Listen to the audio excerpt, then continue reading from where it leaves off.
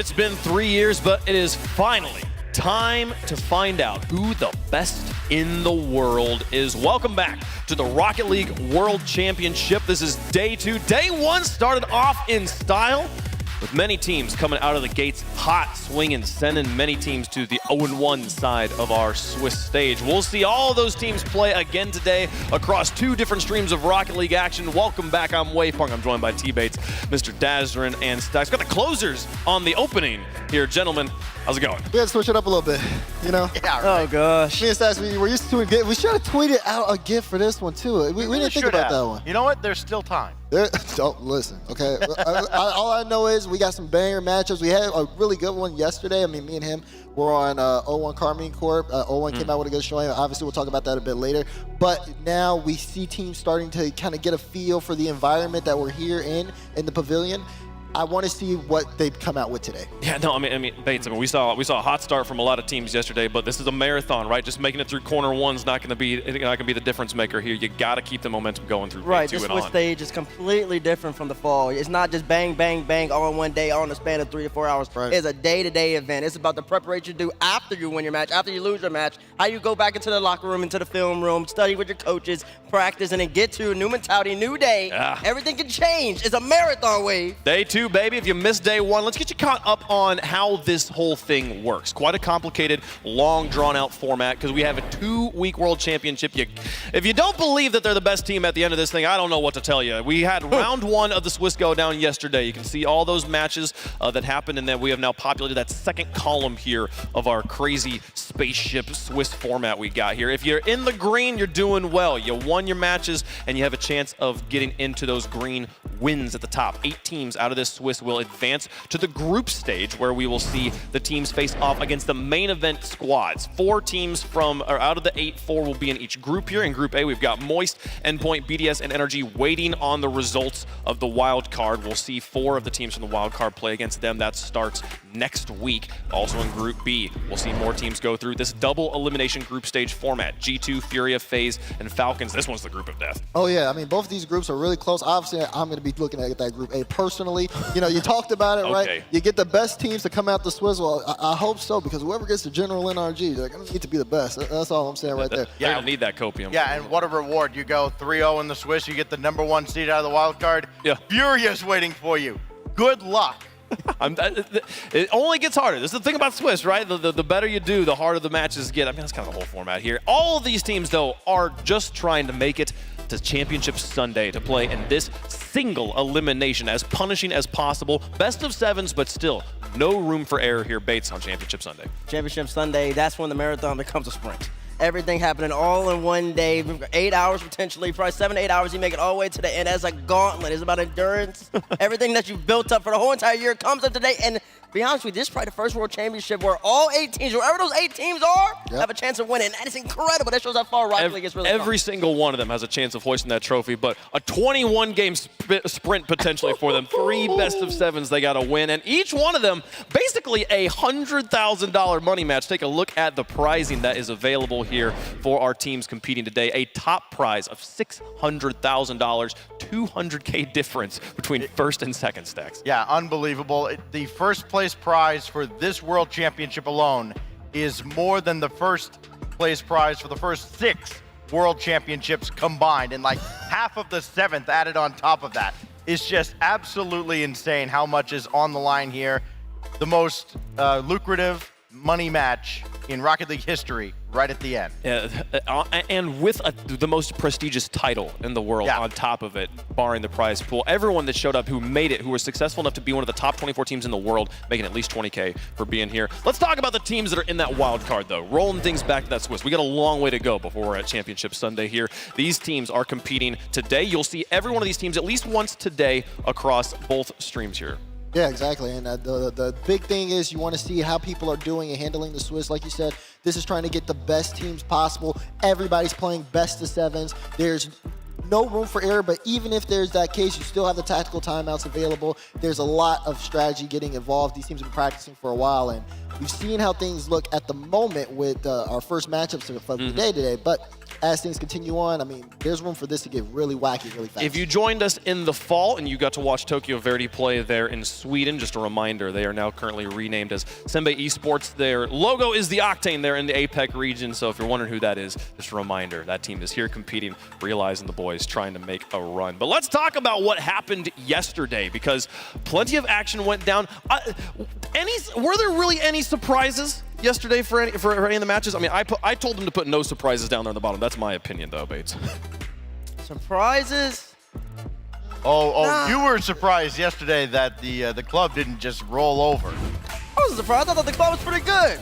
But one thing I guess I was any surprised. I was surprised the fact that everything that everybody thought would happen, like if you went in picking all the favorites, actually happened. It never happens in Rocket League. That would be my surprise. That's true. That's true. Normally it's upset city in the beginning, but teams actually showed up to perform. It was a very well done performance as well from Renegades. He basically came alive, and I mean he got his first win at a world championship, and I think that's obviously very important, even though it is like wildcard area. I mean, this is still big for CJ. Bravado Gaming tried to compete, but unfortunately for them, they ended up faltering. And this kind of goes to show you, the preparation these players have been putting in, the quote-unquote favorites, has shown they're all stepping up. Absolutely, man. The overtimes these series went to as well. There was a number of series here where we didn't go to Game 7 once yesterday, and yet still the matches were close, Bates. Plenty of overtimes, and teams, all the APAC, SSA, those type of regions, all improved as the day went along. A lot of them got 4-0, 4-1, but it didn't really matter because every single day, every single game, they got better, and that's all we could take out of day 1 because now we're in day 2. A whole night's rest, a whole night to prepare for the next series. Rather than start off these games, start off slow, you start off hot. You end up taking some games maybe in the series. This was the series to watch, Daz. The club versus Space Station. So many overtimes, and the club a huge threat moving forward. I think so. I mean, a lot of people kind of expected, like someone said earlier, Space Station just kind of take this one handedly, but it ended up coming down to that. Great demo, ball rolls into the net, but it's a Game 6 overtime. That could have went the distance. We talked to Space Station game even before we got into that, and they ended up working out really well for them, even though it was kind of challenging for them. I think if anything could be classed as a surprise, it was the play of 0-1 because they've had far less prep than anybody else at this event, and they held their own for the most part against K-Corp. That goes a 5-game series, and so sure, it looks like 4-1. It doesn't look like it was close. Game 1 got out of hand. Other than that, 0-1 was right there with K-Corp every step of the way. Mawson was amazing, but so too was Astral. He had 9 goals from 18 shots. Tell you what, you shoot 50%, you're going to go a very long way in this tournament. Man, 0-1 Esports looking strong, but I mean K-Corp. I mean, I feel like the performance of 0-1 Esports is qualified, is contextualized by how strong K-Corp has been at the end of this season. They are very much ramping up right now. And that goes back to the point of teams playing as expected. K-Corp did very well in the spring major. They were looking like a team that could have possibly made it to the grand finals. The question was coming into the wildcard event, can they keep that pace up? Because like T-Bate said, it's a marathon, it's not a sprint. They come out with a strong start here. They're 1-0 in the group. We need to see if they can keep that up. But right now, I see no signs of worry here for K-Corp. Well, let's talk about some the top 3 plays from yesterday. Is always my favorite part of these shows. Taking a look at the crazy mechanics, starting off the day with Space Station. Let's take a look at this touch from Reddles onto the backboard. Tiny corner shot. 2 defenders there, Bates. OT Bash from the passer saying SSG has absolutely no clutch team. Reddles shut you up after the game one right here. Let the man rest. With me. Don't jump with me. KB, you got to put a hand up early than that. Slater Thomas, baby. We used to call him Clay. Clay Thompson. Yes, that's a great shot. Gotta love it there. Senzo gonna be putting up our second play of the day. Softest touch. The infield passes were lighting up yesterday, Stacks. Yeah, they were. When you see an inch-perfect pass like that, I mean, I was always a big fan of Zane Jackie back in the day. I thought he was one of the better passers, and he never got enough respect for it. He would dime people up exactly like this. Oh, what a finish. Oh, man, but Daz, Banana Head, making a name for himself, the MVP. Tell us about it. I mean, look at that. It's Banana Head. He's on your head top. Put a hand up. You can't. Look at this. Off the ceiling. First of all, a great read. Cuts that out. Gets the bounce. Pass 2 into the net. That's that Pioneer's passion coming out from Banana Head. When he's on like that, it's the reason why he's an OCE MVP. He shows everybody. MVP, baby. I don't understand how he makes the first read. It's the first one that blows my mind. It's like, how do you make a contact there? Those are the top 3 plays from day number 1. We'll see if day 2 can outdo it there. And day 1 brought many firsts for teams, for players in general. I loved it. Man, I think one of the things that was most impactful to me is how much this is a world championship, more so than it has ever been. Seeing a team from South Africa starting the day, Bates, that was the first for me that stood out. The interviews, the African style, nobody's in African style. They came out hot, the numbers, it's Renegades. It was actually incredible to see them and how much they've improved. But my big thing is, see it on the screen. CJ finally on the board. And whether or not it's fraudulent or not, it doesn't matter. It's a win. CJ finally took his first World Series. I know he's pretty happy about that, but now since you took that, he's got a pretty big matchup. It was also Fever's first series there. There's a number of players who are getting their first wins here. How I feel too. I mean, for me, it was like the club, right? And the clubs, this is like their first international event, and they went 6 games against Space Station Gaming. Again, another team at the spring major probably could have went the distance. They had a lot of close series there, but for the club to come out and immediately set that statement, I mean, I'm excited to see how they do. In the words of Gibbs, a quality loss for sure. We'll see them moving forward. Yeah, all the great firsts with all the different teams, all the different regions. But how about my man Daz's first RLCS World Championship broadcast? Tell you what, guy absolutely killed it. Yeah, let's go. Oh, God. Let's go. Oh, Perfect timing. The bad. What you got to say for yourself? I mean, it's crazy. You know, I showed up to all these events as a fan, and now like to be here feels surreal. But you know, I'm happy to be here. I'm happy to be here with my man Stats, with my man Bass, with G-Wave. Like it's a lot. It means a lot to me. Yeah, I think an honorable mention as well. Bass from the past getting his first as well, and hearing how supported he was from the fans and chat. He has so many people here that were rooting for him, and we're excited to see him there. I mean, we haven't previously. I feel like.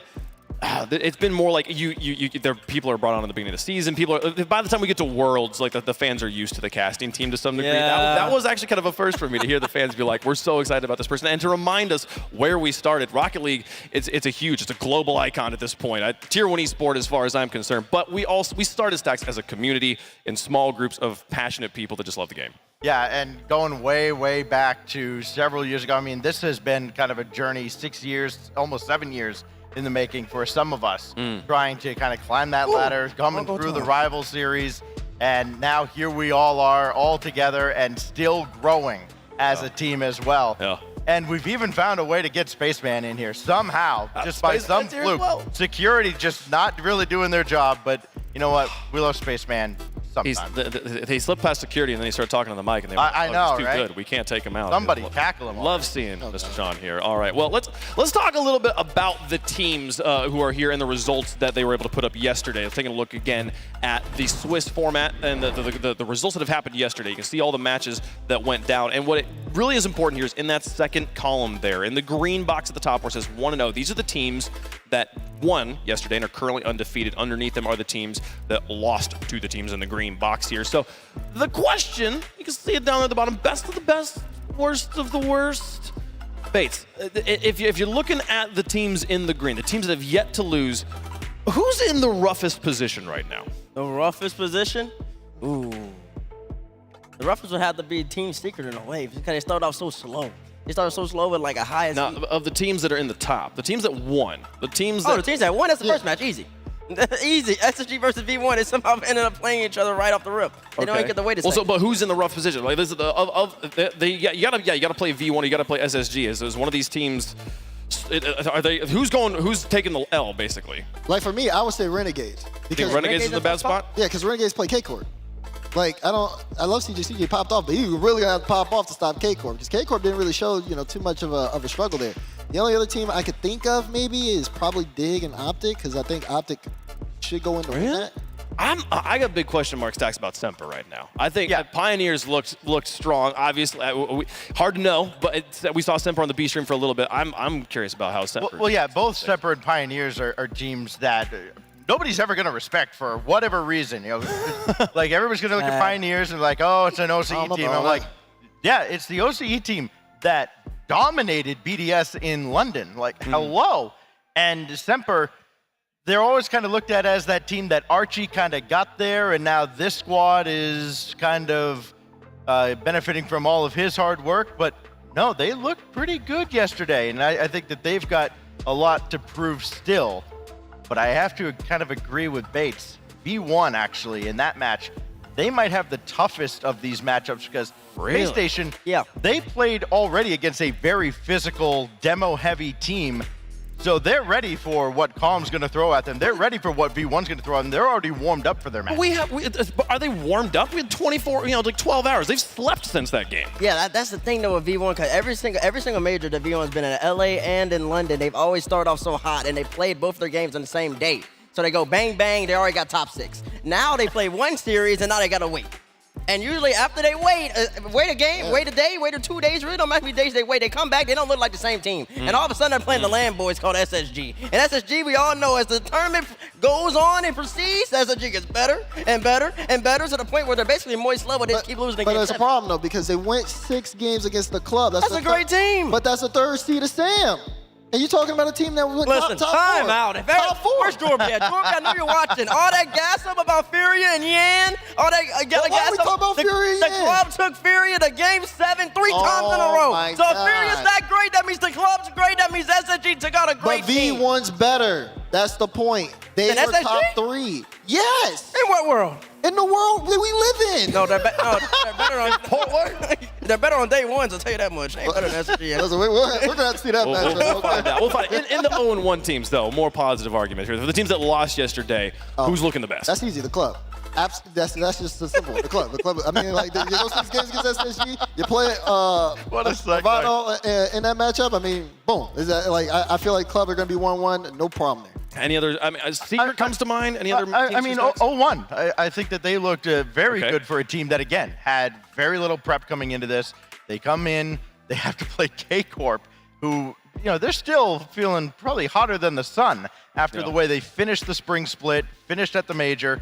They're riding high, and I think a lesser team probably just gets blown out of the arena against K-Corp. So, yeah, 0-1. I think that they've certainly got more than just a puncher's chance to get out of the Swiss. I love the 0-1 shot, but I'm really looking at Veloce. I ranked the teams in the bottom half right now, and I looked at Veloce. They came in late. They didn't have time to get into hype videos and everything. They didn't have time to scrim. And they actually played Pioneers pretty solid yesterday. A couple OTs. Took Banana Head. You saw a double touch off the ceiling. He had a double touch in game 3 to win. If Veloce can play that close against a Pioneers team who is really underrated. Talk about underrated. That's an underrated team. I'm there with you on Veloce. I think they're on a timer though. They have to get through the jet lag, get through the time zone change. They have to figure that out before they're in an 0-2 situation. Yeah, and Veloce is one of those weird teams. We had a couple teams in the rival series way back that would try to run with these 4-man rosters, and Veloce is kind of in that same vein. I was always of the mindset that if you got 4 starters, you don't have 3. And Veloce is trying to kind of prove us all wrong there. And if they can have a strong showing here and then continue that into next season with the same philosophy, that might change the game literally in Rocket League. Yeah, we haven't talked about that rotating roster that much yet, but it'll be the thing we bring up as we see them again on the broadcast. Let's talk about what matches are coming down the pipeline today. We'll see every team at least once on either this stream or our sister stream, twitch.tv/RL Esports. Got quite a few matches there. You'll see all the 1-0 matches here, but the 0-1 matches, those teams like the club we were just talking about, they'll be taking on Bravado at twitch.tv/Rocket League Esports, or RL Esports there. Owen will be taking on the Gladiators. Team Secret will be taking on the Pirates, and Sembe will take on Veloce to round things out. Meanwhile, over here, twitch.tv/Rocket League, we will end off the day with a banger. Optic taking on Dignitas. Version 1 playing SSG on day 2. Who would have thought?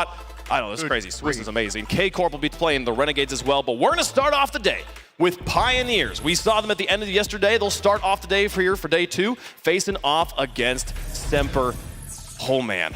We got lots of questions. We've been doing a lot of speculating up here on the desk, Daz. We're going to finally find some answers. That's right. We're going to see if Banana Head can dunk on another head top. And we're also going to see Semper really be tested here, because I do feel like Pioneers is a great matchup for them. It's been a while since we've seen Chaussette in a live event. Same thing for Cassiel. And then they're coming in, they're bringing in Exotic. We've seen some of their potential last split, but now is the true test of this team. What can Semper do when they're in this position? We saw the crowd rally behind them yesterday. Coming from down under, it's the Pioneers. It feels great to play in front of Dallas, to play in the RLCS, especially because it's Worlds. It's just a big deal, and the audience I know is going to be amazing. Everything. We've been playing the whole season, months and months on end, half a year. The majors are good, but to win the World Championship is what you play for. I can feel the nerves. Everyone's a bit nervous, but everyone in the tournament is going to be nervous. You know, a big future ahead of us, and we're just playing with like an underdog mentality. Made all the plays since then. His extra sense at height, banana hit them. He's the first one there. Look at the speed from Super Lucky. We're here to win. Our preparations are better. Trying to use all the tools that we've been given by Pioneers. What I say to anyone that says we don't stand chances, you can have your own opinion, but we know that we can beat anyone. 2-0 now up against BDS in match point. Having an absolute party right now down there. Here comes Banana, and he's going to the ceiling. He's almost a mistake. Just trying to find that consistency now, so yeah, we can definitely beat anyone. Bring it. We're ready for you. Thanks to those loyal people who support us, and we'll try and do you proud this tournament. Bates, we heard Scrub say that that they have the best preparation of anyone here on the tournament. How important is it for a player to be confident in how he is prepared for an event? If you're not confident, you will never succeed. The confidence in Rocket League means everything. It's all about the mentality. Skill, everybody has that. Coaching, everybody has that. But if you are confident in yourself and then you extend that and confident in your teammates, that allows you to really peak out, opens up the passing lanes, and creates more and more dynamic offense. Yeah, I mean, it's that freedom, right? The freedom to trust in your teammates. You play with more confidence. Instead of playing more defensive, maybe you play more offensive based off of that. And this team can do that. We've seen them be aggressive. I like to call it the charge, the Pioneers charge. The way that they attack the field is just so great. They all move forward. They all have full trust into each other. And we can see that in the gameplay, in and out of the game as well, with the comms, with the passion that these guys have brought in. You know, they're going to be a force in this matchup. Championships are often won in traditional sports, in the boardroom, in the film room, and that's where I think Pioneers really excel here, because they do have, I think, a higher level of preparation than your average team. Now here it's a little less pronounced. There are a lot of teams that have that level of preparation at this level at the World Championship, but that has carried them to this point, and hey, you go with what got you here. We were just talking about Veloce and their adjustment to the time zone, to the travel and stuff. Funnily enough, Pioneers have to deal with a weather change. I was talking to Super Lucky. He's like, it's still hot here. Right. Like, you're from Australia. You should be used to this. It's winter for them right now. He's having to deal with a change in mentality there. On the other side, though, challenging the Pioneers, it's Semper Esports. It has been a while since we didn't have Worlds. We are a bit of underdogs in this tournament, so we will go from there and try to climb. Marbella up onto that ramp on the ceiling. Only finds Archie, finds Casio, finds Net, finds the lead! It is really important for me emotionally and as a player for my career to keep getting better every time I'm on Worlds. We are like quite comfortable, not really stressed. I got much more experience than most of the players here, and I'm gonna prove it that the experience matters. I'm here to win. Both players blocking each other out. Not to be dunked and give away anything silly. That was so good. He can finish it. He does finish it. Everyone that's cheered for us, it's been great. Your support really matters to us and will help us improve a lot. To the haters, you can keep hating.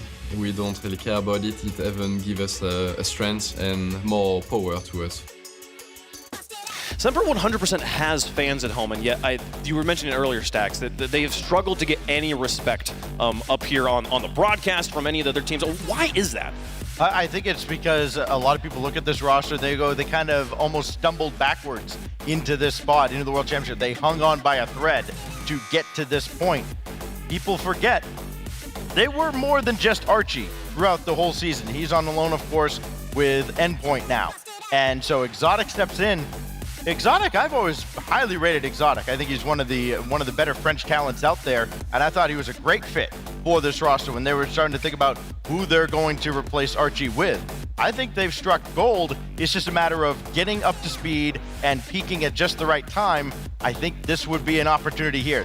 Imagine if they start 2-0, they're going to be flying real high. Yeah, and of course, you know, you got to look at that man on the screen, Casio. He is a person that I think is very underrated in terms of this matchup. You know, he talks about his experience. He's played as an underdog so many times. I mean, you even talk about all the way back to Triple Trouble. Yeah, he was the rock on that team. Exactly. So if there's any team that kind of needs that, it's this team right here, right now. Yes, Exotic comes in, he fills in a lot of roles, but him and Chaussette, I mean, Casio has to kind of be the glue there to keep that team all together.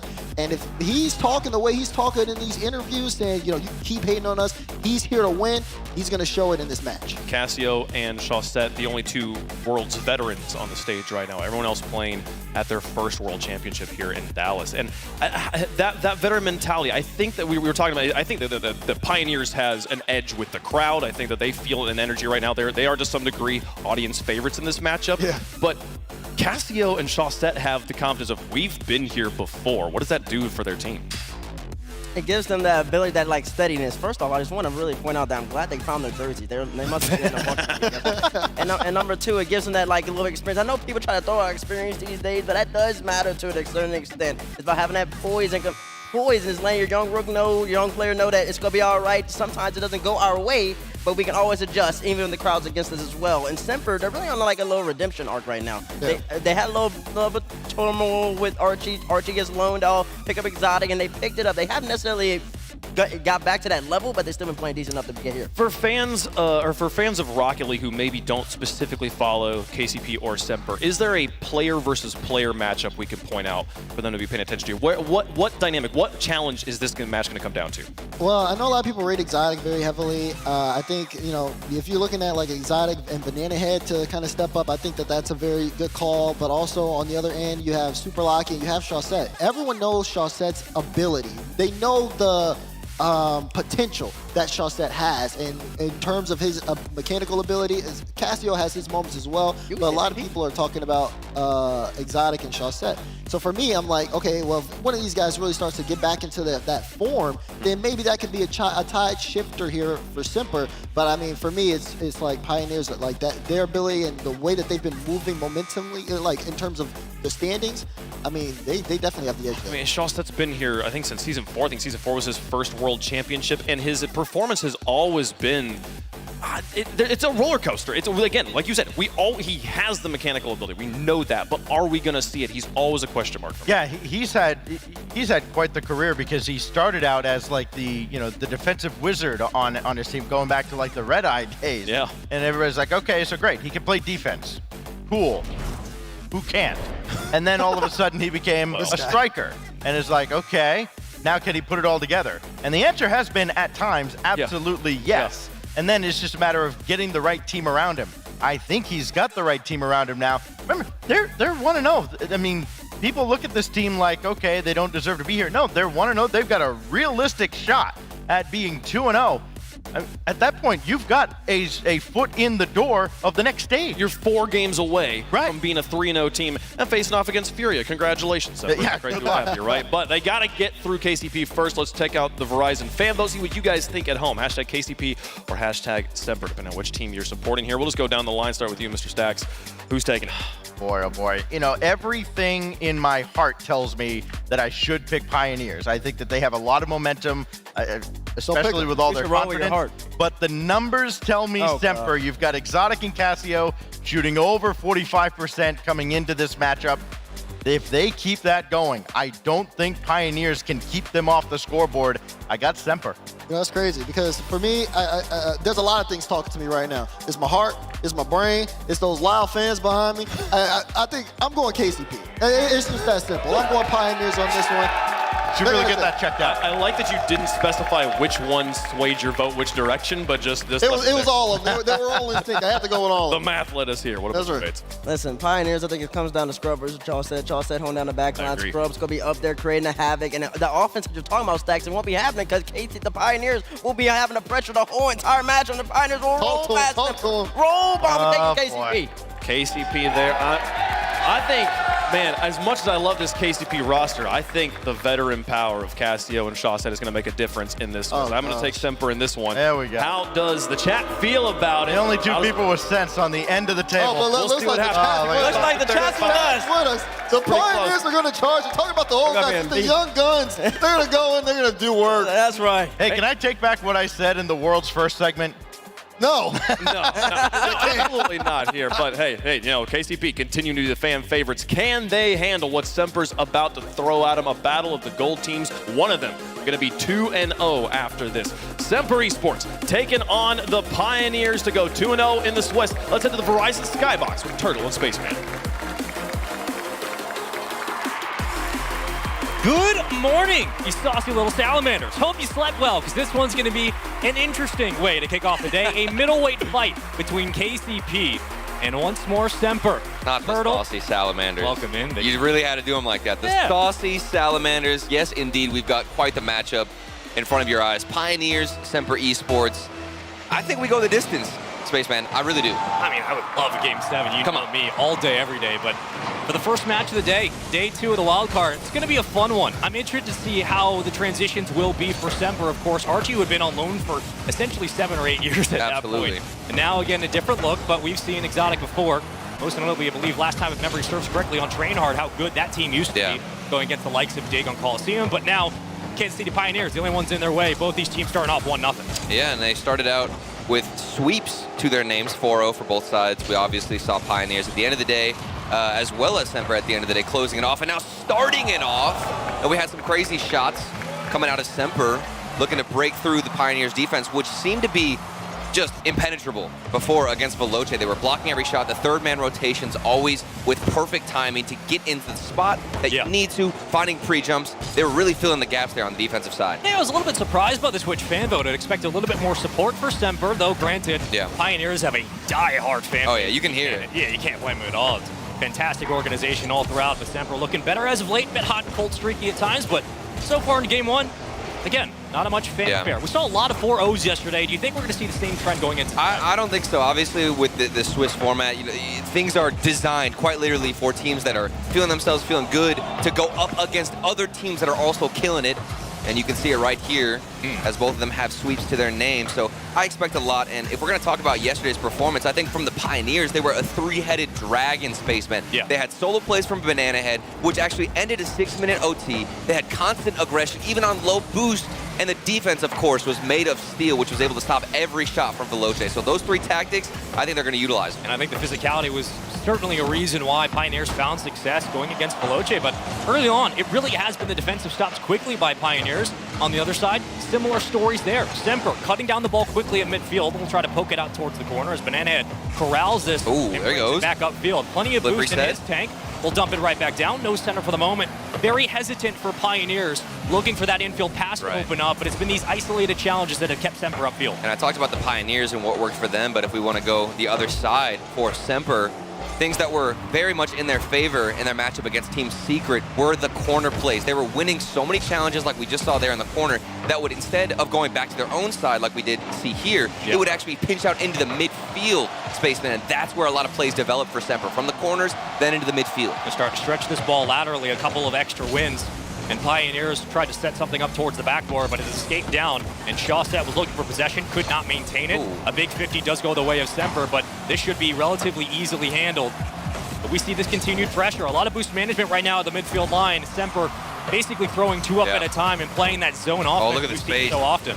And that's the scary part of Shawset's gameplay, is that he can bring out those dribbles that he actually put on display in Valencia a while back, dribbling, I'd say, 3 players frequently, and now trying to slow the pace down. But instead in the air, it's Exotic looking for something cheeky to go by the defense, but nothing slips through. And it's those soft floaters over the backline defender that Semper are trying to find for the opening goal. Pioneers doing a very nice job of meeting the challenge on the goal line and escaping down with the transition. Counterattack begins, but does it maintain itself? No. Foot race to the ball. Eventually will be stopped by Semper with another big 50 going the way of the Pioneers. The boys in blue trying to mount the defensive attack, and with that, hold on to possession time. Pressure has been there. Great stop again. Exotic circling through the front of the box with very little boost to keep this ball alive.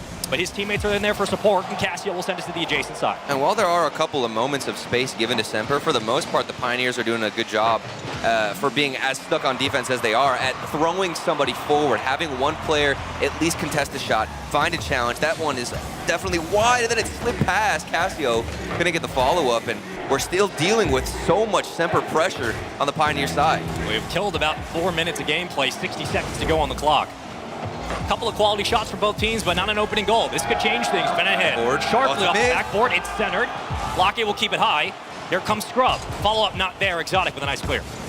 Now to the side. We'll see if Banana Head can wreak havoc. He does get the boost and leave it for Super Locky, who tries to go backwards, and things end up working out. This is the most pressure we've seen out of Pioneers. We'll see if they can build on it. I was looking for a potential bump, but instead elected for the boost grab. Now resources here for Pioneers. Quick Oh flip. my. No way, that pinch is in. Here comes Cassio. He needs to make this challenge to keep the play alive. Under 30 to play. Banana Head towards the net. Very slow at that. We'll find a demo, so numbers advantage back out towards the front. Great pass, great redirect as well. But nothing coming through. Pioneers have to try again. And that was a play that we actually saw a lot for Semper that I was discussing. A pinch from the corner, squeezes out into the midfield, but there was nobody to answer. In the final 8 seconds left, this is going to be everything. Maybe a shot on net could end it here from Exotic, but it's wide. And this ball is going to stay in the air. They got to keep it up. Super Lake. He's Here going it to is. sneak through off the Off the backboard. backboard. It's still alive, but is anybody around? Yes. Scrub popping it high. Numbers have to be around. You have plenty of boost if you're Pioneers, and that should touch. It was a sharp angle on the redirect, but yet again, the pass will fall. Golden goal for game 1. The ideas were there from Pioneers. Banana Head looking to drop that ball down, but of course, once it touches, you're going to OT. We get more OTs. I love it. Got a couple yesterday. Let's see if we continue that trend in this series.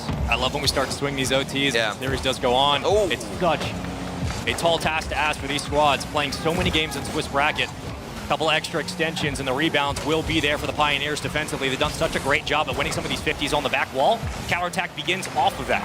Exotic will bring this down to the ground. Now Holden gets one flip, escapes around one. This recovery will be absolutely diabolical, but it will be stopped, and the clear should be there. And it was an early challenge from Scrub. Even though he saw his teammate up, he was still able to get into the air, not hesitate, but hold on, speaking of not hesitating, maybe Exotic could get something with that flip, almost found it. And we're back to Semper's possession. I'm waiting for that sharp pass in the infield, and we saw it a little bit near the end of regulation, but yet hasn't been converted into the OT. Another minute burn. We'll follow this one down to the ground. Silverlocky's POV back to Chaussette. A lot of boost here. Looking for the Octane to get the flip over. Keeps it up for his teammate. Exotic puts it centered. Chaussette trying to beat the defender. Banana Head way too quick on the play and gives possession right back. I do like that idea, though, from Semper to keep somebody forward off the backboard, trying to disrupt that third man. If you get in front of him or even find a bump, it could be the end. And then a fake from Exotic. Can he get past the second one? No, it's read well from Scrub. And check out the defense for the Pioneers. Oh, that's dangerous, though. Scrub has to corral this quickly. Super Lucky had to cut into the lane to keep that towards the corner. Though the ball does jet. He's got a Here split. goes Banana Head. Tried to sneak through. That ball's around. Still anybody's possession. It's caught in traffic for the moment. Scrub with a very nice fake through the corner. Yet again back to midfield. Both teams vying for a spot. Oh my, this overtime giving us so much from both teams. Pressure on each side. A lot of opportunities given. Mechanics getting thrown. And we've seen a couple of chances, couple of flip resets, but nothing yet strong enough to break through the defense. And they're not overcommitting. First mistake could be a booming clear. That's an open net in the back line. Was looking for the transitional attack. And Banana Head leaves off the play instead. Midfield boost will be there for Pioneers, but Scrub with the possession. Reset. Potentially went for a fake, but regardless, quickly read by Semper and quickly dealt with. Still alive, though. Quick rebound. Pioneers not letting up on this play at all. They want to close this game. What a shot, what a save. Still kept alive.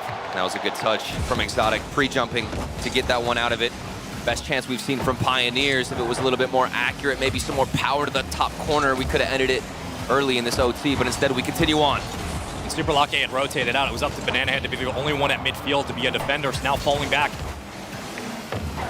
to potentially go towards the goal line. Scrub will get demoed as soon as he grabs boost. Oh my, look at the ball. There's a bump, but nobody else has really set it up. We're seeing a couple of quick challenges. And the defense is handling a lot of this pressure. Both teams playing excellent defense, just the offense looking for that small gap. Yeah, I've been so impressed with, like you said, both teams' defense, able to stand tall and find a way to get in front of the net. It seems like whenever somebody overextends, there's always a player who's in position, ready to have their back. The communication needs to be spot on for that to happen, for you to have a safety net like that second man, and both these teams surely have it. I mean, the patience for both teams cannot be overstated. It's been fantastic as this one continues to get thrown around and tackled into the dirt, but off the back wall. Castillo's up for this one. Into the corner we go. Ball still alive, hanging for anybody's challenge. Exotic trying to get it around the bend. Quickly denied and saved away. Cassio, but Superlake popping it high. It's going to waterfall dangerously. A chance, but quickly challenged. Still alive. Here comes a shot. Denied. Another one in the front of the box. Cleared out. Nothing can get through these teams. The shots, the demos, the plays are so creative, and finally, something falls through the crack armor. Of all the ways for game one to end, you probably don't expect this. Cassio with an easy flip and falling back with the momentum of the ball, and Superlake just couldn't close the deal. Pixels away, Spaceman, from that bounce on the post going out. If that was just slightly stronger and pushed to the right, we would have seen a better bounce, maybe a longer OT, but instead, it did slip through, and we saw so many chances where we'd be getting one booming clear down the other field, couple of strong passes connected, and then we'd go right back to the other side. The pace is on another level compared to day one. 10 shots for Pioneers. On the other side, 13. It's not a huge disparity. Semper stealing game one and a very interesting finish in that format, but I think we expect the series to be this highly contested, and the fact that it was a 1-0 game and Semper found the rhythm in the overtime, I wouldn't be surprised if this goes 7. Oh, 100%. This is the type of Rocket League you want to see, where it's a lot of high-paced shots, passes into the midfield, and things starting to amp up here. And day 2 has a different energy, of course. As you get more and more into the Switch stage, things are going to get crazier and crazier, Spaceman, and that's what we're here for. On our Mobile 1 high-performance replay, it was pretty clear that it was about as back and forth as you could expect in game 1. Yeah, and I think for the starting of day 2, this is how Swiss is going to eventually proliferate. You're going to be seeing teams that are getting those trading blows 1-for-1 and a lot of those tug-of-wars that happen later into the game rather than establishing a score early and rocking off that. And one thing we did see from Semper was a lot more demos towards the end of that OT, a lot more physical plays, and you'd see one player, and they rotate who it was. Sometimes it'd be Chaussette being aggressive, being that first man, taking charge, but then a lot of times we see Super Lucky push himself forward, get that bump, go for the goalkeeper, try and take him out. Will that be utilized in game 2? We're going to have to wait and see. Oh, the beauty of best of 7s, you have plenty of time to figure things out. But it is game 2 in Aquadome. Let's get into it. A lot of time on the clock and a lot of goals to be had. Semper taking game 1 in the OT. As Cassio finds an early shot, just to put something threatening towards the net. Chaussette trying to keep it alive, but the defense from Pioneers, though they did drop game 1, was absolutely stellar. And now I'm curious, did the Pioneers expect to play this defensively? Always having somebody on the backboard, waiting from Semper to blast it towards their own end. They're responding to clears well. Here's Super Lucky running back to get the touch. He does find it, and it's going to be a nice, smooth, controlled pace to get it out. And it's not that Pioneers haven't had chances in the air. They absolutely have. It's just that the defense has been ready and waiting from Semper. They've allowed that real estate and then quickly shut down the property. And Pioneers, the defense is there. They're playing man coverage. Whenever one player from Semper does decide to extend forward, they have him covered. They're on their mark. And still, I'm surprised to see that OT end as early as it did in the first game. Cut down to midfield. We've seen more of that 50-yard line get established by Semper as the overtime continued for Pioneers. Struggling at times to catch up with those counterattacks, but they did eventually pull it out. Just couldn't convert it to a goal. And looking for that circle through the corner. We've seen Semper elect to push that ball into those tight corridors to fight for 50s that would give him an opportunity. Not the most creative from Scrub, just banging it off the backboard, trying to get comfortable in game number 2 on Aquadome. This one, a pre-flip off the backboard. And of course, you're going to get a nice touch out of Pioneers. That's what you can expect from the defense, but the way Semper react and recover these touches is immaculate. That's a 1-2-1 play. You get it towards the side wall, then you fall through the corner. You're pulling defenders off the goal line. It's pretty easy for Semper. They're doing a good job of finding space. But even better credit to Pioneers defensively, finding ways to put a hand up. Oh, this is the creativity. Oh, my word. What a way to start day number 2 here. If you find that one, Scrub trying to get dangerous in a 50 that bangs off the ceiling. And here comes Banana Head for a potential challenge. Booming ball downfield. Super Lucky will cut it down. Plenty of boost. Never mind. Only has 10. And will have to rethink the approach. For those watching at home, you have to keep your eyes peeled on that dominance on the field. On the blue side, Banana Head, he can make some damage, put in some work. We saw a couple of solo plays yesterday. They need that against Semper to get back into the series. How many times have we seen him scoop the ball up and take it on his lonesome? It's the dominance. And get those monster plays. Exactly, and then you can start facilitating, and it becomes just this lazy Susan offense. Everybody gets a turn around the bend. It's so fun to watch when Pioneers are doing it best. Exotic, very chippy on the board, trying to finger roll that one through.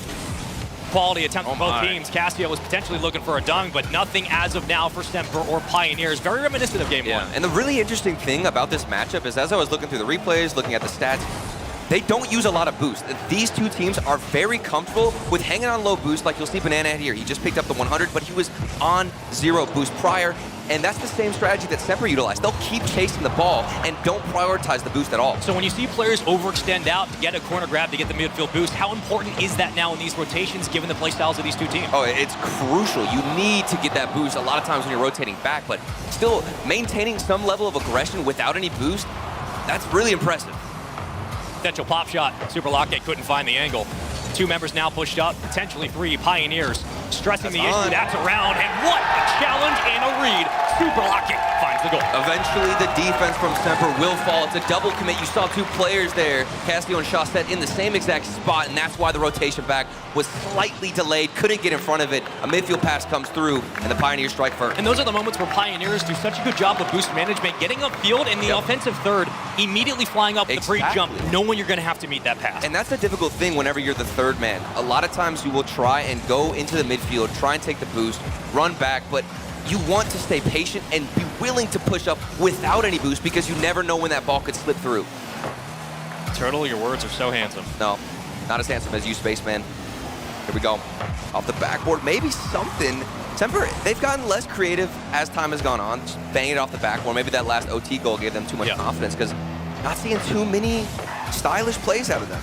The offense hasn't been broken, just hasn't been open. Potential chance now is one again. Center of the box, great flip. And find the connection on the 1-2 give and go as Banana will try to find the 50, and that's where the dominance comes into play. Super Locky off the backboard. This should be dealt with. Semper doing a nice job on the connecting pass, 1-2 downfield. And now a potential breakaway. He gets the 50, but Cassie will have to play it towards the side, and we'll try again. This is where things can get frustrating out of Semper. You have pressure, I'd say more dominant pressure, but nothing to show for yourself and show for all that work. Will they get too desperate and overextend, leading to a second goal out of Pioneers? You just got to hold on for 20 seconds. Some of those quick rebounds off the back wall that Scrub could take advantage of, put a 2-goal ball game. For Semper, going to have to worry about those rebounds. Possession time felt like it's been all here for Pioneers, but what a touch. Exotic from the box. Oh, it sneaks around! Castillo was there taking a page out of Pioneers' playbook. It's all about this corner play from Semper. One pass over into the corner, another pass through to Castillo, and the defense falls. Well, did we just talk about those rebounds and how quickly it can cut a defense down? That depth perception is tough, but the speed is even better. 7 seconds to go. Could we go to OT yet again? Chaussette going to try to keep this potentially towards midfield. Maybe it's ended here. Super Locky up with the ball, and he will touch it off the 50. We go to another OT. Corner plays, the theme of this series, especially for Semper. We'll see if that comes out again. Maybe a shot early on, a cheeky one at that, but it doesn't fall in. And we've still got a lot of Rocket League to play. Pioneers right now are winning these second touches. They're getting upfield, playing off the back wall, and they're keeping the ball close to the net. Semper have to be worried about that. Potentially more booby clears to establish some respect in midfield. If you're clearing it off the backboard and getting free touches upfield, great touch. Oh, wait, it sneaks in? What? Just like that?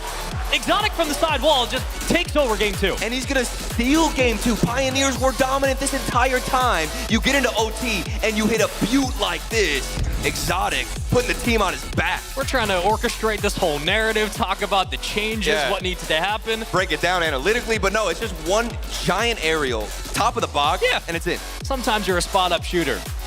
And right now, Pioneers, that's devastating. They have to feel like this is, you know, of all the times for a tactical timeout, it's a frustrating way to go down 0-2. Do you even call a timeout? I don't think you do. No, in this instance, look, it's a frustrating way to go down 0-2. It really is, and we will have, I believe, a KCP timeout. But look, is it the wrong call? No, probably not. As Mobile One High Performance Replay shows you, it was KCP with the lead early on. But Semper have been stealing these games away, and that is demoralizing. I truly don't think there's too much to harp on out of the Pioneers with the defense. Things just simply started to trickle away at the end of that OT and couldn't get themselves into the right position. And it's all about holding on to the game. Making sure you can last the full 5 minutes is so difficult here for these teams. You're running out of stamina. Things get difficult. For Pioneers, going back to the drawing board, I think this is just a break that they need. There's not too much strategy to implement. They just need to take a second, come back to their senses, and get their heads focused because you need to go the full length of the field. You know what's frustrating is they were in an ebb and flow for the entire 2 games. You're in this monotonous grind, and sometimes it works out, sometimes it doesn't. In that instance, it really was the latter, and that's frustrating because you feel like you have that game like a circadian rhythm going the whole time, and it's one small shot that doesn't go your way. All of a sudden, 2 OTs later, you're down 0-2 in a best of 7. That's the frustrating thing about Rocket League. As much pressure and possession as you can hold, if you let up one mistake, one simple lapse in defense, it is over. And then that makes you start overthinking, okay, we had all this pressure. Do we just throw everything we're doing out the window? What kind of strategy do we implement? And that's where the coaches come in. That's where a lot of these players need to drop the controller, take a break, and relax to get back into the game. 2 games down in this series. Pioneers They've dug themselves a bit of a deep hole, but of course, there's plenty of games, plenty of time left in the best of 7. A lot of this action would not be possible without our Statman Direct, who lets us know this is the 4th straight overtime that Semper has played in. Oof, pain. And that, I mean, one, we've talked about Clutch and Ice in majors, most recently Team Queso, now known as Moist Esports, arguably the most clutch team in the game. If you're coming in and you're Semper and you're winning overtime after overtime, as close as these games have been, that just means that when things start to break your way and those good bounces happen, you could be walking away with some of these wildcard games. And it's great because I think a shot set, and I think all the way back to the PSG days where they were just getting reverse swept after reverse swept, and it was painful to watch them not be able to close out a game. So to see him come full circle, the character development is truly phenomenal. He's entering a good character arc right now, and I'm tuning in for this season, absolutely. His villain arc, trying to take down Pioneers, but still, a lot more work to be done. Semper 2-0 in this best of 7. Well, now's the time to start making the comeback. Exotic tried to dunk it through, but the defense for both teams, again, has been stellar. So far in this best of 7, it's just come down to a couple of crucial shots that Semper have found ways to sneak through and they put stole water. game 2. Yeah, they truly stole game 2. They absolutely did. With 30 seconds left, they get a goal, send us into OT, and then right away, it's one quick shot from the top, and it's over. I mean, that's devastating for Pioneers, which is why you see a timeout. You would love an opening goal if you are Pioneers to reestablish that. But speaking of opening goals. Is it that free again? Oh, my. Corner play for Semper. Look at this 50-50 win from Casio, and then it's all about that first touch from Exotic. Not read well from Super Lucky. It's difficult. You think it's going to go up. Instead, it pops out, and the goal's left wide open. It's 1-0. Welcome into day number 2. If you're just joining us, second day of Wildcard. We hope you're enjoying it. We talk about Game 7s all the time, and we never get it.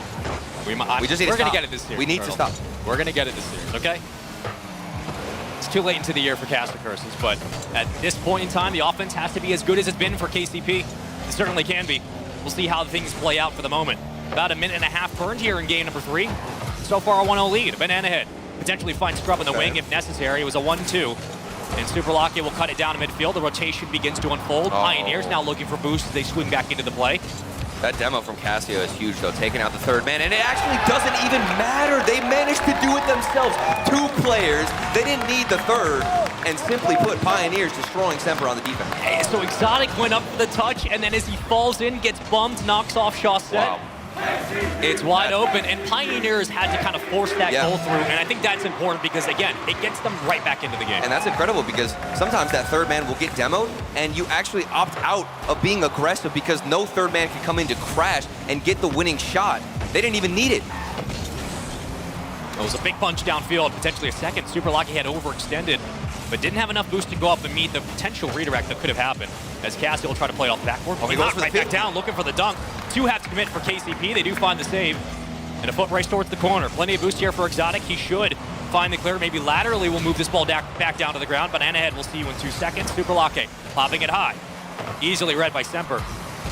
They should hold on to possession. And it looks like Pioneers have shifted their defensive line forward past the midfield line, excuse me. They're getting more aggressive, trying to place that third man in a much more difficult spot that Semper have to deal with. You've got one player flying at you. Of course, losing the 50-50. They're going to need to watch out for it, but hold on a second. Off the backboard could lead to something. Still tied up. 2 minutes and 30 seconds left. Half the game to go.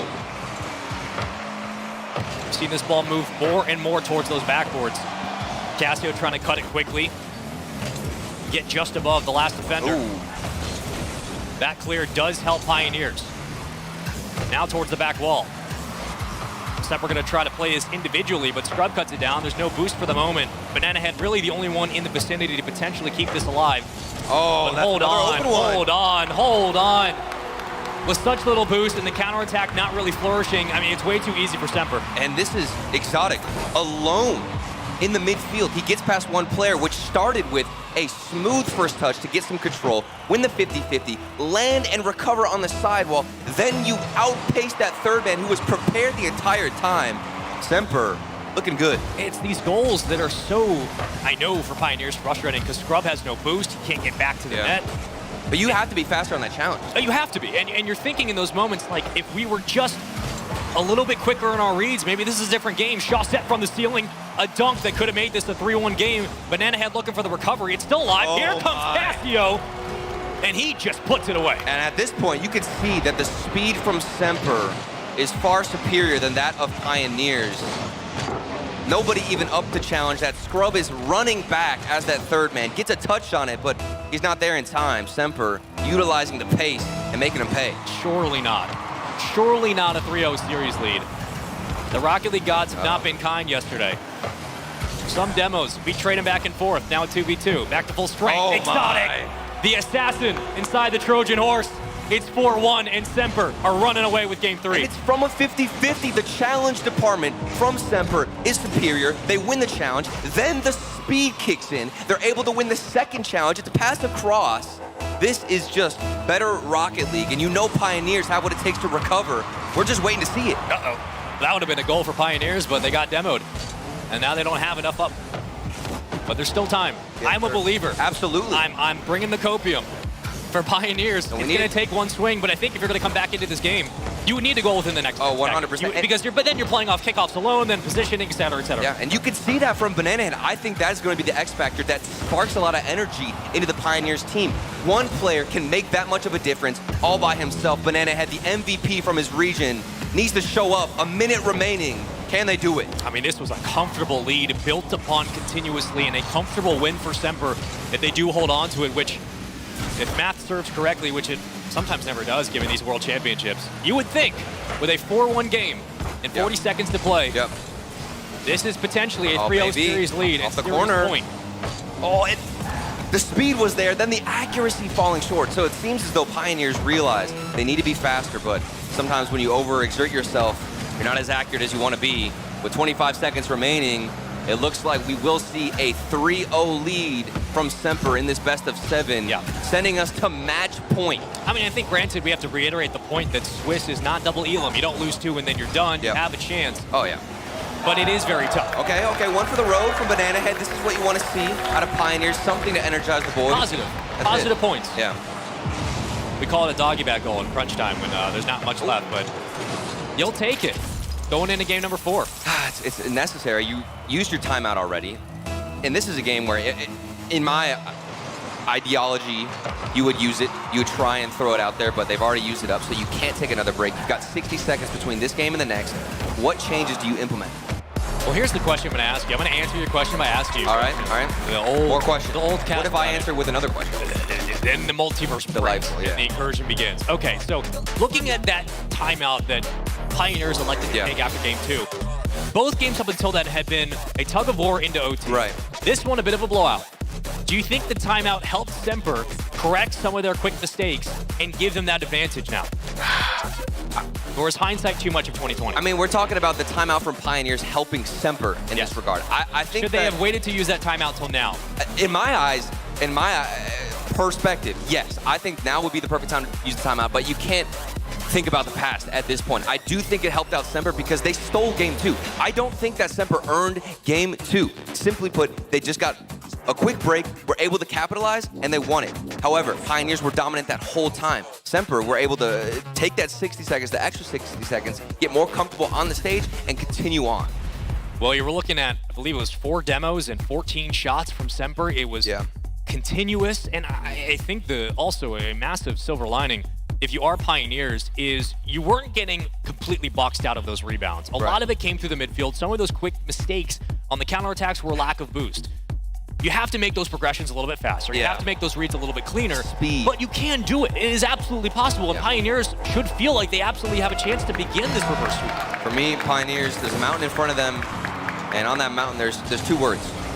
Challenges and speed. Those are the issues you need to fix and get over. You need to climb that mountain, fix them, put a Band-Aid on them, and get back into this game. The challenges need to be better. Semper got so many goals in the previous game off of a 1 challenge and then a quick pass across the field, easy shot, and you've got yourself a goal. And the most goals we've seen from Pioneers so far this series, what, 2? Yep. It's got to be a little bit more, just given the caliber of Semper and how quickly they've been able to strike and continue that. Let's get into Coliseum, potentially the last game of the start series. It's only the first one of the day, but if we get another 4-0, my oh my. Shawset with a backflip, great challenge, and now we're starting to see the pace of play kick up as Pioneers are looking for those great challenges. Oh, it almost falls in. The insurance policy was there, just not the closing deal. But you'll notice Pioneers playing with a sense of urgency. They realize what's at stake, know that if you are slightly lazy to that challenge, it's going to go against you. You have to panic patiently if you're Pioneers. Yep. And certainly they've shown it through the corners. Grabbing boost, resources are here. We've had a couple of shots. Semper dealing with that pressure early, but how long until it starts to suffocate? They should be able to grab this one through the corner. They will be able to clear it out as well. Exotic losing the 50. Right back down, potentially Pioneers now mounting the assault. Super Lucky meeting it in the air, never mind. Scrub taking a demo, and we'll find that extra body. We go back to midfield. Pioneers able to get in front of the shot several times. Super Lucky, I do like the idea of pre-jumping. No hesitation, here comes Scrub down the other side. Looking to interfere and maybe get some demos on the way out, take some boost. Infiltrate the Semper defense that has been rock solid for the past 2 games. I haven't seen a lot of infield passing for Pioneers. Keeping the ball on the ground, great challenge off the top bar. However, we have seen that from Semper. First touch oftentimes goes into a dribble. Well, the one time we really saw it from KCP was when they got kind of that bounce rebound through the corner and scored. Yep. We saw Semper do the exact same thing later. Now it's about making those quality reads. The small adjustments certainly should be there. As Pioneers will get a long clear. Scrub, not a lot of boost in this spot. Nobody on the ground to potentially bump out. 2 back at a time. There's a demo. Numbers here for Semper. How do they convert it? And look at that first touch. Very controlled out of Semper. Instead of opting to go towards the booming clear and hit to the other side, they keep it within their own hands and are able to start some possession. Great play to dump it back down to the ground. You don't want to give another challenge to the corner to Semper. Cassio very quick off the side wall and Exotic. We've seen him get physical before. 1v1 Exotic. Can he find it? He has the flip and he uses it. Exotic able to put him up 1-0. And that's just a one-on-one break. Semper waiting for this. Great pinch, and Exotic recognizing it. Stalls, uses enough boost to punch it over. Super Lucky just kind of has to flip a coin and guess. And you feel for that because you might have seen him delay that flip and then try to go for the better 50-50 instead. Perfect timing from Exotic. That's one of those just, I got you beat moments. Yep. And it's tough because he's only around 2 minutes, some change to play. As Cassio could have put this game away and the series on its head. Scrub trying to keep it alive. Here comes Super Lucky. He does win it. It's a bit of an open net, but that demo just cuts things down again. The physicality from Semper, denying so much of the aggression from Pioneers. Oh, and look at him. He's aware that he has all this space. Flicks it past one, then back into the midfield. Look at all the time it's wasted. And now Cassio, he's fueled up. He was able to get boost from the midfield and move forward. They're getting beat individually on the offensive side of the ball, on the defensive side of the ball. These challenges right over the heads of Pioneers. They need something, Turtle. Like you need something positive right now if you want to make this comeback.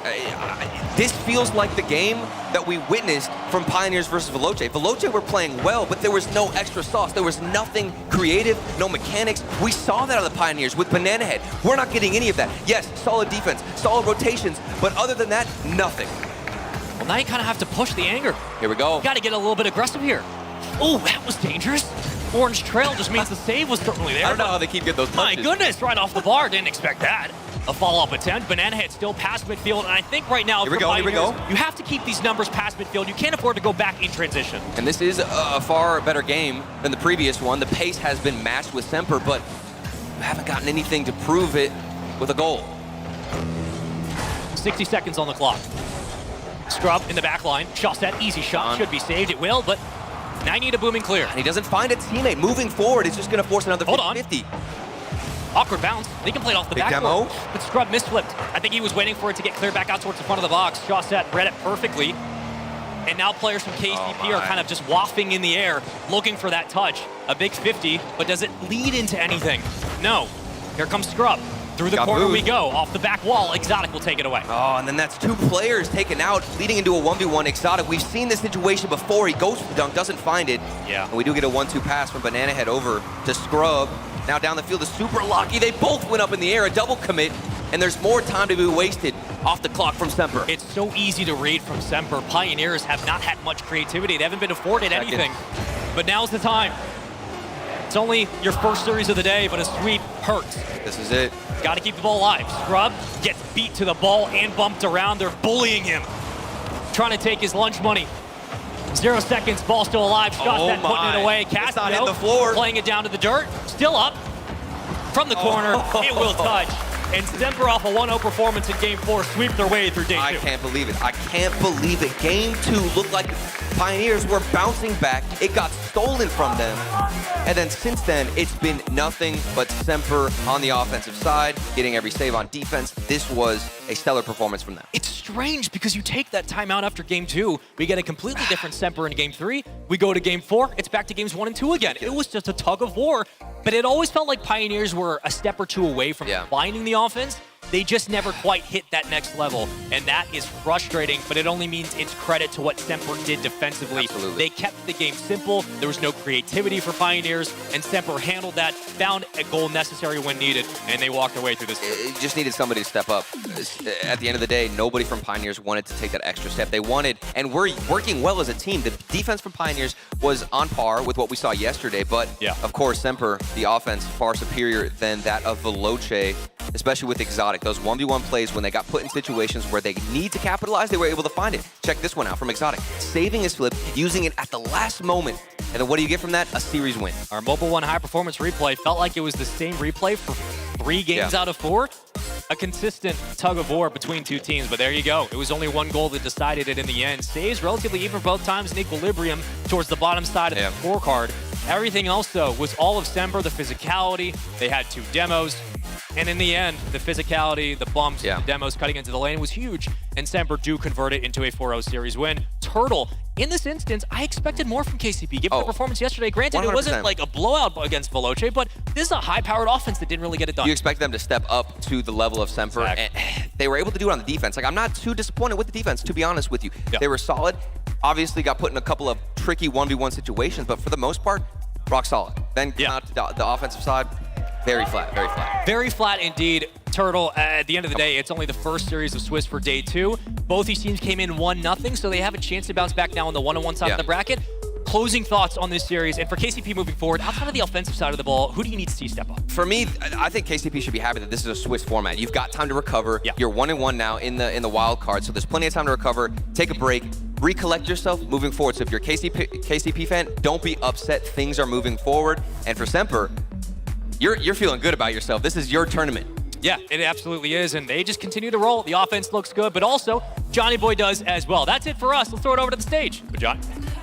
Thank you. I'm joined by Castillo from the victorious Semper. Now, I feel like I'm getting called out all the time here. I keep predicting you guys to lose, and you're sweeping everybody.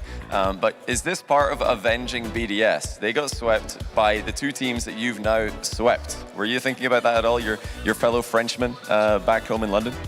I mean, not really, like we didn't really care about that.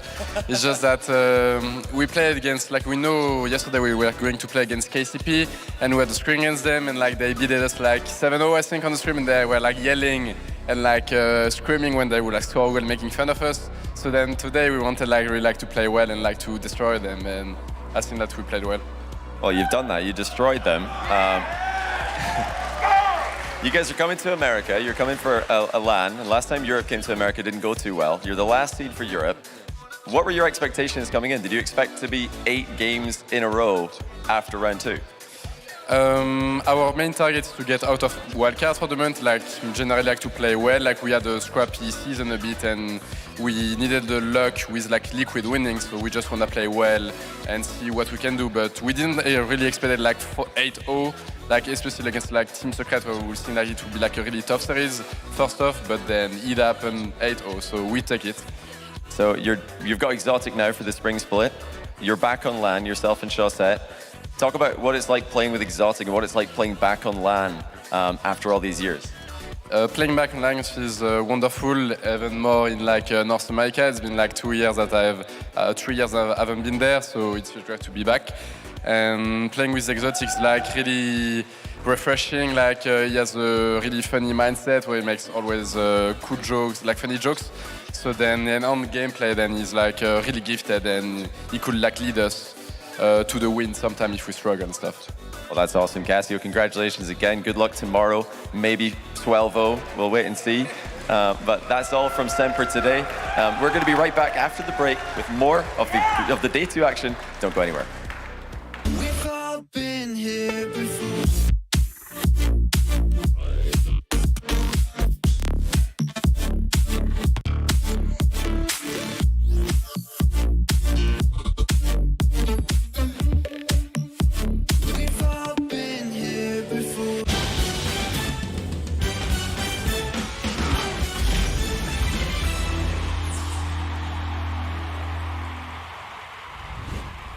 We have to tell everyone that we just switched to Verizon's new Welcome Unlimited plan for just $30. I've already told everyone. Wait, did you say Verizon for just $30? It's their best unlimited price ever. $30? That's awesome. Yeah, and it's from the most reliable 5G network in America. For $30 a line, I'm switching now. Yeah, it's easy. And you get $960 when you switch the whole family. Oh, wow. I gotta let my buddies know. We're already here. The network you want, the price you love, only from Verizon. This might not be your car. And this might not be your engine. Maybe this isn't your morning routine. And maybe these aren't your coworkers. Perhaps these aren't your standard driving conditions. Far from it. But this is your oil, which means you're one of us, doesn't it? For serious engines, on and off the track, upgrade to Mobil 1. The Bronco Raptor was built to climb pretty much anything. Dunes, rocks, even ranks. The Bronco Raptor, Rocket League Edition.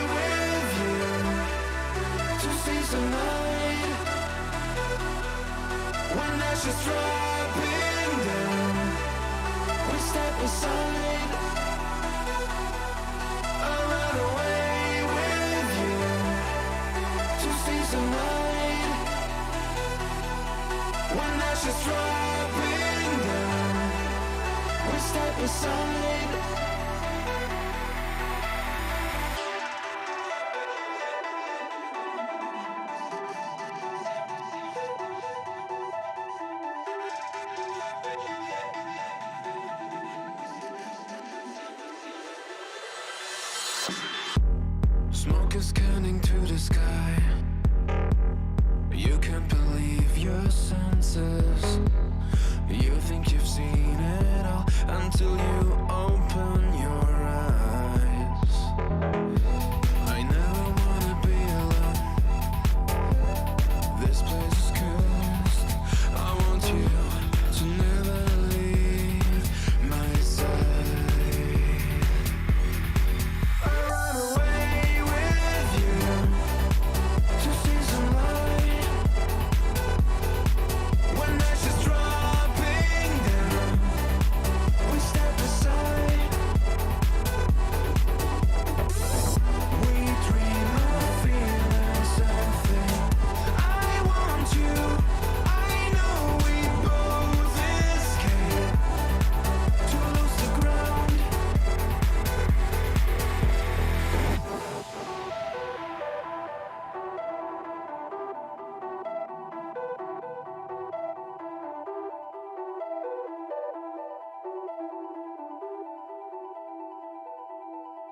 The world we used to know is burning down.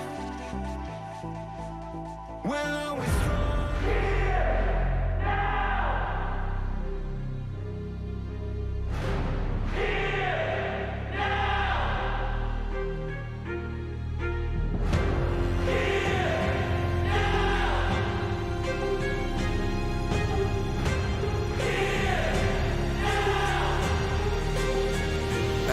screaming, this is my moment, my fate written, I'm chosen. Other spirits fall, but mine has ceased to be broken. You stripping down my pride, but I'm my only opponent. And lately I abide, but limitless I've awoken. So let me show you that everything I sacrificed mattered. All that blood, sweat, tears that I scattered. All that fake talk, fear that you splattered. Push me to right here, a new chapter.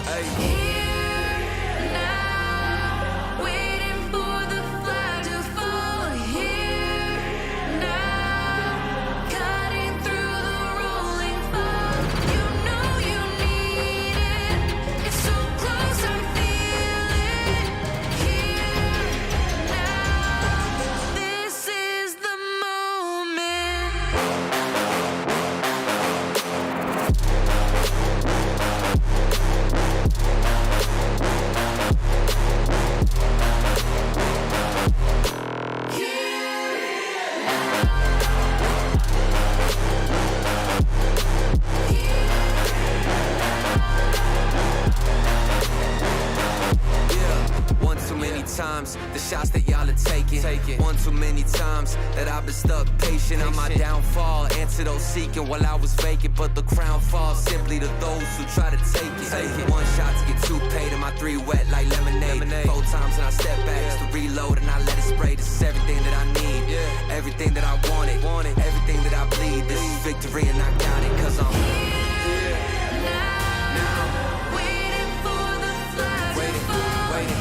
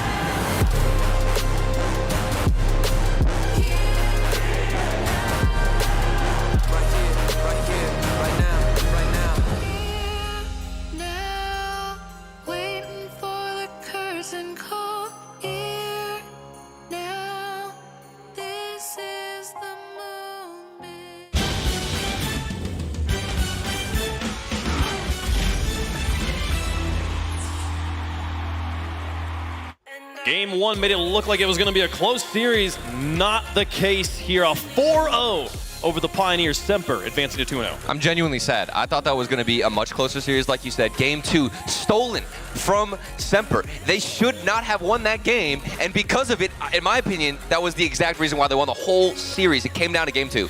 And honestly, my favorite part about that was the interview at the end. Did you hear Cassio saying, like, oh, we screamed that we lost like 7 games in a row? They were yelling, and he said, oh, we wanted to come out and destroy them. Don't we always say you can't look at scrim? Exactly. That's what I'm telling people. Scrims don't matter, bro. Well, obviously, after that, especially. I just thought it was so funny how Cassio just said, we just wanted to come out and destroy them. He did destroy them. Hey, it was close, man. It was a back and forth. Both teams had their swings of pressure. And it was so tight. It felt it gave the first 2 games and even the last game kind of to an extent gave that presence like we should be going 7 here, but it wasn't. Cause every single time, especially in Game 4, Pioneers just keep expanding the pressure, keep pumping and pumping. It didn't matter because the Semper get the 1-1v1. That's all they needed. They would take the game. It was just actually saddening. Bates, you said that this match would come down to Scrub versus Shawset. What did you think of that matchup? Well, Chaucer was popping off, actually doing exactly what I thought he was going to do, hold down the back line, keep the composure, and scrub. Pioneers, I think, bane of the whole entire series that they weren't looking for demos. They would have the pressure, but they absolutely weren't having any physicality and taking that into the game. Wow. I'm just happy about Exotic, to be honest with you. I had to cut you off because Exotic is so good. I mean, he got into so many 1v1 plays, plenty of opportunities given his way. And then look at him. Watch this. Look at this play. He holds the flip and then uses it last second. There's nothing you can do about it, but besides maybe guess the right direction. And honestly, this is huge just for Semper, their mentality. They're coming in here. They were, a team that so many people were hating on, saying this team doesn't even deserve to be here. Like, even hearing people back in the green room saying, man, should we change how we do things next year so we avoid the Semper situation? They're starting to sputter out near the end. And they come out, and look at them now. Look at them now. They deserve to be here. They're showing it out on the field. And they have had such an incredible start. I want to see them play again. And they're not even not only are they 2-0, they're 8-0. Oh. 4 games away from making it to the bowl in front of 13,000 people with that cleanly, that easily. 2-0 is such a great 13,000 people. Just you saying that. I can't get over it. I've heard you say it multiple times, but 13,000 people for Rocket League, I can't. When are we going to stop doubting Casio and his teams? I mean, This is triple trouble all over again. We're like, they're not supposed to be here. Look at them. Even Velocia, They're incredible stuff. All right, well, that is match number 1 of the day concluded. We'll take a look at the schedule of how things are going to be going across the course of today. The first one put away, 0-4, Semper advancing to 2-0. Next up, we've got Cape Corp, Carmine Corp taking on the Renegades. Both these teams able to get a victory yesterday. One of them going to take a loss here today. And both of them had pretty hot starts from 2 specific players. CJ started out 4 goals in his first game. Astral was remarkable as well. I think this was the best I've seen Astral play in a long time, and it was on land. So the Renegades, they got to play Sub-Saharan Africa in their first matchup.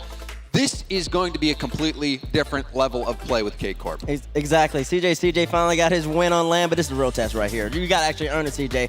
Now it's time to prove it. That was 4 goals in 1 game. That actually meant something. We'll see here.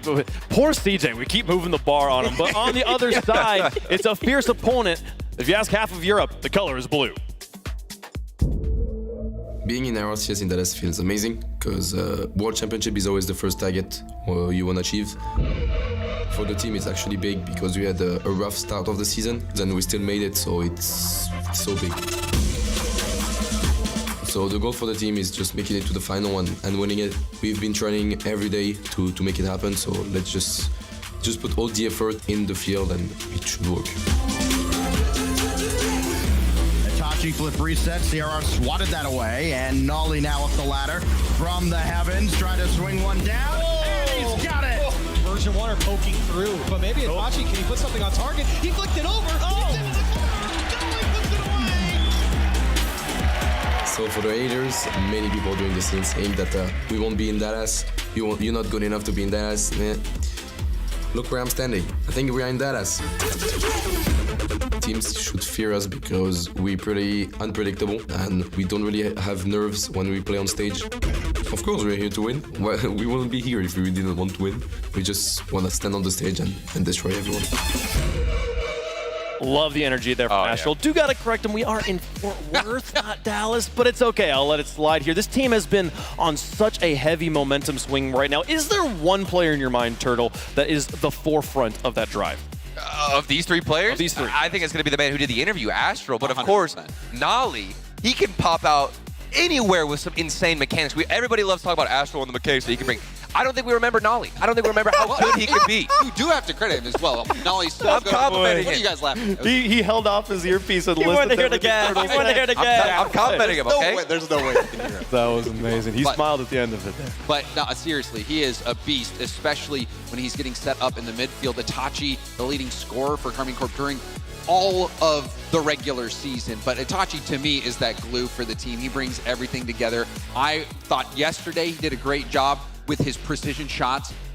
Airborne. He was high up in the air, had to pick his corners, did that perfectly. But really, the star of the show, the undisputed #1 player out on the field when we saw them play yesterday was Astral. He started out game 1. You saw 2 of his goals, crazy flip reset goals. And he kept that level of play going throughout. Astral is a monster. Yeah, he's really coming to his own as one of the best players in the game. A lot of people have always gassed him to be that, and even back in Season 8-ish, he kind of reached that point, but he fell off a little bit of mentality, had bad teams, whatever. But now he's on KC Noli with Itachi, and he's playing up to par. Johnny had him rated way back then, way before the season started, as one of the best players in the game. I think now he finally is. I think it's not an understatement to say that Astral is currently at the peak of his career. Not saying this is the peak, he can keep going up, but he is in peak form right now. On the other side, though, a team that continues to be doubted and having to prove themselves, it's Renegades. Can Renegades survive? Somebody needs to step up for Renegades. It's going to happen. Ooh, Fever denied by Yanks on the play. What a pass! What a goal! Renegades styling on Furia! The Renegades are the best team because we've got the best chemistry. We're the boys. That's what counts, I think, when it gets to those sort of pressure situations, when you're really relying on your teammates. And it is about that trust that you have in each other. Any team that wins the RLCS World Championships is absolutely goes down as a legend. They're going to be remembered forever, and they just have that respect. They walk a little taller. As an older, I guess, veteran of the scene, one of the oldest players, all these kids that are 15 coming through, what are they doing? They're making the big bucks, but it'd be incredible to win just as a veteran, just to stick one up all the doubters that say that, you know, the reflexes are dropping off. Somehow CJ just dives forward and gets the goal for Renegade. CJ, his name will get brought up because he's doing work. To anyone that says we don't stand a chance, doubt us at your peril. Furia, we're looking at you, those South American boys. We just keep rolling them every time, and they underestimate us. So get on the bandwagon, join the Gades. Yeah, the boys. We're going to be having some fun. How can you possibly hate us? We're just vibing.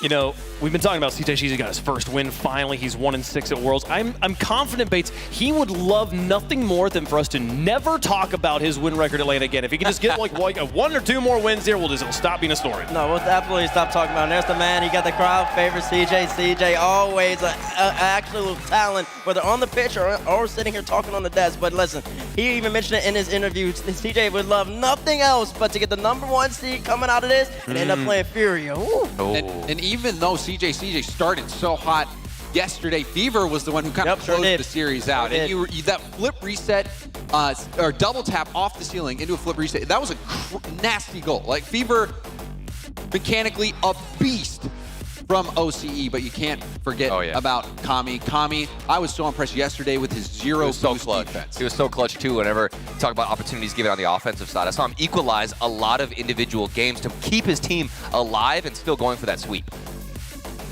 Well, his team, I'm just so excited to see them play again. I have such high hopes. They have continued to improve as a representative of the region across the course of this season, but I think this is the biggest test they have had yet. At the World Championship, have to face off against Carmine Corp in a 1-0 situation. I think this is a series that Renegades really proves that they're a World Championship contending team, or at least making that next iteration and making the group stage, because they ended up playing Bravado. They walked over them a little bit, got a little tested, but we expect them to win. Now they're playing K-Corp. It's up to really see CJ Kami and especially Fever ball out. Well, let's get some thoughts from the people at home in the Verizon fan vote. Let us know in chat how you're feeling. #KC, #RNG, depending on which side of the coin you're falling here. And we'll go down the line, starting with you, Mr. Turtle. I want to be a little bit controversial here. I think everybody's going to go KC, but there's something about Swiss stage that I think really benefits Renegades.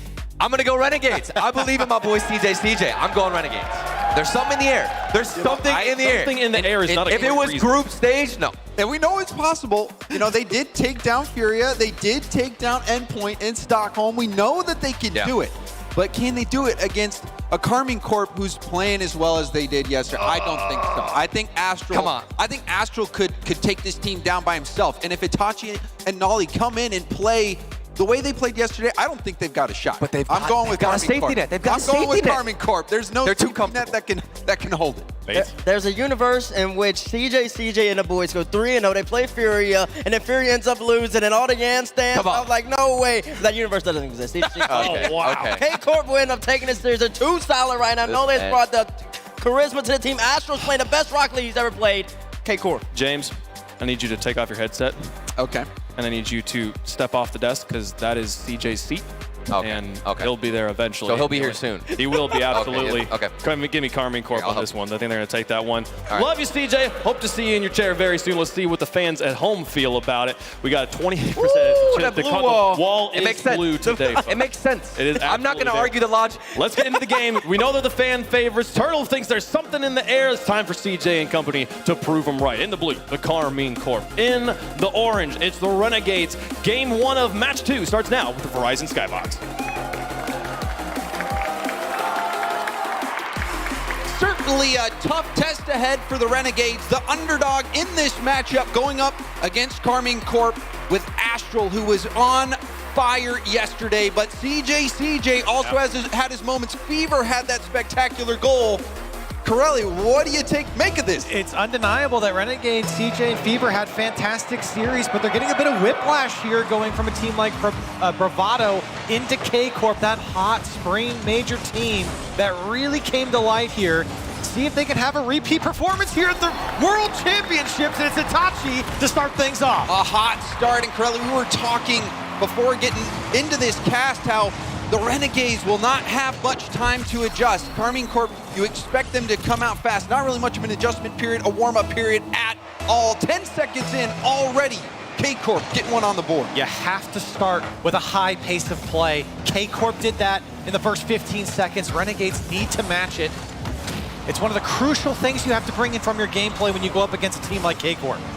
And we saw them against 0-1. K-Corp getting tons of bumps and demos. Itachi and Nolly, the big offenders.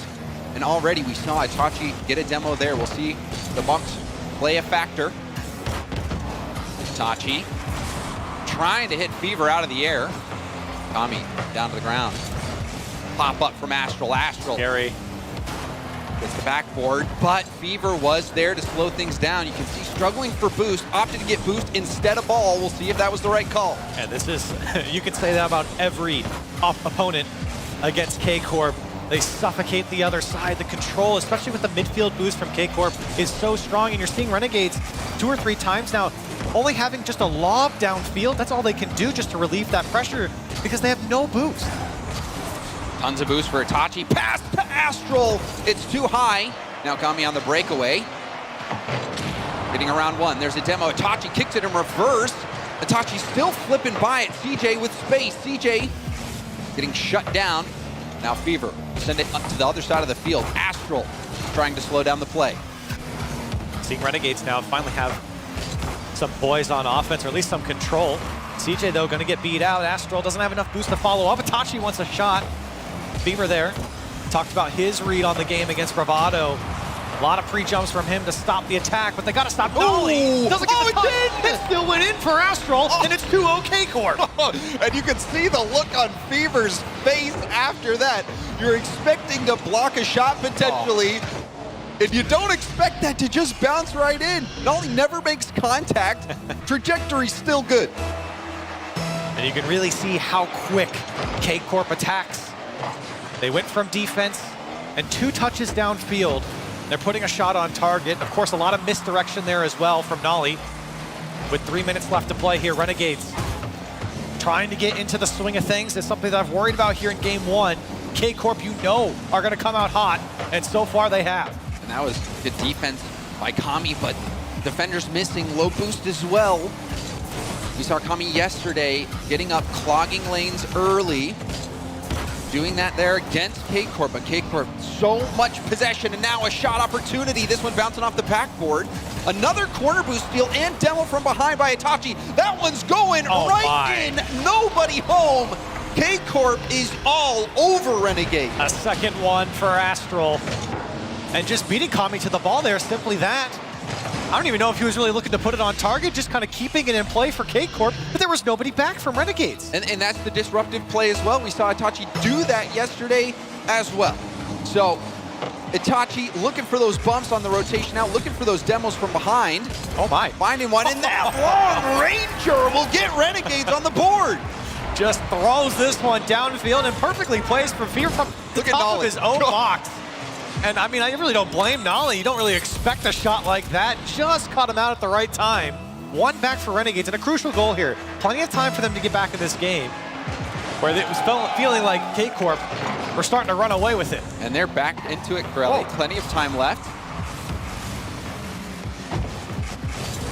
Nolly, challenged by Kami CJ. And there's a demo by Fever. The net could be vulnerable. Quick shot! And Kami knew that demo opened up a small window, and he was able to hit it. And this is what we're talking about. Renegades raising their pace of play, and look how quick they get downfield with that demo. Perfect from Kami there on the flick on as well. And just like that, James, for the last 3 minutes, we've been complimenting K-Corp and their ability to pressure Renegades. Renegades 2 back already, and they're within 1. Fever didn't get the flip reset. He did. Fever. No, he's got the mechanics. to Dazzle. Astral demoed. Nice stop by CJ, and it really does feel like the tide has started to turn for the Renegades. This game ebbing and flowing right now in favor of the Renegades. Can they keep this going? It was something that we saw from Renegades even in their series against Bravado. You mentioned it on the desk. Fever was a little quiet in game 1, and they've made amends here halfway through game 1. Everyone from Renegades moving quicker to the ball, and K-Corp not having the same success with their pressure and control, especially in the midfield. It really is Renegades now putting K-Corp on the back foot. That's a big missed touch from Nolly and a demo from Kami, and unfortunately Renegades can't capitalize. But you saw the zero boost play. Now zero boost for CJ. Oh, it's just there. An open net. Astral didn't hit it. The net was wide open. Will that come back to haunt K-Corp? Final minute in game 1. Renegades still trailing. Itachi off the wall will bounce up. Kami shot high. Backward bounce. Itachi there. If anyone from Renegades was quick up to that ball, it was vulnerable. You don't really see a lot of balls come clean off the back wall there, especially on K-Corp. Now this one lobbed downfield, a stretch for Astral, trying to conserve his boost, and CJ couldn't deal with it. Fever gets a free touch, not on target. Renegades trying to circle around the K-Corp side. K-Corp still pushing him away. Nice speed at the midfield. Astral wants to challenge this ball, burn the time off the clock, but a boost steal. Astral's gonna have nothing, has to get back. Everything on Itachi and Nolly. Corner pass, shot opportunity. Astral does get boost and get back in time. And he gets the shot almost in. Will it be enough? Good bounce for Renegades, keeps the ball in play, and Itachi will spike it down. K-Corp win game 1, but Corelli, it was convincing at the beginning, but then Renegades started to kick it into high gear. Well, listen, you got exactly what you expected out of K-Corp. Your quick pressure, high pace of play. Renegades, they did not do well in that first couple of minutes, but they really started to turn things around. That's where that experience comes into play there, and you could really see a minute and a half, 2 minutes in, Renegades, they picked up that pace of play, and they generated a lot more dangerous chances, and that was the big difference there. Kami getting involved. We didn't mention his name too much yesterday. It's not that he played poorly. It was just the Fever and CJ. So it really was. For him to have this type of performance here against a team like K-Corp, to get back into this game, I know they didn't win, but they kept it a lot closer halfway through. And you know, you just think if they had a better start, maybe that game very easily could have gone to Renegades. The quick goal off kickoff, and for Kami, yeah, he was so key in this game. That quick shot, that is such a tough shot to make. When you know that you've got the demo, you have a very brief moment. I mean, a lot of times in those situations, you just can't get the shot off in time. And a lot of times when you do get the shot off, it's not going to have the power and placement to be able to beat that respawning defender. And Kami took that shot immediately. And so not only offensively, but defensively, Kami, he is being the backbone of this team right now. And look at the goals that Renegades put away too. They caught out Nolly there just a little bit on that long-range shot from Fever. And then of course the demo that you were just mentioning as well. So a lot of creative physical plays coming out from Renegades for them to climb back into it. The score reset. Into game 2 we go in this best of 7. We'll see how these teams start off. They started off with a demo. Renegades getting aggressive. The drop down. It took 10 seconds game 1, 12 seconds game 2. K-Corp in the lead once more. He's a monster, man. I mean, he's just everywhere for K-Corp. I mean, everyone knew how great Astral was for years, and he's had some fantastic series. But in the last couple of months, especially from the spring, he has just been at a different level. And again, getting involved early here for K-Corp. He's a superstar for them. And Astral was a superstar against 0-1. Having a good start so far. Game 1 victory, now game 2. Starting things off nicely, but a miss. Rebound out. And K-Corp get away with one there. It looked like that was a Renegade's chance. CJ had it right in front of him, and somehow K-Corp were able to recover off that whiff. Renegades, they get another demo. It's Astral, a crucial play to take away. The bounce was too high, the shot was under, and a clear from Astral comes off the spawn. K-Corp again holding on and turning away Renegades. Inches away. That one was so close to being crossbarred down and in, but it goes down and out. Renegades still trailing. Itachi trying to bring it back. Good speed from Fever. Kami, the challenge. Wow.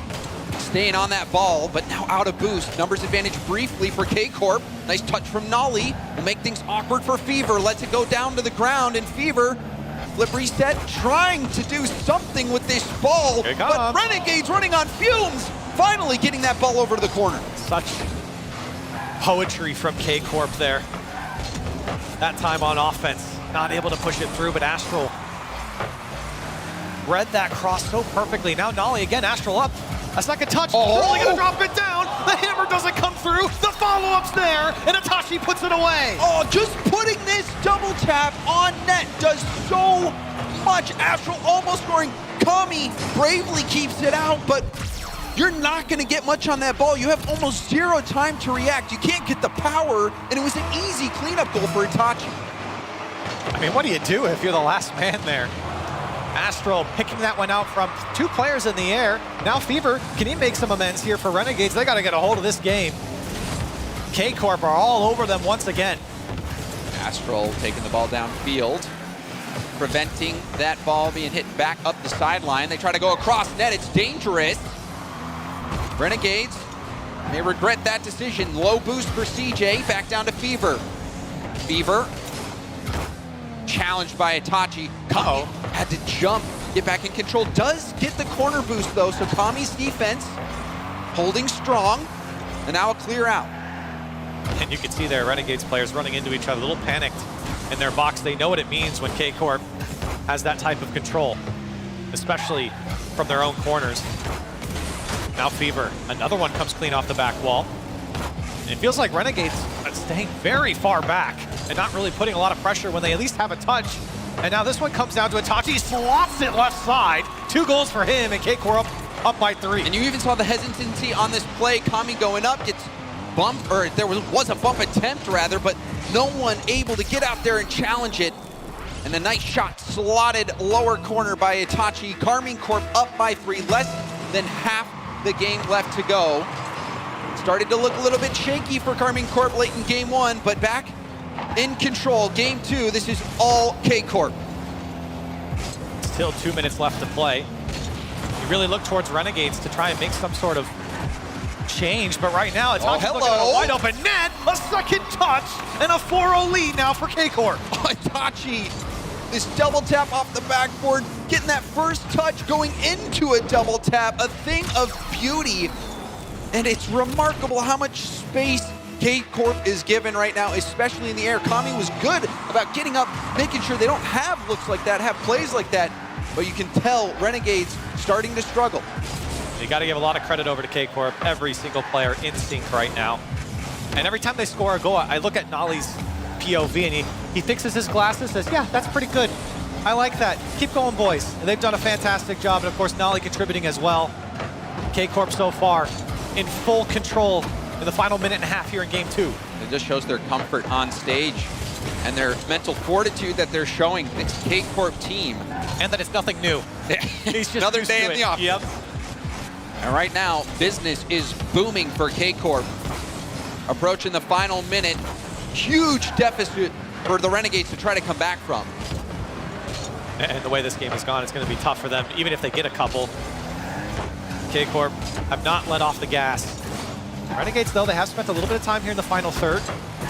Trying to get a hold of the midfield, so crucial here against K-Corp, but it's been tough to win those challenges. The challenge game has been going in favor of Renegades. And now CJ, can he get another touch across? As Astral, an interesting touch to clear that one away. Now Itachi will take this ball downfield, beats the oncoming defender. CJ will have to pop it. Astral has a look in the middle, but will just hit it back down to the corner, trying to force a mistake out of the Renegades. Itachi, and the ball in the Renegades half. Center ball, Astral's there. Astral puts it towards net. Awkward touch from Fever, rebound. Astral went back to take the shot. There is never a moment's rest if you're the Renegades. K-Corp is relentless. It's a one-man army from Astral. As time ticks down, K-Corp comfortably in this lead, comfortably in control. They've crunched Renegades here. And it's, I don't know, do you take a timeout here if you're Renegades? I think you do before it's too late. You don't wait for the 3-0. K-Corp, oh, there it is, 4-0. Cruise control in game 2 Renegade showed some life in the latter part of game 1, but game 2, it was all K-Corp. I do think you take. I think you take the time. You have to I at think this you do. moment. But we have no intel on the timeout being called. It looks like Renegade's gonna get right back into the action. K-Corp in game 2, a hat trick from Itachi and a playmaker from Astral. 3 assists, 100% goal participation from him. And Astral, you even saw that double tap play that resulted in a rebound out for Itachi, but Itachi picking his spots. That was one thing I loved about his gameplay yesterday. A lot of it was high airborne plays.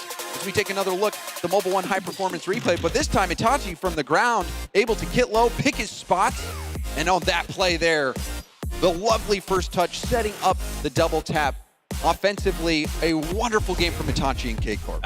Absolutely, and we will get a timeout from Renegades, and I think that's the right play. I think you just, if anything, just kind of knock K-Corp off the horse a little bit because they are just sprinting downhill on that thing right now, and they just look so good. And I want to point something out, too, from the K-Corp side, is you're mentioning Astral and Itachi and what they did in that last game, and you look at Nolly, and he puts up 132 points. He had 1 shot. That was the only thing on the stat line there.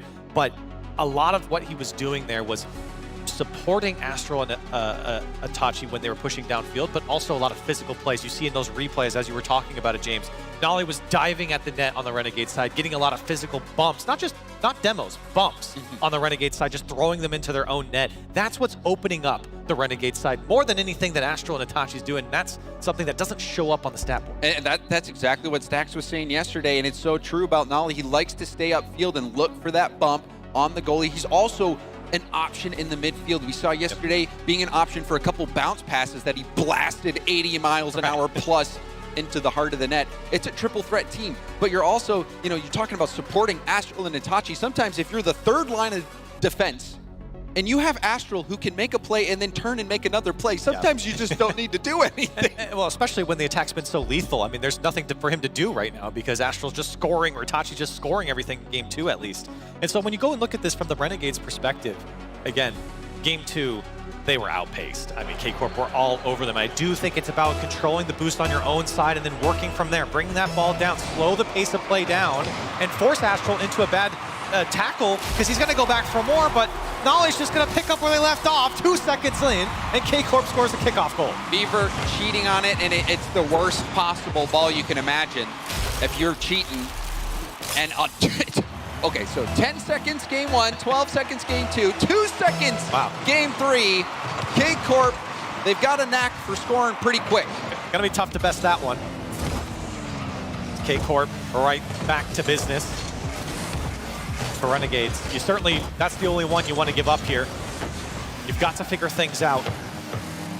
And K-Corp right now, well, they're not going to get a touch on that. And that's a good clear for Renegades.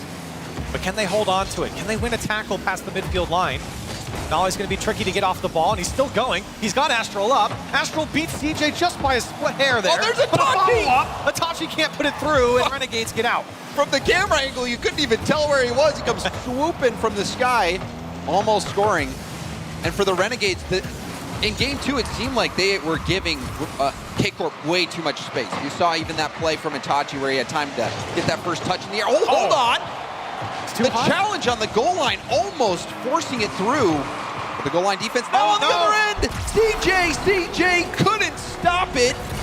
There was a chance for Renegades, a double commit by K-Corp, and somehow Itachi by himself will score the counterattack. And you could see CJ in that replay. He kind of turned towards him to his left for a second, then decided to keep shadowing back. And then immediately, K-Corp took advantage there. That slight hesitation slowed him down just a bit, and of course didn't get a good read on it. Simple as that. K-Corp 2-0 here in the first minute.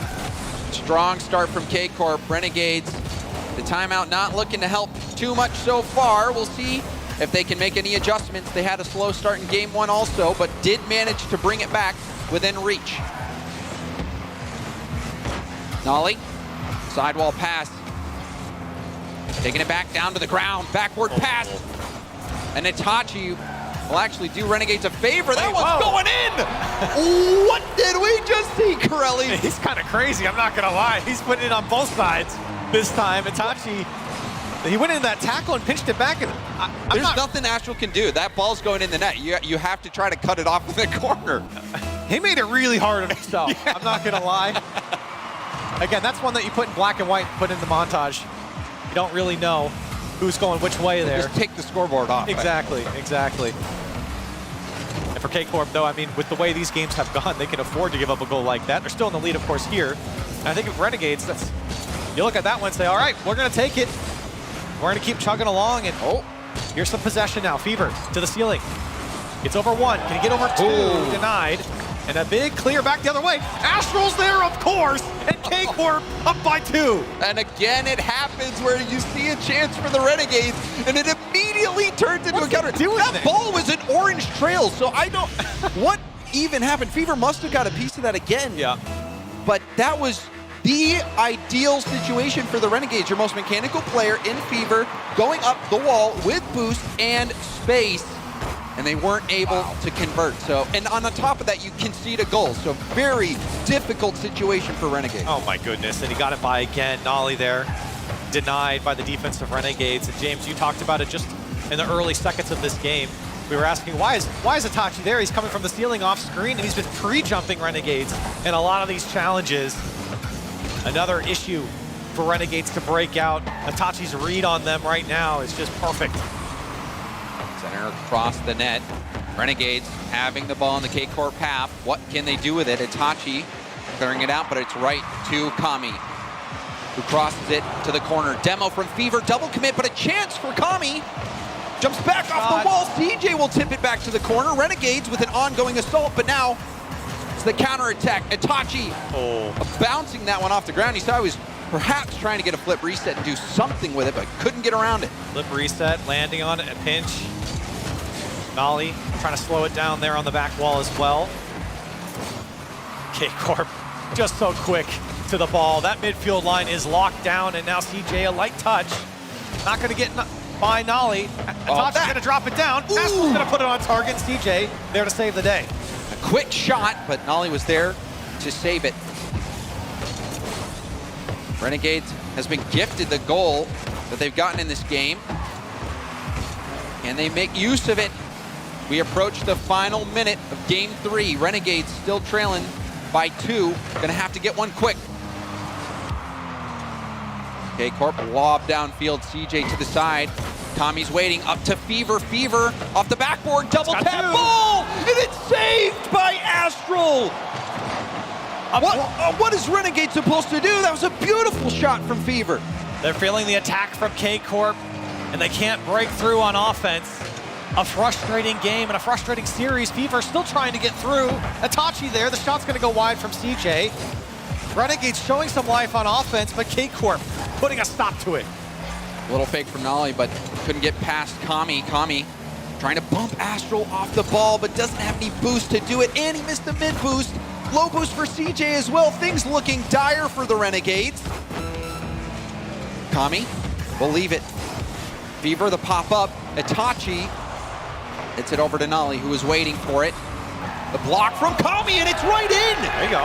A chance now for Renegades. This play from Kami keeps hopes alive. I mean, I think Nolly did just fine here. Kami got a great read on him, though, and I think he's very happy to see that one actually go on target, because that one could have easily just pinched across the net as well. And now Renegades, some signs of life. They've been holding K-Corp back here. The kickoff has plagued them early on here in Game 3. 15 seconds left. Can they pull this one out? Nolly stole that corner boost, gonna make things even more difficult for the Renegades. Astral off the ceiling, delaying the shot, rebound out, but it's to Fever, who'll hit it downfield. CJ keeping the ball in play, but Itachi will knock it right down.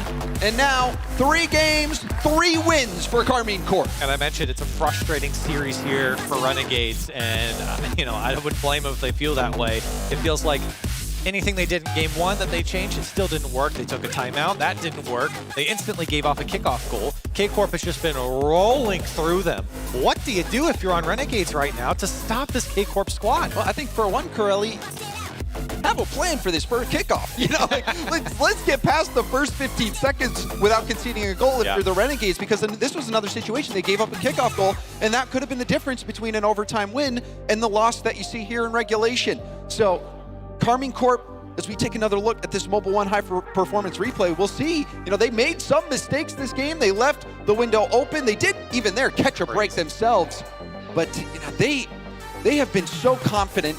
Renegades have had moments where they've sparked, but even this game, the 2 goals they scored, you look at them, it was the own goal and then also the dunk from Kami, which more times than not is not going to go in the net. Exactly, and that's kind of the difference here between K-Corp. You look at the lethality of offense, and K-Corp has just been generating so much more attack that's been just scrambling the Renegades side. And when you look at Renegades goals, we even talked about that in the earlier games, where it's just like, okay, some good challenges, and of course they got a good demo goal as well, but realistically they're getting a lot of favorable challenges going in their way.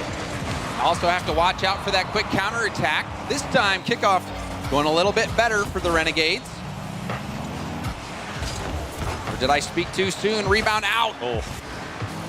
CJ slowing it down, trying to do something with nothing in the tank. Nolly going for net. It's a backboard bounce. Astral will hit it high off the backboard, but even still, that was a scary moment for the Renegades. You saw the gap in the defense. And like you said, James, this is a great start for Renegades, just not giving up the early kickoff goal. Getting into this game 4 is so crucial. Of course, your last life here against K-Corp, and that one, not able to get by Itachi, no contact. Nolly wants the ceiling, and he's still got the ball. That one's gonna come off the back wall, but no one's there to follow up from K-Corp. I don't think anyone expected it. Now CJ wants to take on the team, but denied. Nolly launching it towards the Renegade net. Beaver trying to tip it around, but gets bumped off the ball, and now a demo off the ball. Astral taking out Kami. Nolly infield to Astral. Astral shot denied. Kami's defense standing tall. Fantastic defense there from Kami, especially with the speed at which you saw Astral to go up. A second touch from Kami isn't there, and K-Corp now trying to slot it to the right side. It's Nolly to push it through, and K-Corp on the board first. And you saw how awkward it was. Kami not really sure how to read that ball bouncing off the backboard, and left high and dry. An open opportunity for K-Corp after that mistake, and they don't let it get away from them. K-Corp up by 1. Quality goal there from K-Corp, really just chipping away at Renegades. CJ looking for a response now. And boy, do they need one. A lot of these leads have ballooned. And now Nolly again, almost lost it there again, off the post. Renegades, the 4th man coming out for them there. And it's fortunate CJ didn't hit that ball there. He might have pinched that in. That one posting out. Renegades thinking they're lucky stars. Now, pitch across the field. Fever with space, but not much boost at all. Can't even get the tip. Astral flicking around 1, but Kami did get the mid boost into a dribble. Now the 50. First to it, CJ. Light first touch, and out of boost as well. But slowly, Renegades are gaining ground. See a lot of these pops from Renegades, and they just don't have the boost to chase after. That's a good little pinch play over to Itachi there to just push it downfield. Still within 1 for Renegades. Looking for some more space. An opportunity here for Kami to keep pushing it downfield, but Itachi with a great touch. CJ needs some help. We just come across halftime here in game 4. Kami, high hit and the mid boost. And it's just cleared downfield. Carmine Corp happy to waste time off the clock. Not necessarily getting tons of offense, but they've got the lead right now. It's in Renegade's hands, whether or not they can tie it up. Some good work there from K-Corp, being patient with that one coming across the net on the goal line there. Renegades just couldn't move down the field fast enough, but here's one on target. A big save from Nolly. Renegades their best look yet, and K-Corp stop them. And K-Corp, you know, we've seen multiple amazing shot opportunities, hard shots from Renegades, but someone is always there for K-Corp. Another key save, and that preserves the lead. CJ now challenges it off the ceiling. Astral, another touch. Astral, the double tap, and perhaps the dagger for Carmine Corp. And how many setups have we seen like this? He's first to the ball inside the box, and a second touch. No one there from Renegades to match that pace. And he drops it down for 2 there. A 2-goal lead, rather, for K-Corp. And again, right back to business for them here in game 4. It's like Astral's got that ball on a string. I don't know how he does it. And I don't really know between Itachi and Astral who's had the better series here. It feels like both of them have been stellar, especially on offense. I know we talked a lot about Astral, but Itachi in the midfield and on offense in that previous game as well, that's just been something else. And when you have these two guys as a duo up front and Nolly to support, good things will happen, and so far they have. And yeah, Astral picking his placement, even that double tap goal. Heck of a series, and Nolly holding down the fort. We saw the same now, the shot off the elbow and out. Nothing going right for Renegades in game 4, and we've got less than 60 seconds left before K-Corp will take the series. That's another good look there from Renegades. The post, not kind to them here in this series overall. Renegades, they need another attack. And Fever looking for the back wall, comes clean off. Astral missed it. And unfortunately, Renegades just can't get after it. They're still swarming this K-Corp side, but can't put on a couple shots together. They've kind of just been one and done. K-Corp's just been throwing it downfield, and here comes the counter, looking for follow-up. And Astral can't get a hold of it. I'm going for the pass. Astral back out. Nolly a little too far back, but playing keep away at this moment. K-Corp trying to melt these final moments off the clock. Renegades have to get one quick and then hope for a miracle off kickoff, but it was not meant to be for the Renegades. K-Corp in a sweep take down Renegades and will be moving ahead 2-0 in the Swiss stage. And I think a lot of people had questions if K-Corp, me specifically, I suppose, that if they were going to keep their form from the Spring Major, because they were in an incredibly exciting form, but also a very strong form.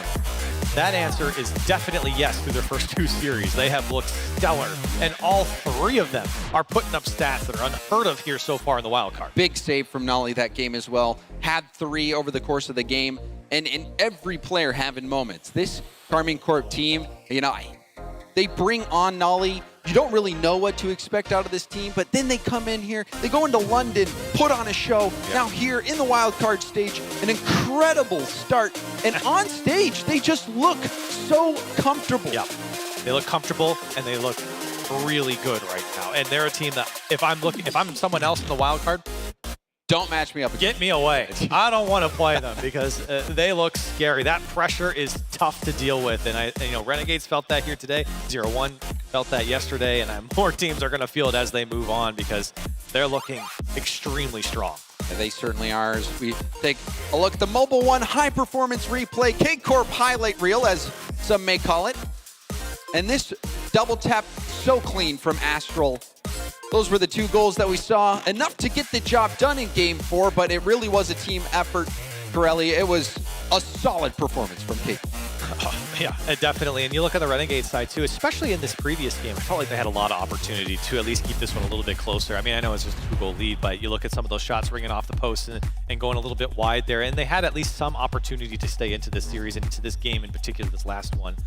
This one was just, I think, a pace difference, right? Yeah. We saw K-Corp immediately in game 1 just smother Renegades, and then it was just that way throughout the entire series. I think Renegades, they tried, like we said. They did their best. To kind of get a hold of them in the timeout, but it just didn't work. And honestly, off that timeout, you expect something better than a 2-second kickoff goal. You know, you've got to have a plan, and that really did seem to bite Renegades. You have, in these sweeps, you know, you just need to break that momentum of the other team. Just that 1 game win, stop it. It can be a completely different series. And sometimes those kickoff goals are all that separates you from getting back into the series and being able to pull out a win. I mean, that's the momentum, right? You go into the timeout to kind of knock the momentum down, but then the kickoff goal gets them right back into it. So it's... And I mean, I don't know, even just playing matchmaking when you're going into the next game, you're like, all right, I'm going to win this next game. I promise. It's frustrating. 2 seconds in, that's sometimes when people just leave. Yeah. I mean, you probably have had it happen at home as well, that instant quit. You're like, well, I guess we'll go to the next one. But you can't do that here on this stage. Right. So the Renegades will have to go back to the drawing board, figure some things out. But we did see moments where they were playing with K-Corp. Yeah, they did a lot of great, especially ball movement in that final third. When they got there, you saw Kami getting involved in a lot of those shots downfield. Fever, a lot of extra touches as well. So there's a lot of good from Renegades. We'll have to see them in their next match. Well, Corelli, that's enough of us. We've got Johnny Boy on the stage for an interview. Thank you, James Bott. I'm joined by Itachi from Karming Corp. Congratulations on the win. You guys are destroying it so far. Did you think it was going to be this easy against Middle East 01 Esports and OCE's Renegades?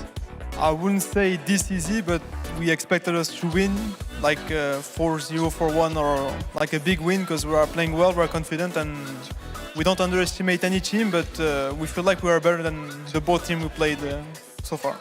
And tomorrow you're going to be against a North American team or a European team. All of the other regions have not made it to 2-0. Is there anyone that you want to play from the N and EU teams who are currently available? Anyone that you would want to take down in the next round?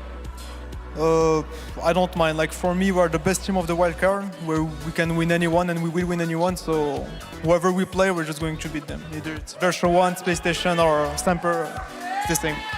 You don't want version 1 specifically to get your revenge? Yeah, I would like the revenge because the last time it was pretty tough for us to lose on that 0-second goal, but anyone is fine for us. So in the wildcard, at least 2 teams that are not from North America or Europe are going to make it to the main event. Have you got any favorites? Have you got any teams you think will make it out from the rest of the regions? I don't know, but my teammates say it's KCP and 01 Esports, so I will follow their call. Maybe KCP and 01 Esports are going to make it out from the wildcard. Well, my predictions have been useless, so we'll see if you do any better. Thank you, Itachi. Congratulations again. We'll see you again tomorrow. And join us again after the break for version 1 against Space Station Gaming.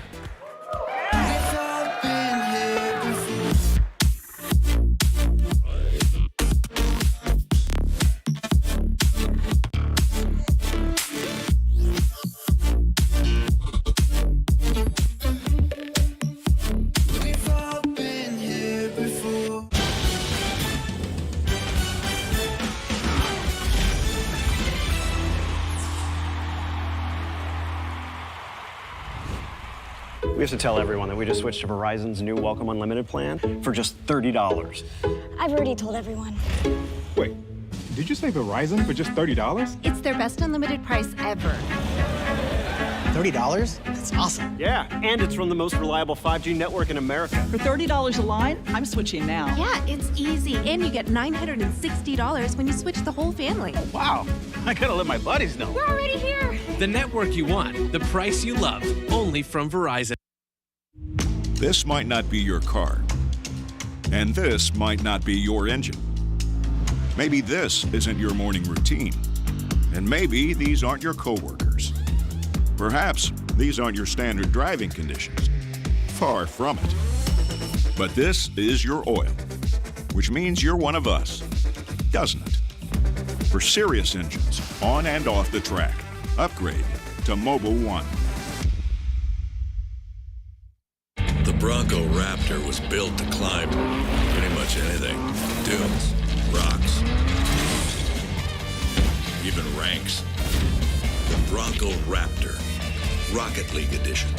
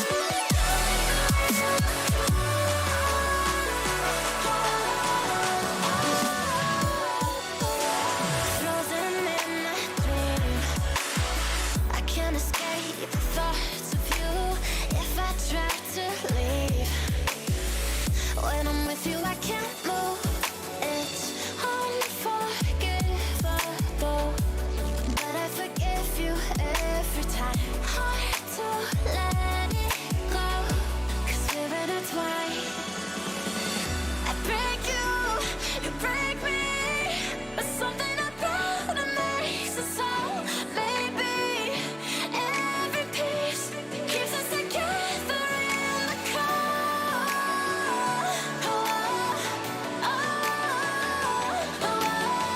I break you break me, holding our love in chains of gold.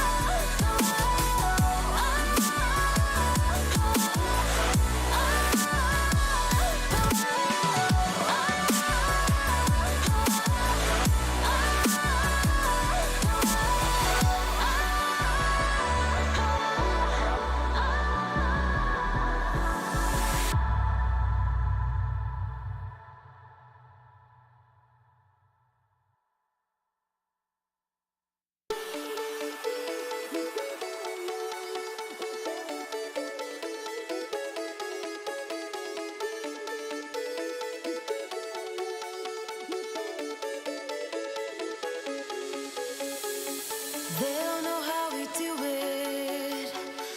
They'll never get it anyway.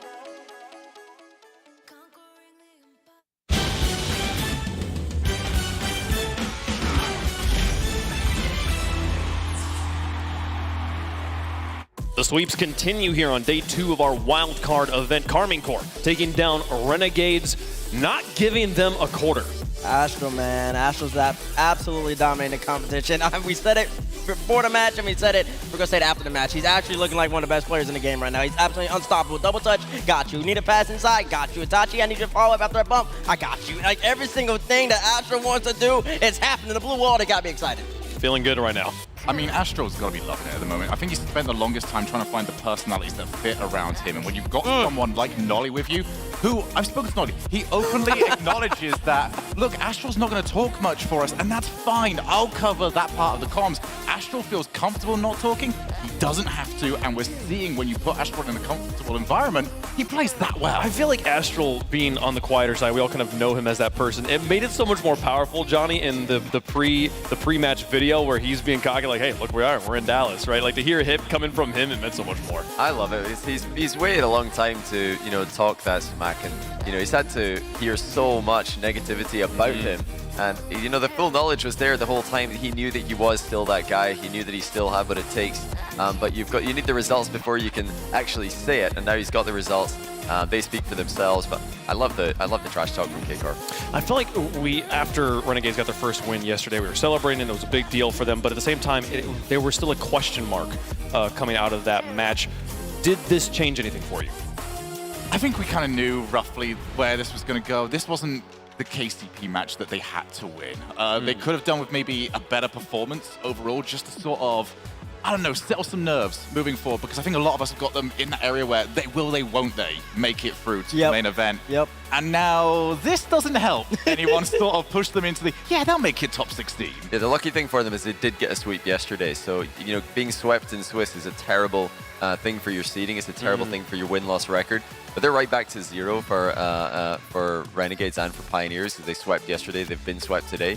So that's going to put them in the middle of the standings. Yeah, well, we've now seen 2 of the European teams here, Bates, coming through the wild card, currently get a 4-0 in round number 2. Yeah, we sure have. And now, finally, it's up to NA to see if NA can match them. EU starting off strong. Semper, a team that everybody's been overlooking this whole entire time. They're going to come out with a 1 seed going into tomorrow. And they're going to end up playing the 4 seed, which could potentially be SSG or V1 in that match. Oh, man. Well, speaking of those 2 teams, let's take a look at the schedule. We've got 2 matches down for the day. 2 left to go.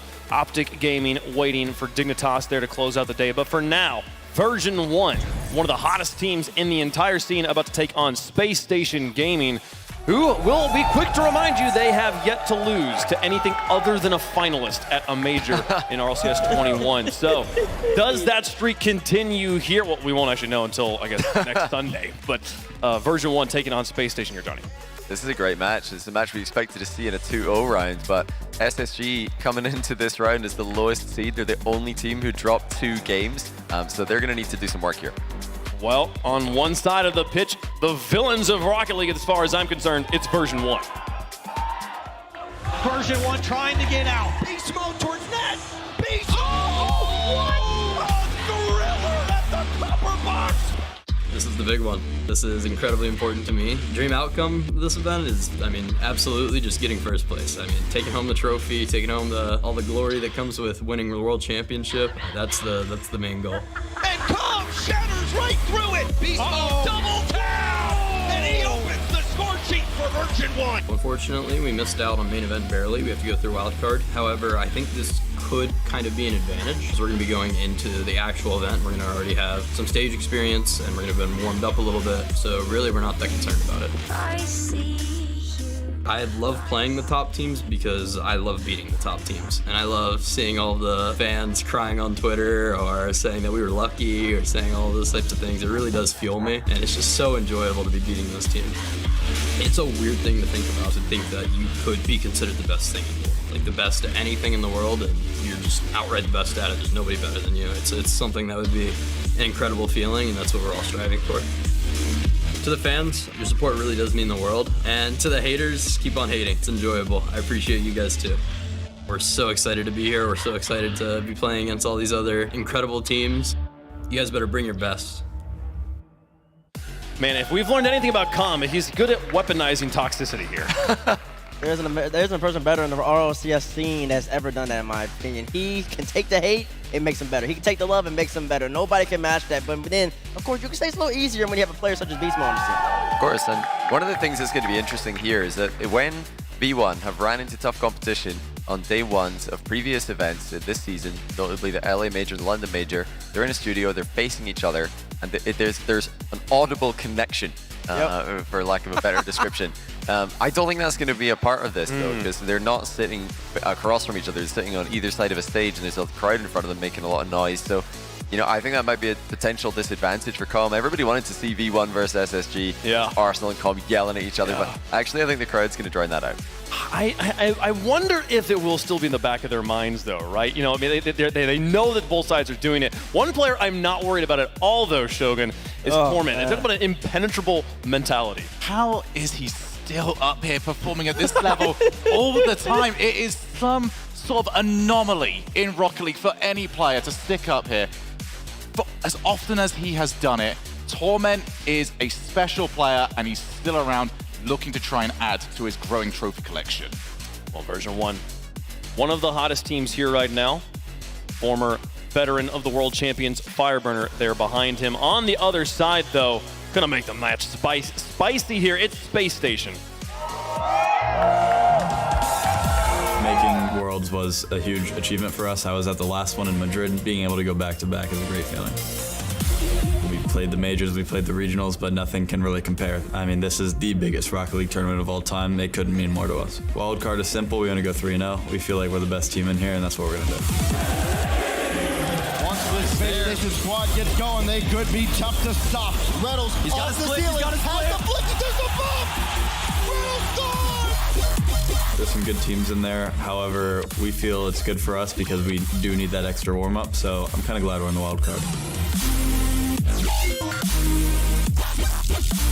General feeling's pretty good. We played LA, we felt like we could have won that tournament. We played London, we definitely felt like we could have won that tournament, only losing to the winners at 9 seconds left. We're the most confident team in this tournament. Other teams should fear us because we have nothing to lose. We're coming in with confidence and we're coming in to win the tournament. I don't think any team has put in as much time as we have recently. There's nothing you could do to get us off our grind right now. We're super, super ready for this. We couldn't appreciate the fans more. We have one of the biggest fan bases in the game and we're forever grateful to you guys. Every tournament we go to, we're here to win. Dream outcome for this event would be winning the tournament against Moist. Anyone saying we don't stand a chance, last 2 majors, the only teams we've lost to are both the finalists. Get ready, it's not going to happen this time. All you should expect is the best performance from all 3 of us. We're ready for this. The first few events of the year, I feel like we saw from Daniel that rookie wonder, the wide-eyed, wow, it's so cool to be here. All I see in his eyes now, Bates, is fire. He's ready. He's ready. I was talking to a young man yesterday. He is an absolute killer. No question about it. Daniel started a little shaky in LA, but ever since then, he's been on top of his game. He's been led by the captain, Reynolds. I think Reynolds is the perfect person as well to start you off in your Rocket League career because he will instill a winner's mentality. Look at Daniel. Can he see? That is not the wide-eyed rookie anymore. Can he see the ceiling? I don't think he can see where the ceiling is. He just does it purely based on his reads. He knows where it is at all times, even if his fringe covers it visually. They've got a win on V1 on LAN actually in the LA Major as well. When they finally did run into each other in the bracket, they did beat V1, and V1 were the team coming in as the expected winner there. It's good to see him.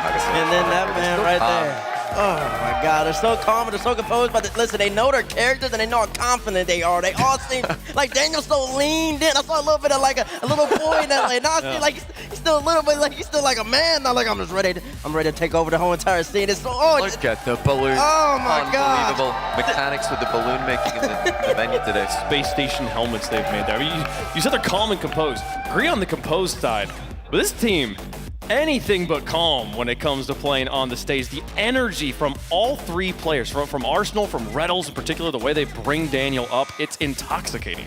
And then Calm and Fireburner match them on the other side. So it's about to be two of the loudest teams. Maybe Furia beats them out, or is in that conversation. They're up Other there, than yeah. that, They're pretty two loud. of the loudest teams in the whole entire RLCS Set throwing levels. I'm telling you right now, this is going to be a real big match, not only between these 2 teams, but between how loud these players are going to be shouting versus the crowd as well. I'm really looking forward to seeing which one could be louder. Yeah, man, so much on the line here. We've had a few sweeps today. I think that the other teams were just doing us some favors to get us to the title match here. The match of the we've been joking all day, Bates, about like, oh, easy predictions, easy. It's easy. We know what's going to happen here. I have no idea. This match gives main event energy. These are 2 of the best in the game. These are 2 teams that are on their day, could honestly make the bracket run come Sunday and become a world championship. We have not felt that this whole entire time in the wild card, and now we're finally getting it. I'm just so excited. Oh my gosh. This is the advantage of Swiss, Johnny. We get matches this good day 2. Yeah, it's like we said, we expected to see this in a 2-0 round, but the fact that we had so many sweeps yesterday, only 1-4-1 and 1-4-2, that means that the team going 4-2 are the lowest seed from the winners, and they have to play against a team who went 4-0, and the second tiebreaker is seeding, and that's V1. They're the top seed, so that's why we've got V1 SSG here, is because SSG couldn't beat the club faster. Otherwise, they would have had an easier matchup. So when we get down onto the pitch, okay, gets into game 1. 6 players out, 3 on each side. What is the matchup here? It's V1 SSG. Well, okay. Player versus player. Oh. Which player is going? Come on, JB. What 1v1? What challenge dynamic? If Torment Daniel is going to. If Torment is at the level, okay. Because Torment's entire job is he's going to get stuck in some 1v2s. It's just part of how this is going to work out. Oh, I see and what if you mean. Torment can work through this, and as Daniel moves towards him, if Torment can cut that play out, they have got a monumental chance. One of the things that is glued in my mind in London is just how good the challenge game was from version 1, especially from a player as experienced as Torment. So probably the most volatile fan vote we're going to have all day. Let's check it out with the Verizon fan vote here, hashtag V1, hashtag SSG. And I want to keep going down the line. Johnny, we're going to start with you. Make a prediction, my friend. I've got a few reasons, actually. You know, this should be a close one. I think there's no way we're getting a sweep here. But SSG starting strong at a LAN event for, I think, the first time. They've usually got a slow start, shaky start. They've started strong here. I think that's going to continue. This is no longer day 1 for V1. They do lose after day 1 at events.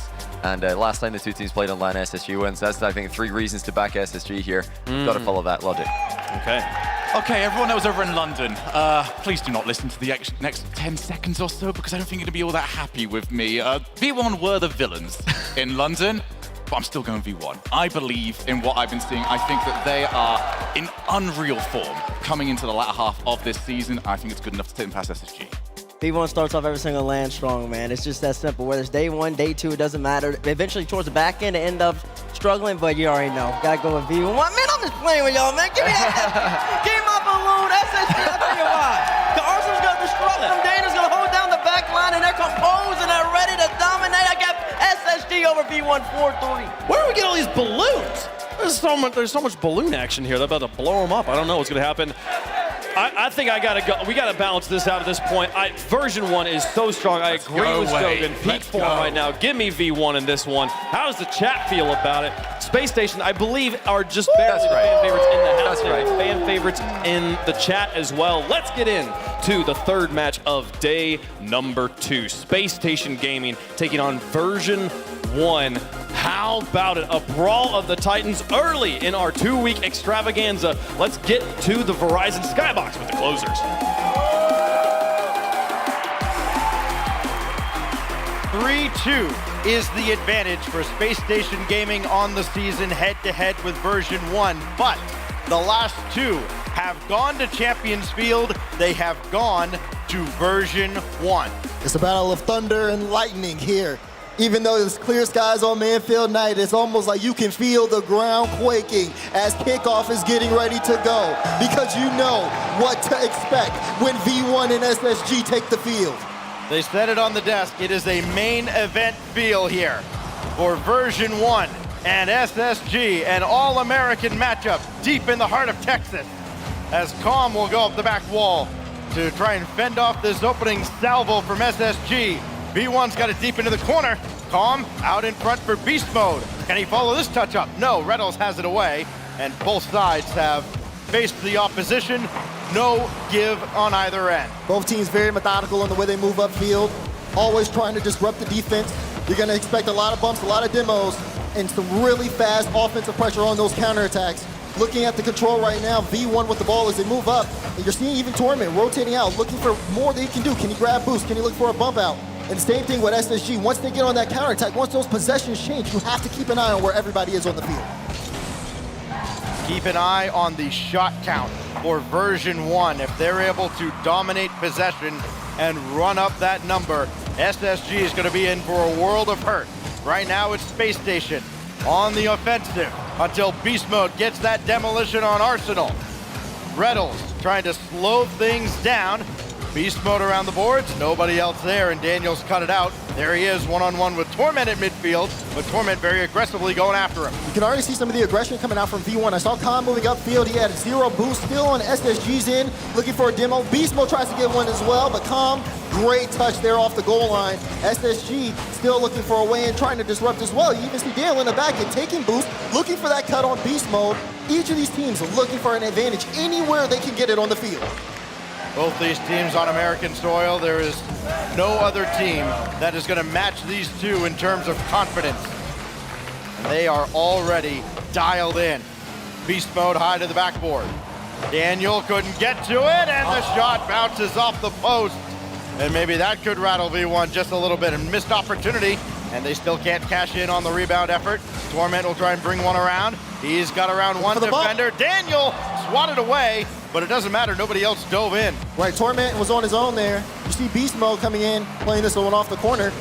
And even there, double commit from SSG. Calm, looking for the shot. Daniel, great recovery to get that save in time. Now he's got full boost. He's in the air. This is a dangerous position to be in for if you're V1, but Torment, calm and patient on that back line. That's exactly what you need, because again, when those solo plays line up for SSG, they can pick apart a defense, and they talked about it. Torment versus, Daniel on the desk.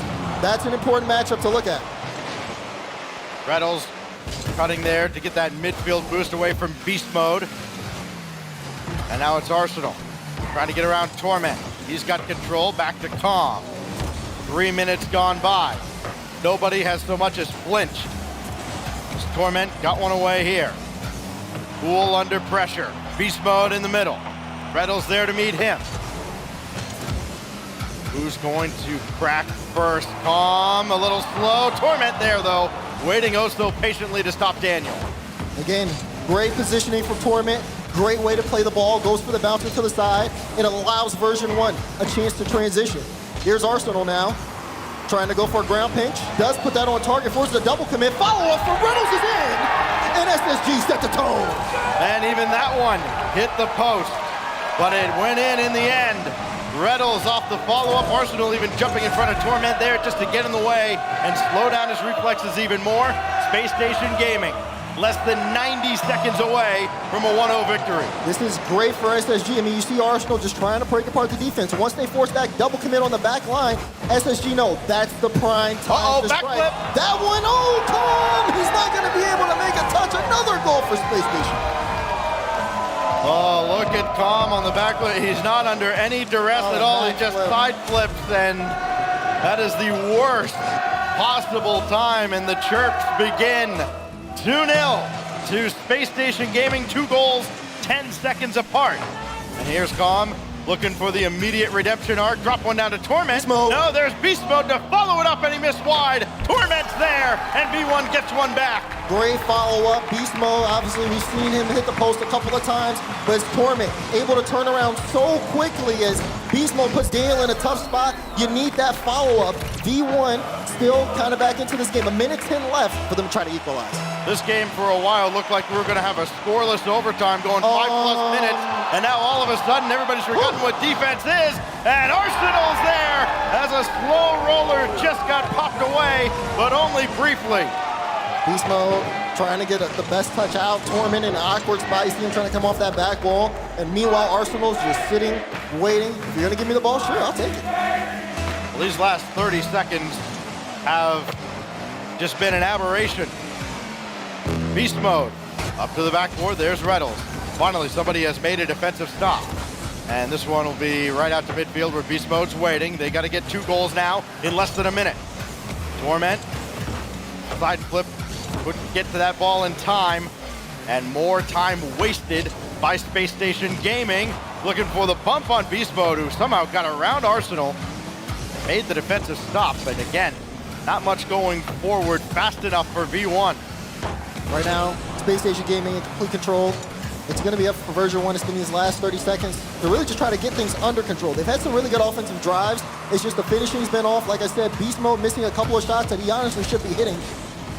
And then not being able to hold off on that pressure when SSG bear down on them offensively. It's been a really tough start for version 1.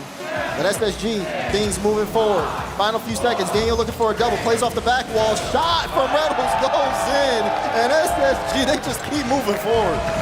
They can do no wrong. A hat trick in game 1 from Reddles. Even though Beast Mode got to it, they've had a couple that they've almost gotten to, but almost doesn't quite cut it here. Final 2 seconds will tick away, and Space Station Gaming is going to take game 1 in this battle of North America's Titans in the wild card. Great work there from SSG, especially Reddles, I would say. I mean, lots of good shooting from him. We've seen Arsenal be able to kind of pick apart version 1's defense. A lot of people were mainly looking at Daniel, but Daniel not scoring here, just mostly playing the assist man. Obviously for V1, they're looking at Daniel, okay, we need to shut them down. And Daniel, to an extent, did get shut down. Torment was very good on getting some of those reads on him.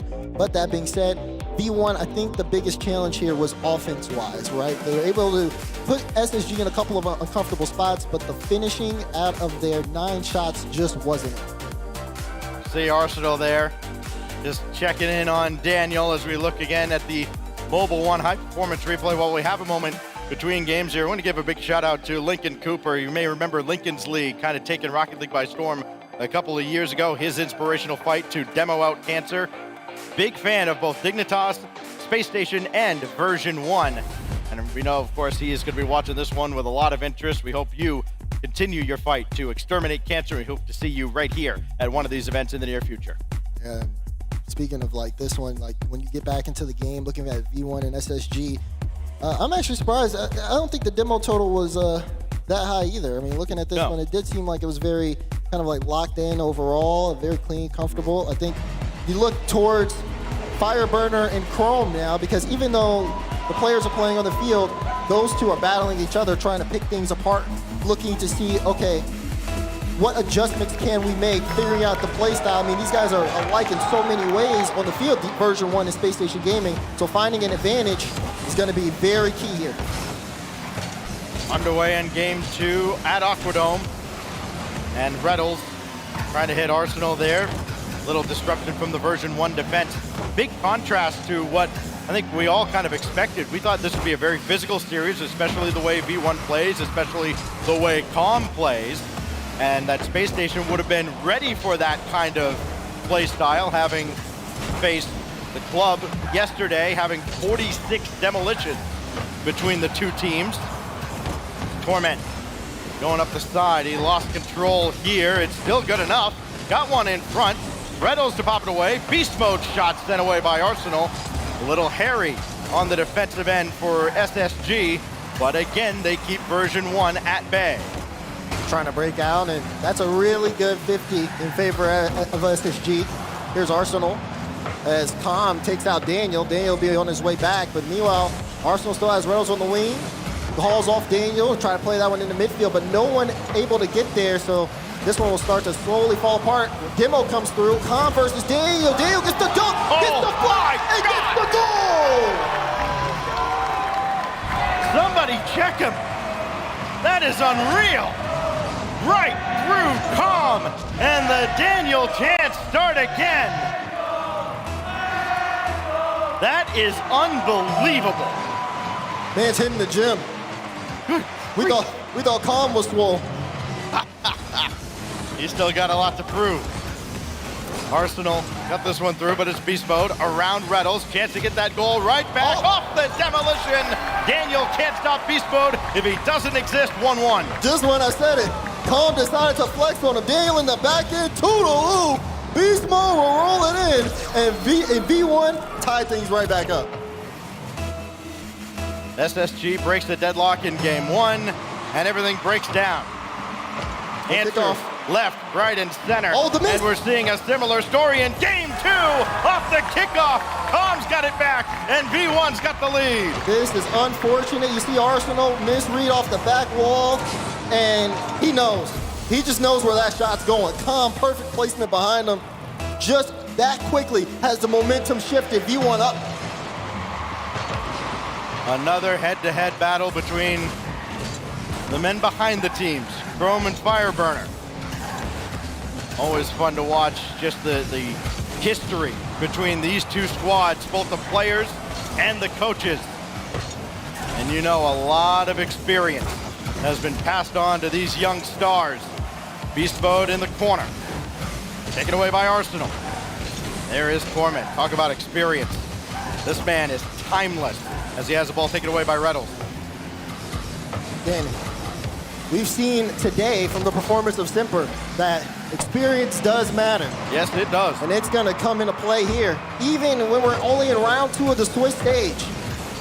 It's a big matchup for both these teams, as SSG just trying to stop V1. It's close. Couple of back and forth saves as V1 put it on the pressure. Here's transition. Arsenal shot, beast mode, goal line save.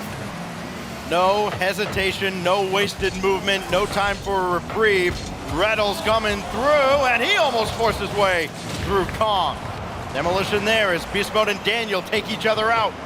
And Arsenal can only dump that to the corner, but Torment was waiting for it. And Daniel's got to clear this one away. Only as far as Beast Mode. Arsenal's turn now. And he can take this away. Trying to go over Calm. He's beat him, but there's Torment with the stop. Torment with another save as the last line of defense. What else is new? See Torment trying to come in. There's a demo here on this play. Daniel gets it past Calm, won't find another demo. And we'll pick up that mid boost, but Daniel will be able to rotate in here really quickly. Meanwhile, Torment, low boost, has to figure out the best way to play this ball. Plays it to Beast Mode, who sends it high. Version 1 up by 1, but they know that they're in a really tough spot. Right now, SSG definitely controlling the field in terms of boost. So V1 buying themselves a little bit more space here as they try to move upfield. This is where everything broke down in game 1, where everybody stopped playing defense for a little while. SSG took advantage. Can they do it again? Down to 1:15. Arsenal, right at beast mode. Went through beast mode, but he got a touch, and that disrupted SSG's counterattack effort, so version 1 can take charge into the final minute. Minute left. Chance for version 1 to add on to their lead. Daniel dodges the demo. 47 boost here in the tank. Plays it across, has to get past beast mode. That ball played out. Calm dodges the bump there, and now Arsenal looks for a 50 through. SSG have to make the most of these drives. They cannot afford to lose some of these challenges and get that ball into the midfield line. Version 1 can play this one and run out the clock. If things happen, that's a great save from Torment. Rebels tried to get the equalizer. That looked like Torment had kind of scuffed the touch there, but instead he was in the perfect spot. And then here, the pass over to Daniel, who comes up with yet another clutch goal on land. It's a great pass from Rebels. Daniel, top left slot, I'm sorry. And just like that, we got a game on our hands.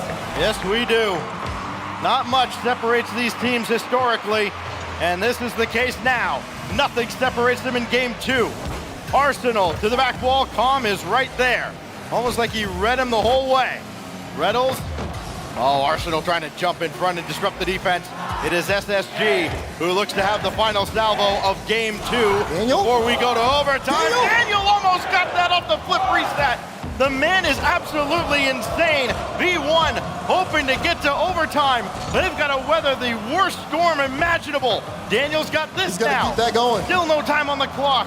V1 trying to get this to ground, and they finally do. They get some space, they get a chance to recover. But my goodness, was SSG bearing down on them. It felt like they were in a chokehold.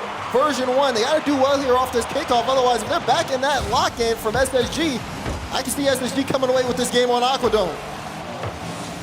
Daniel has so many weapons in his arsenal. He's got this one away. And it looked like they might have been going for the pinch there. The timing wasn't quite on. Now Torment's got to bring this to the backboard and hope he's got help, and he does. Here is Arsenal. Gets off the ceiling. Down in front, and Calm's got it. And he avoids Arsenal by the narrowest of margins. Great composure. And an even better clear there from Torment, putting it into the corner. Puts Arsenal in a tough spot, and now you see V1 all boosted up. Beast Mode tries to make a play off it, but look at Daniel. He gets beat out by Calm. Torment, low boost, just picked up the midfield, so it's an awkward ball for him.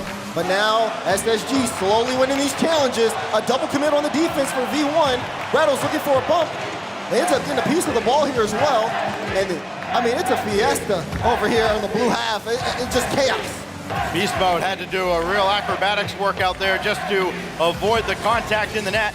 And then it was Calm who ultimately came up with the stop. Here goes Torment with Calm ahead.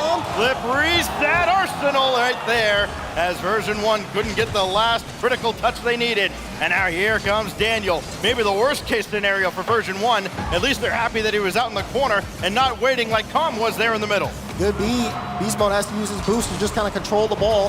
SSG is all boosted up, and they're going to send that one downfield. Torment only has 15 boosts, so the transition has to be good, and it is. They just have to hope that clear doesn't come back soon enough. Torment still hasn't had a chance to pick up any boosts as SSG continues their offensive press. Yeah, but you don't need the big pads all the time. He made a lot work with just the little pennies before getting that big corner boost, and now the demolition on Beast Mode will slow down version 1 even further, if not for the efforts of Torment, who forces Daniel into action in the corner. And now we'll finally throw this downfield, and it's Beast Mode's got to be real sure-handed with Daniel waiting for any kind of mistake. What do you do when you have a team like SSG constantly hunting you, constantly looking for a hole in the defense, and you have to continue to play on a consistent level? One mistake could cost you the game. First, version 1 doing a great job of just maintaining that consistency, but sometimes it looks a little rough. Daniel, you won't be able to get this double. Torment comes in to make sure to stop that. He's done that so many times this series. They got to get Torment out of that goal area. Otherwise, they're not going to score if Torment is anywhere near the version 1 net. Calm trying to screen off Arsenal here. And this will go back deep into the corner where Reddles meets Torment. This is an opportunity for SSG as they take Torment off the pitch. And then the demo comes in all over the place. It's like the 4th of July on Aquadome. And now here goes Daniel. He didn't have much to work with, but Arsenal can continue the play into now the 4th minute of overtime. Passes out, you see them just fighting for control. No one wants to give up an edge here in game 2. 3 minutes at overtime, and we still haven't had a winner. Oh, we might hear Calm. Doesn't have a lot of help, but he still has plenty of tricks up his sleeve. Instead, it's V1 at the back, Calm rotating in for the defense, and Torment off the respawn. He'll grab that corner boost as well. Across this goes. Torment, it looked like Torment and Beast Mode kind of jumped at the same time. This could be problematic as Torment made the save, hauling away into his own net. Here goes Daniel again. Can he get this down in front? No, but Arsenal's waiting. And so too would Reynolds be in the middle, waiting to dunk it home, and another hairline save right at the goal line. Took the entire V1 team, but the defense still holds strong. Now we see Calm. Beast Mode, he has a full tank here, but he gets beat out by Daniel. Reynolds trying to just disrupt this defense as SSG have been, knocking at the door. They're coming in with a battering ram and they still can't get through. Just like Helm's Deep, version 1 has held the line. Here goes Reynolds now, trying to get around Torment. They've tried and tried and tried again and still have not been able to beat him. Now Reynolds dropped down for Arsenal. Not happening, and Daniel's got to collect near the midfield line, bring it into the corner. His shot got by Beast Mode. Daniel does it again. It's Daniel showing up on the world stage. Beautiful angle. And just like that, after almost 5 minutes of overtime, SSG, they take the game again. They just get louder and louder every time Daniel does it again and again and again and again. Space Station Gaming up 2-0. And now we've talked a little bit about the coaches, and it's now in Fireburner's hands. Do you take the timeout? Decision would have been made by now if they were. After dropping game 2 that way, do you need an extra minute? 11 saves and 17 shots.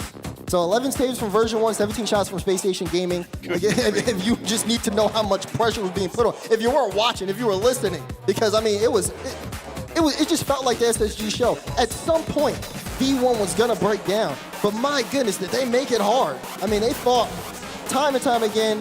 The demos were crazy as well. I think, what was that, 12 demos from SSG to 6 on V1.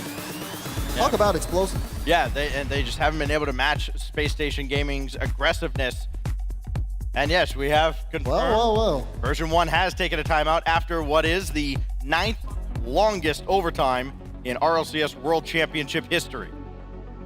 So now it falls to Fireburner and this version 1 squad. Look, Fire's been in this spot plenty of times. In his time with NRG, how do you stop the bleeding? How do you turn the tide now against what might be the most confident team at this event, especially winning the way they just did? When you talk about Fireburner, he just had a lot of just time with this team in general. They've been in this situation before, and Fireburner has been able to pull them out of this situation. Version 1's record when they come out of timeouts is definitely something to speak for.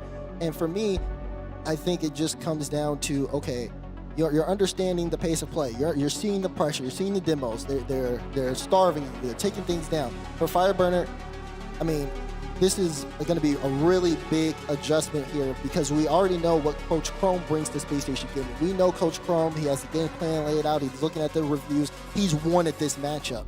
So we talk about it. The battle between the coaches is just as important as the one the players play on the field. We talk so much about Chrome and the impact he has had on Space Station Gaming from day 1 when he signed on with them as the coach. But it's part of my headcanon right now that his words to the team were literally just give the ball to Daniel. Arsenal peeps up like, what about me? No, give the ball to Daniel. Reynolds? No, give the ball to Daniel. He's got 3 goals. Reynolds has 3 of his own as well. He had the hat trick in game 1. Here goes Beast Mode. The way this is looking, though, it just feels like they're playing V1's game at them, but just so much more explosive, the way things have seemed. As things continue to go on here. Opening, lots of pressure from SSG, and a shot comes in from Reynolds. Reynolds once again pulling out for SSG. The bounce. Top left corner, when you see this momentum that is put on for Space Station Gaming, even after the tactical timeout, it feels like version 1 don't have an answer. There's still plenty of game left to go on DFH for them to find out. SSG striking first. What else is new? They were behind the 8 ball for a little while. During the previous game, the week-long endeavor that felt like. Here goes Torment. Right at the backboard, there is Arsenal. There haven't been many follow-up opportunities for version 1. There's been one and done on the orange half of the field time and time again. A lot of times because they've been recovering from demos, as was the case in game 2 with SSG. Yeah, they've got to match that. Oh, beast mode! There we go. Beast mode sets it up. Calm knocks it down. Version 1, I mean, when the beast is on the ball, you got to send the whole team. And Reddle's got a hand up, but that was ultimately his downfall. He jumped too early because Beast Mode had that second touch that completely threw him off. Nobody else could get back. Perfect execution from version 1. Ties up the game, but for how long? SSG have been deadly on their kickoffs. Reddle's here, waiting at the back. That'll angle downward, and Torment couldn't get to it ahead of Daniel. Inch all the way across, and Beast Mode was ready for it. It's amazing how often Beast Mode happens to be in the right place at the right time. It is not coincidence. Notice the difference here in terms of version 1. When they are on the offensive end, they're not as aggressive. Torment's been playing very deep here on the third line. Hasn't necessarily gone up too far forward. It's as if now they understand when SSG catches V1 trying to go to get boost, that's when SSG starts to strike. It seems like version 1 is starting to slow things down this game. Opt to use the space. Beast Mode trying to get a flip reset, but out of boost. But look, Torment doesn't immediately go up for the ball, takes his time, and is trying to just pull SSG away and get them in an uncomfortable spot. Right at the halfway mark, Daniel screened away by a couple of version 1 defenders, so he had to turn back to avoid the demolition, and that puts him in the right spot. Then he takes the demo, but here's Torment, throwing it right back in SSG's grill. Good pass across, but nobody else is there. How good of a pass was it really, as this goes deep into the corner on the version 1 side, and Arsenal couldn't pop one out for any oncoming teammates. Version 1, I think, maybe got a little fortunate not to have conceded a goal there, and they almost got one here.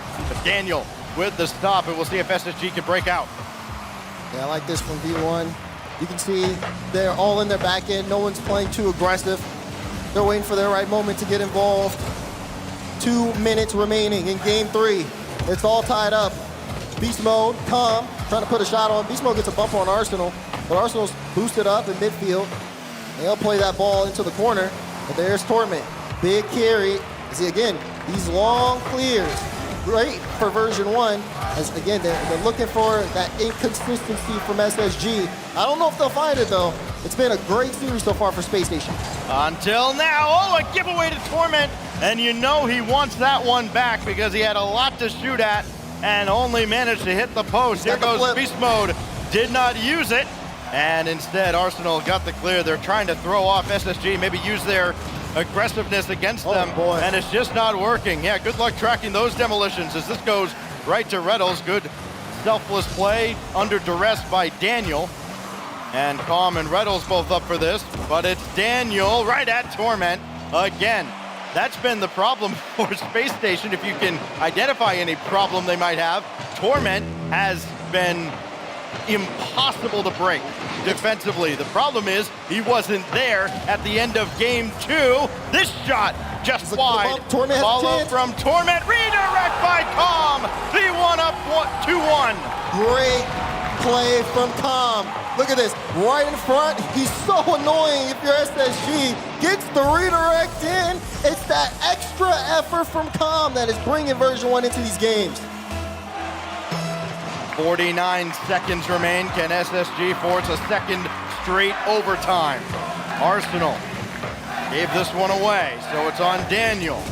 He's giving that one away. Version 1 kind of getting this assembly line established on the side. Demolition on Torment. Calm returns the favor. And it's Arsenal there to stop V1 and get SSG back on track with 25 seconds left. The dueling chants behind us. This is just a surreal environment. Beast Mode to the back wall with 13 seconds left. SSG breaks out. Daniel looking for the backboard, not finding it. All the way across, down to 5 seconds. Calm with a powerful clear. This should do it. That's the dagger, and V1's gonna get one on the board. Adjustments were made. Version 1 back into the series. It's a great play, great clear out. Calm does everything on that one. And the play style change has worked, as I think a lot of people would have expected from that adjustment. Last second left in gameplay, and then this one will fall. Now it's 2-1. B1 finally getting a game here in this best of 7. After calling tactical timeout, things worked out very well for them. They were able to kind of slow things down, play a more controlled game. And I mean, you talked about SSG's pressure offensively. That was completely diminished. They only had 3 shots. Again, with these two rosters the way they are, they've played 5 times before this. SSG won the first 3. Version 1 took the last 2. A best of 5 that went to Champions Field, and a best of 7 most recently that went to Champions Field in the spring. They know they can beat this squad, even down 0-2. And now they are one step closer to equalizing as we look back at the Mobile One high performance replay and see that redirect from Calm. That's starting to get him going. He's been quiet physically, but he's made his presence felt as this series has gone on, including the dagger there. 5:25 to lead all scorers with the hat trick as well. 4 goals in the series now for Calm.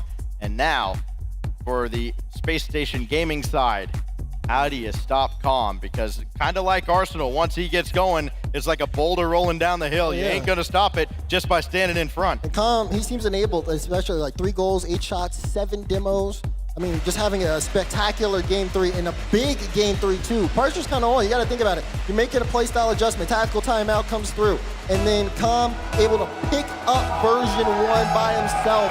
He's flexing on him. We're gonna need to see a little bit more of that muscle if they wanna tie the series up. Calm's got 4 out of the 6 goals for version 1. He gave up that corner boost. It was taken by SSG and almost turned into a goal very early on here in Game 4 at Utopia. Now it's Reddles trying to twirl through. Didn't have a lot in the tank to work with. Beast mode, a backflip after he realized he's beaten by Arsenal with nothing in the tank. And it's just a battle of attrition as that shot rings off the crossbar. As a challenge that ended up almost in Space Station's net as Daniel just throws this one away downfield. Reddle's still getting harassed downfield by version 1. Finally, Calm will get away, and Torment will bring it in. Yeah, but I mean, it's that type of play from Calm that slows things down so much for SSG.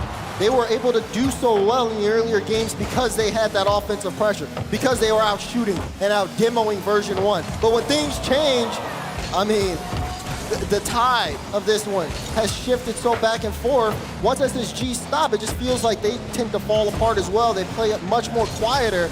And I know they're looking to get back into that. That's why this series is so interesting to watch, because these players, I mean, they play so much alike. And there's so much familiarity between the two. Look, neither side is going to throw something the other hasn't already seen from them. Just comes down to who executes. Calm trying to do just that, and it's hard to do that when you get demolished from behind, as Reddles just did. Arsenal couldn't get to this, though, on the follow-up as Beast Mode's in his way. And now Daniel to slow things down and bring it out himself. Doesn't matter if he doesn't have anything in the tank, as Calm is there. And Arsenal, oh, he had to choose between boost and ball, and that time he chose ball, and he lost it. Torment coming through at a clutch time. Gonna buy his team some space. And then you see him, he immediately goes out. So he can sit back, let Beast Mode and Calm do work. Beast Mode has a bunch of boost, but he can't use it because he's in an awkward spot. It's just been 50-50 central on SSG's end of things. As version 1 trying to get this ball to the goal line. But unfortunately, it's unsuccessful. And now you see that race on the side while Arsenal's gonna take possession. That was really good patient defending, too, out of Space Station, especially Daniel. Beast Mode's kind of flopping around like a fish. It'd be very tempting to just burn all your boost and dive in after him. Daniel's just waiting for him. Hey, do something that I have to care about. And then Daniel picked his spot and took it away, as Arsenal's not going to follow this one up. And Daniel had to get back in the air very quickly, and he's going deep into the bag of tricks, and Torment unamused. Calm, last back, 25 boost. Will pick up the corner. Beast Mode getting demoed back and forth. Finally gets a peaceful respawn. And he's going to end up playing inside the net on this one, just trying to avoid Daniel. He thought Daniel was going for a bump. He sat all the way in net. And that's just that pressure, that SSG threat that version 1 has to constantly be on the lookout for, as this has been probably the quietest game of the series so far. Reddles got it by Calm. It's only Beast Mode to beat. And they could not do that as he's up to the task. Calm and Torment double commit. This could be the opening. SSG needed. They got Torment out of there, and Slater will score. Slater slots it in, but you can see the breakdown here. Beast Mode alone, Arsenal bearing down, and it's a wide open net. They finally find a way through. Nothing else needs to be said. You can hear them all in the background. Reddles scores, and they still chant Daniel's name. Here goes Torment, though. Open net, and B1 immediately ties it. We've seen this song and dance time and time again, Dad. The first goal is always followed up by an equalizer. I think that's a payback. Beast Mode on Arsenal this time says, oh, remember that last time? Now it's my turn now. Thank you very much. Get out the way. Open net for Torment. They match each other's energy stacks. They are the yin to each other's yang as this is thrown all the way downfield by Daniel. Beast Mode right there waiting for it, but he ran out of gas. Now Calm has to bring it back into his own zone. The problem is Arsenal's waiting for him, and now Reddles looking to hit Daniel. Tough angle, and he's not going to be able to get a shot off. So tense during this game 4. We are seeing this one be, again, so low scoring, but there's so many ways things could fall one way or another. There's a final minute here, and SSG trying to hold on to offensive possession. Trying to win the possession game, trying to win game 4, get on match point. 3 shots to close out version 1. Daniel not going to be able to factor into this play any further. Reddles straight away, looking towards Arsenal, but he wasn't able to come get that. And version 1 trying to break out of the zone finally, but another shot coming in from Daniel. Oh, every time he's near the ball, it's edge of your seat stuff because he's always a threat to come up with another game winner. Reddles to Daniel again. Down in front, Torment pops it away with 20. Arsenal, last one with boost, last man back. Version 1 trying to see if they can get past them, and Arsenal, great carry into the midfield. Reddles with the shot! Slater again for Space Station! Remember all that stuff about give the ball to Daniel? Reddles taking charge downfield, found the seam in the defense. 9 seconds remain for version 1 to come up with the kickoff of their lives. It's a good one. Yeah, it does go the right way for Calm, but Daniel already up to meet him. Calm couldn't slow it down enough. Down to 2 seconds. Torment got to keep it in the air, and Torment can't get to it. And Space Station Gaming have taken 3 out of 4. And you can see the celebration from Space Station Gaming after that one. Clutch moment in the end. Reddles scoring both goals, both assisted by Arsenal on that point. And where the pressure is on, you rely on 2 players that have been in these types of positions before. Again, they dropped that game 3. They come into this one. They have to slow down V1, who is looking for a way in. And my goodness, do they do so. Again, you can see a lot of talking on the stage from both sides. Even after that win, Chrome still has so much to say here because they know they cannot let up. Version 1 are going to keep playing this one out. Yeah, closing out moments like this. It has been a challenge at times for Space Station Gaming, but again, full-on confidence. Arsenal getting hyped up as well. His 1 goal to go with 3 assists in the series so far. Helping out Reddles this time around with his 2 goals that push SSG past version 1 in game 4. Now we go to game 5. It'll be Wasteland. And Space Station, they kind of hold all the cards here because they've got the timeout if they want to use it at any point if version 1 gets the momentum going. They've got 3 shots to close this out, but remember, if it goes to Champions Field, that's where version 1 has owned the head-to-head matchup, and Space Station 0-3 on LAN in Game 7. Well, throw it out there for now. It's a long road to get there, and version 1's got to find the first step. Vibes are high for Space Station Gaming going into this one. You saw all smiles on every member of the team, as they know they only need 1 more. But for on the other side of things, very serious looks on version 1. They want to come through with this win very badly. Again, going up. In this round of Swiss, it will be nothing short. I mean, you're putting yourself in a great spot come main event time. You look at the teams that are 2-0 already. in this event, and as well as they have played, the winner here, getting to go to 2-0, they got to be feeling incredibly confident about their chances to go 3-0 and get into the group stage. That's popped away. And Daniel just got a piece of that with Reynolds, like almost just kind of T-boned him there in front of the net. Yep. But SSG come away unscathed for now. Beast Mode gonna have to collect this. Got around, and still Reynolds coming back for the save. I think for V1, you know, seeing just a little bit more out of Beast Mode is something that I think a lot of people are trying to look for. We haven't necessarily seen him take to the air very often, and that could just be because of Space Station's game plan or maybe their own, as again, Calm tries to get a bump there on Arsenal, but the shot not there. Pass, Calm, shot, bang! V1 on the board. Calm tried to be the battering ram, tried to clear the runway. Arsenal avoided him, and then Calm just goes right over top of him, and Daniel couldn't come across in time. 5 goals now for Calm in this series, 5 out of 8 for version 1. He has been the guy, and is gonna have to continue to be so. Torment with a boost steal, and Daniel coming in to help. You know, Calm always talks about that hate, that negativity, how he fuels off of it. He's gonna need that fuel right here, right now. The crowd, you can hear him. We got some great headphones, but even then I still hear the SSG chant. And you know what? The players also have to hear it as well, and Daniel's gonna hear another Daniel chant. They've got everything going for them. They've got the crowd, they've got the momentum. They keep things up, they'll have the series. We know that these headphones that they have, they're supposed to cancel out the noise, but we could see them react before the series. They could hear exactly what the crowd was saying. They know what the vibe is like here at Dickies Arena. Hopped away now. It's Beast Mode up to the ceiling. Can't follow this play any further as it's set over his head. But version 1 firmly in the driver's seat with this possession until that demolition on Calm, and SSG are able to break free from those chains. Version 1, backs against the wall in this series. They need something to happen here for them.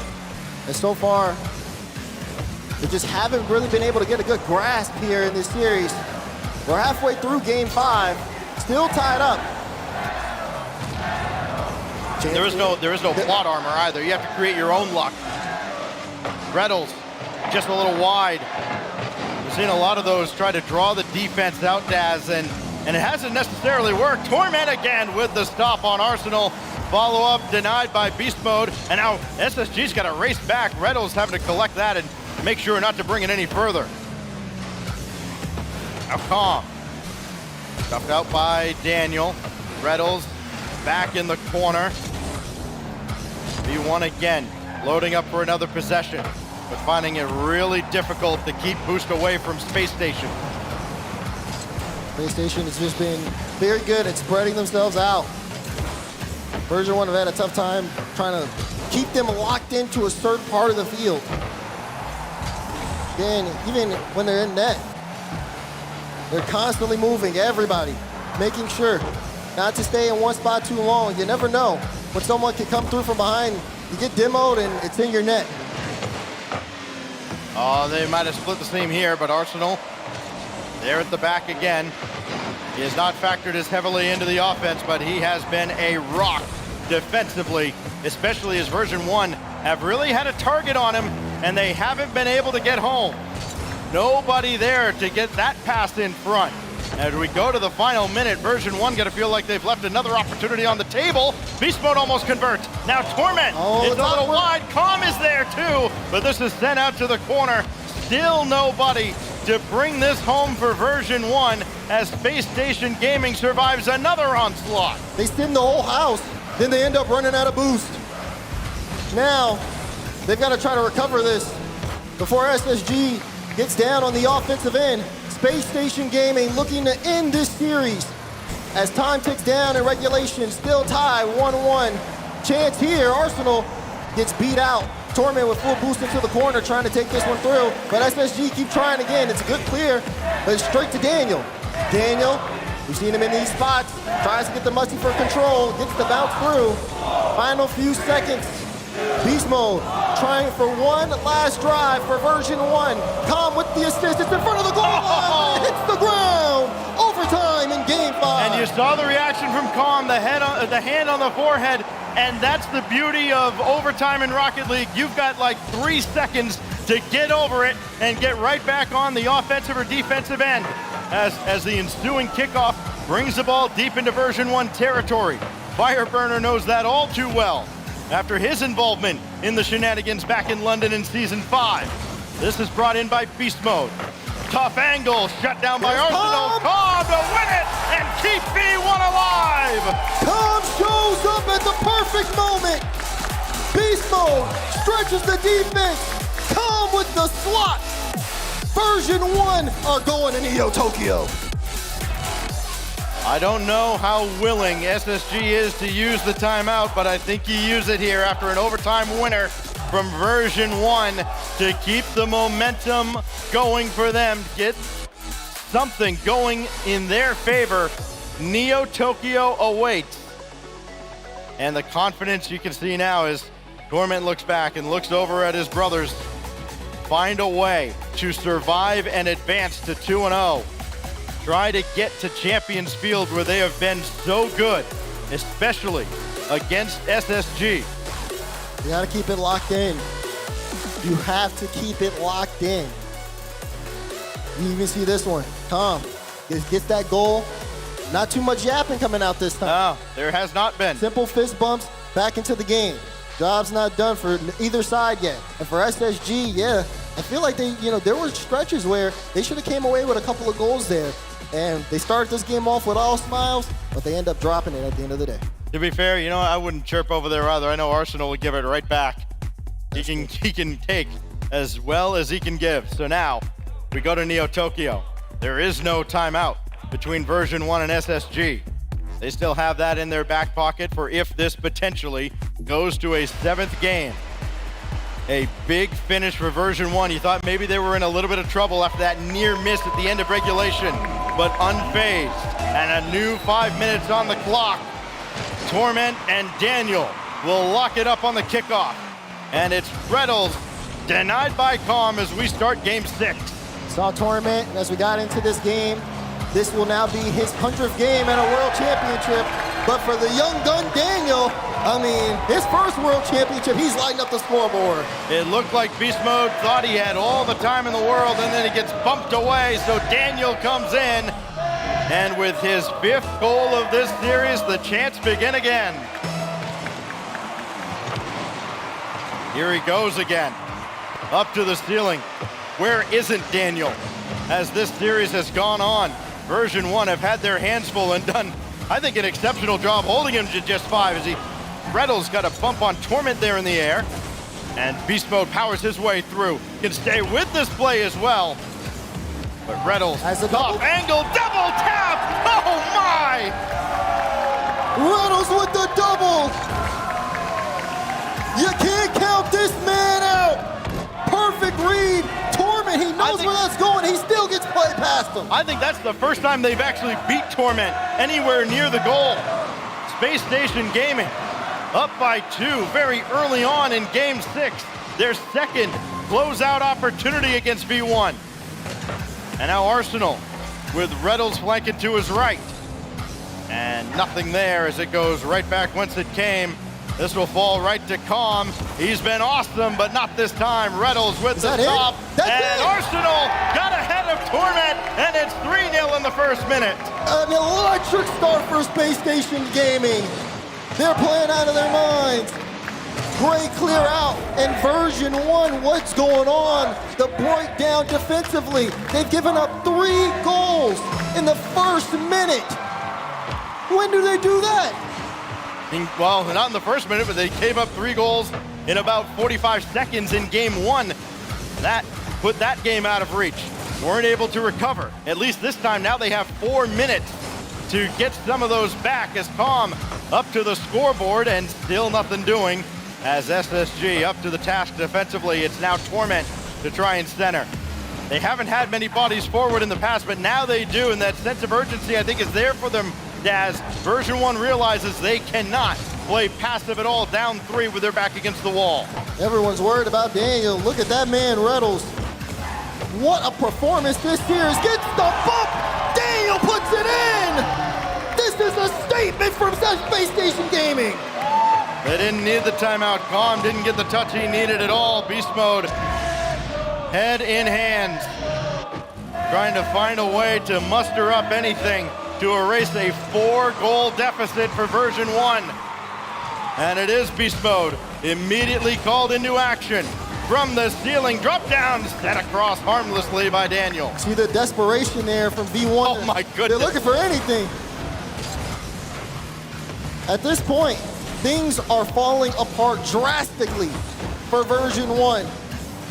And it gets harder and harder to climb this hill as the clock ticks down. Another demo, another open net, another goal. 5-0, Space Station Gaming, my goodness. Space Station Gaming, figuratively and maybe soon literally, waving goodbye to version 1, both sleeping. on the field and then on the stage. 5-0, just over 2 minutes gone by, and the only saving grace right now for version 1 is you look at how this game has gone and you go, okay, they could do it to us in less than half a game. Why not back the other way? But they've got to turn it around somehow without the benefit of a timeout. Version 1, Reynolds is sleeping on you. The game's halfway over, wake him up. Another one gets through, and Calm has to race back. Time is ticking down, chances for goals going by the wayside here. Space Station Gaming looking to close out their 4th victory against version 1 in 6 tries this season and stop a 2-match losing skid that began just a few months ago. Locked in front, Reddles across, 3-man passing play, tic-tac-toe, but Arsenal's just gonna bring this deep into the corner, not willing to throw that into the version 1 defense and enable any kind of counterattack. I mean, I'm personally just... I know, I'm at a loss for words at how this has devolved into what we're seeing. Space Station Gaming opening up a 5-goal lead in about 2.5 minutes, and I think version 1 have to be just as stunned. This was clearly not part of the script. Arsenal almost gave one away, but he stands tall. Makes yet another stop as he's done all series long. When you go back to the Reynolds interview, you know, he said things would be different this time. And you could tell by his individual performance and the way the team is looking that, my goodness, things are. Well, there are some people that have version 1 in their brackets as potentially even a finalist when all is said and done here at the World Championship. Space Station Gaming determined not to drop a series to this potential finalist. Reddles with one more, because why not? Another for Reynolds. He's got a hat trick. The man has put himself in the spotlight with this performance. My goodness, what a standout. Everyone was talking about what he was saying in the comms last event in the Spring Major, but the individual gameplay, as well as that. I mean, just such an all-around great performance from Reynolds here. And Arsenal and Daniel, in their own right, have just been absolutely fantastic. SSG as a team, looking like one of the best here in the wildcard stage. So that 100th game at the World Championship for Torment, a milestone that he will not look too fondly on, as I don't know what in the world was happening back in the corner. Arsenal looked like he was just kind of in a stare down. It is all smiles on the part of Space Station Gaming in version 1, just kind of falling over each other, even in the air. Torment looking for one for the road. Not gonna happen. Space Station Gaming determined not just to win, not just to dominate, but throw a shutout in the game that matters most. Torment couldn't get the stop there. Beast Mode will score 1, but it will be of little solace. There are some smiles on the version 1 side that they'll have to take into the 1-1 bracket tomorrow. Well, but I'd probably say fortunate for them, because imagine having to play after this one. Yeah. Oh my goodness. The way this series went, yeah, of course, they go for demos on the kickoff. That's the Space Station in version 1 we all know and love. And this Space Station Gaming is 4 wins away from the main event. Very well done, SSG. Take it in 6. Spectacular. Isn't even a great enough word to describe the performance that we witnessed from them. They've got a good crowd here in the Dickies Arena, and my goodness, did they put on a show for them. The games they win, 4-1, 3-2, 2-1, and then you just kind of look, oh yeah, 6-1. Listen to this.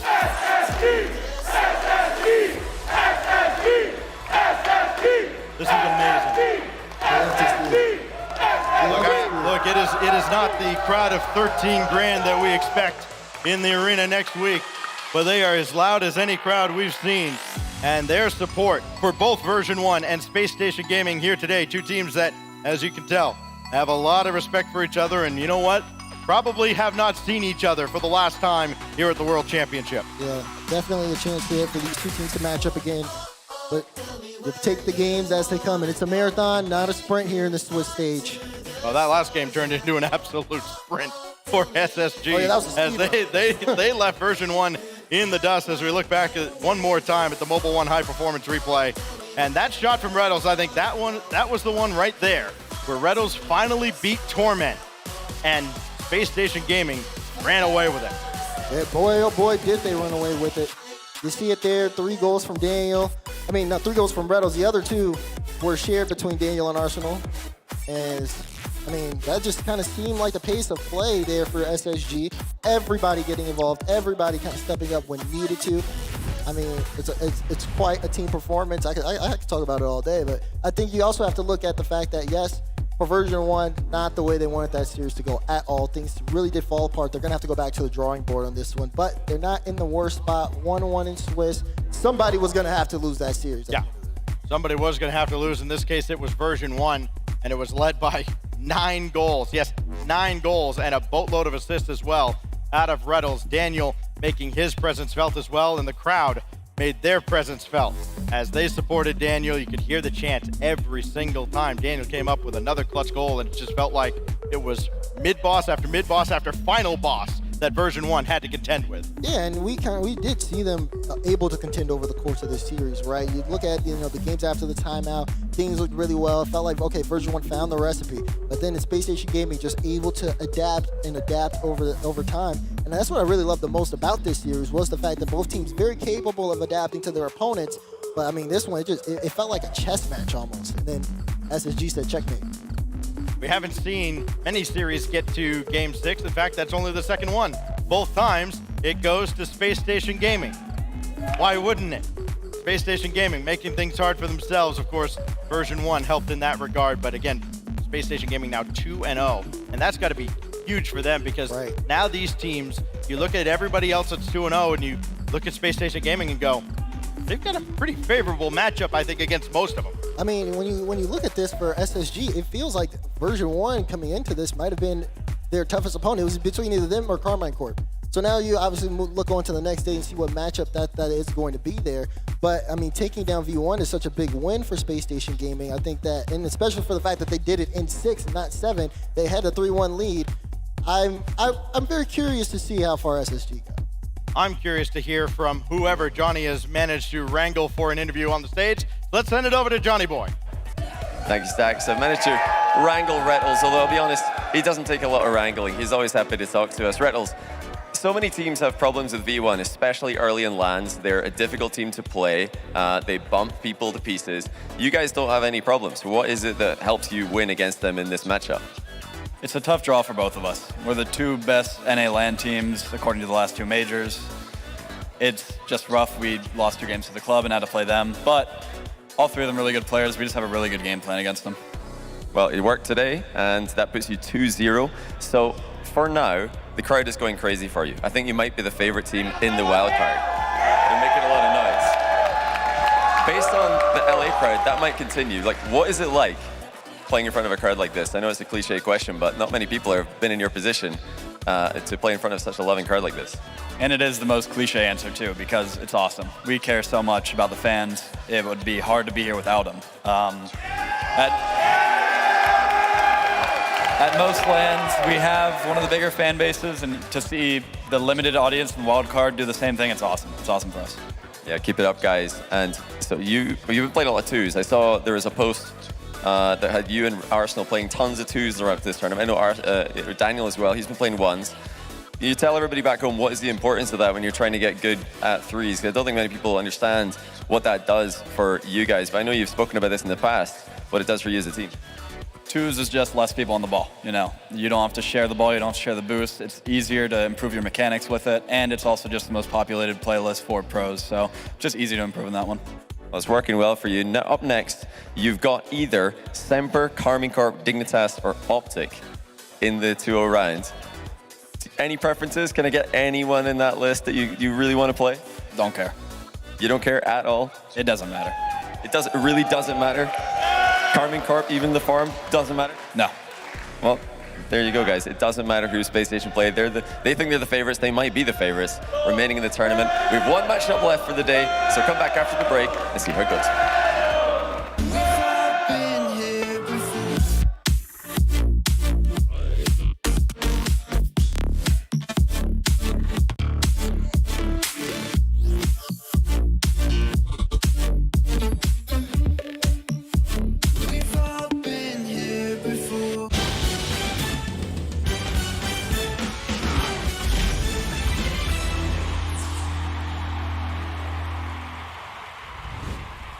We have to tell everyone that we just switched to Verizon's new Welcome Unlimited plan for just $30. I've already told everyone. Wait, did you say Verizon for just $30? It's their best unlimited price ever. $30? That's awesome. Yeah, and it's from the most reliable 5G network in America. For $30 a line, I'm switching now. Yeah, it's easy. And you get $960 when you switch the whole family. Wow, I gotta let my buddies know. We're already here. The network you want, the price you love, only from Verizon. This might not be your car. And this might not be your engine. Maybe this isn't your morning routine. And maybe these aren't your coworkers. Perhaps these aren't your standard driving conditions. Far from it. But this is your oil, which means you're one of us, doesn't it? For serious engines, on and off the track, upgrade to Mobil 1. The Bronco Raptor was built to climb pretty much anything. Dunes, rocks, even ranks. The Bronco Raptor, Rocket League Edition.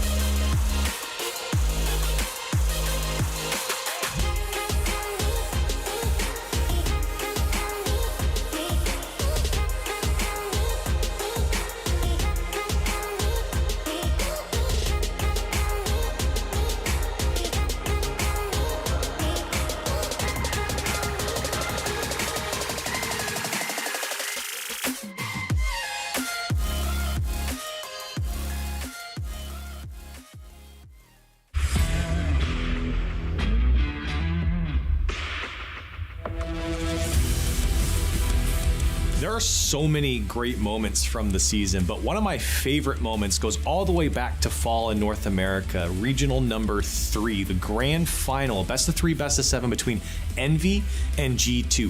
21 games in a row. The resilience from both sides was incredible.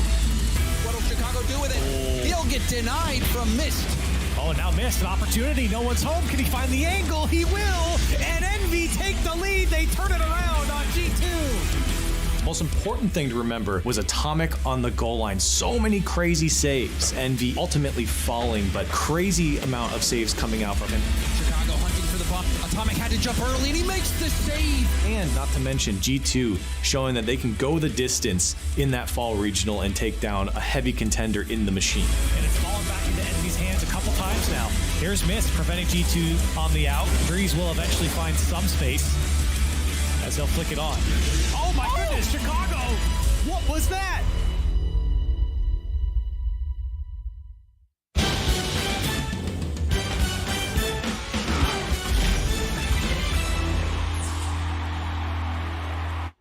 The main event match of the day goes 6 games, version 1, holding on, trying to force game 7, but ultimately running into a dominant SSG performance. SSG, man, the crowd was on their side. They absolutely got electric, but I'm telling you, Lanyo's here. He's on World Championship form. He's looking like one of the best players in the game, and then Arsenal and Redo just filling in the gaps. V1, they tried to bring in a little bit of hype at moments, but it wasn't enough. And I gotta say, you know, we talked a lot about Daniel. He deserves the talk, but I think Reynolds as well had a fantastic series here. The dual threat from them with Space Station. This was the most perfectly executed game plan I've seen from Space Station. They have locked down beast mode in that series, and version 1 could do nothing about it. You know it's bad when Arsenal just goes to Steph Curry. Right to sleep. How quickly was it? And it was all of just Reynolds' confidence in the end on the face cams. You know that when this team's feeling hot, especially like Thursdays and Fridays, they're impossible to stop. I mean, even this was, I tweeted about it, like this was the least close 6-game series I've ever seen. Like the most one-sided 6-game series. Like, even in the moments when version 1, that's the team I'm trying to say, my goodness, was in the lead, it still felt like they were on the back feet the whole time, Bates. SSG controlled the flow, they controlled the pace. V1, it took a couple special moments. Remember, beast mode off the ceiling, reset, and then off the backboard to create an easy opportunity for Calm to finish. If it takes that to score a goal, it's not looking good for you. No, to me, my eyes were on Calm the whole time. This goal was really crazy. He does a full loop-de-loop around both the goalies to get the redirect into the corner. He was the lead goal scorer for the team, but I still felt like he was the weak link on all other areas of the pitch. There were some shining moments there for version 1, don't get me wrong, but again, I do think you go back to the matchup there, and when you have your big breakout, you know, player like Beast Mode, when he's shut down for the back half of that series, that's the lifeblood of the offense for version 1. And again, you got to give a lot of credit over to Space Station. They did a great job of just locking down version 1. The crowd was definitely behind them as well. We heard a few version 1 chants as well, but it was all Space Station. Well, and the big note for me, Spaceman, was just how quiet particularly version 1 was. Both sides, we kind of expected a little bit of smack talk, a little bit of energy out of it. We didn't really see any of it until we saw the Steph Curry from Arsenal there at the end. I was amazed. Like, Calm, even in the moments when he's scoring hat tricks in games they're winning, just sitting there the whole time. Seemed like something was maybe up in the head. I don't know. Yeah, SSG kind of executed their game plan throughout, and we really saw that as the tail end of the series went on, not only with the flurry of goals from SSG really hard to deal with, but the mood seemed to be zapped out of version 1. And it really felt like this was the most non-wildcard matchup we've seen so far. It was like a standard RLCS tournament, and SSG just had all of the energy on their side. Yeah, for sure. No, SSG definitely had version 1's number there. We'll see if they run into each other again later on in the event. But speaking of which, both sides trying to get to that main event. Here is one more match left to go before we get there at the end of the day. Optic Gaming going to be taking on Dignitas, the green wall in the house in front of fans for the first time here in Texas. I had fans coming up to me yesterday saying, yo, when can I see Optic play? And I'm like, what, how did Twitch, this is Twitch chat in person. It's here now in front of me. They are finally on the stage, Spaceman. My 2011-year-old self is vindicated. Optic Gaming, Dignitas, you're telling me this roster coming in with the Optic buff, it looked pretty good during the spring major. They didn't maybe have the run they wanted, but there was a lot of improvements. I've been very impressed with Aleutian and Drees. I think Drees is playing fantastic upfield. Aleutian is an absolute monster on land. And in the end, Mist is about as clutch as you want. Well, for the first time making their stage debut on twitch.tv/Rocket League for the World Championship, it's Optic Gaming. Feels great to be here. Super excited to start competing at the World Championship. This tournament is huge for our team. We've been working all year to get here. Oh, Drees, good infield pass to and he almost hooked that in on the top side to take the lead early. Do you see the work here? The pass mid. On the Wildcard, we're hoping for a quick 3-0, but if we can't do that, just to get through to group stage. The team is feeling really excited. It's Drees and I's first World Championship, and we're hoping to perform well. Optic is the best team because we can adapt quickly. You're going to need a bit more of that support because they are struggling today, and their gate clipped off, missed with a banger in 7 seconds. A lot of teams will underestimate us, and that will help us go further in the tournament. Expect a lot of aggressive demo plays from us with a touch of great defense. People who are doubting us, you're going to be disappointed. We've really seen this roster come together over the course of this season, but I gotta wonder, I want to ask them at some point, does it mean anything to them to be playing for a legacy name, a pillar of the esports world like Optic? I'm sure it does. And it's crazy too because you have such a massive name behind him, and as they were talking about in just their interview just a minute ago, I have a lot of doubters here, and maybe for good reason, especially with you look at their online performances, but every time each individual player here has come to land throughout the season, all of them have had big moments, and there's something there with this team that I just don't think we've seen quite yet. And remember, this was a team that was knocked out by Moist and Furia in the spring major. Those were teams that were very tough to get by in the first place. Who wasn't knocked out by Moist? Right. It's crazy stuff. But here, the full lineup coming together in huge ways. Drees was, again, such a question mark when he first joined the roster. Now, the biggest exclamation point. Yeah, he's a question mark for various reasons. A lot of people didn't think he deserved to be on G2 way back when, but he's a year and a half since then. He's a seasoned veteran at this point. He's got plenty of experience, and he's always performed at LAN. When G2 underperformed at the fall major, Drees was not in that category. Drees performed actually admirably, and that's why a lot of people were questioning the move for a time because Drees was on. It was really Chicago and JNAPs who were coming up a little short. And that's what you can say about Illusion as well. Well, on the other side of things, a very, very young table across the board for this matchup. It's Dignitas. The feeling's pretty good. We've had a lot of ups and downs, but you just gotta forget about the past. It all comes down to now. Well, we just want to make it to the wild card. Obviously, making main event is a big goal. Just try and take it one series at a time. We've been grinding a lot. We got a lot of hours just playing all day. We've been boot camping for a week for the really good boot camp. Smashed it. So I think we prepared pretty well.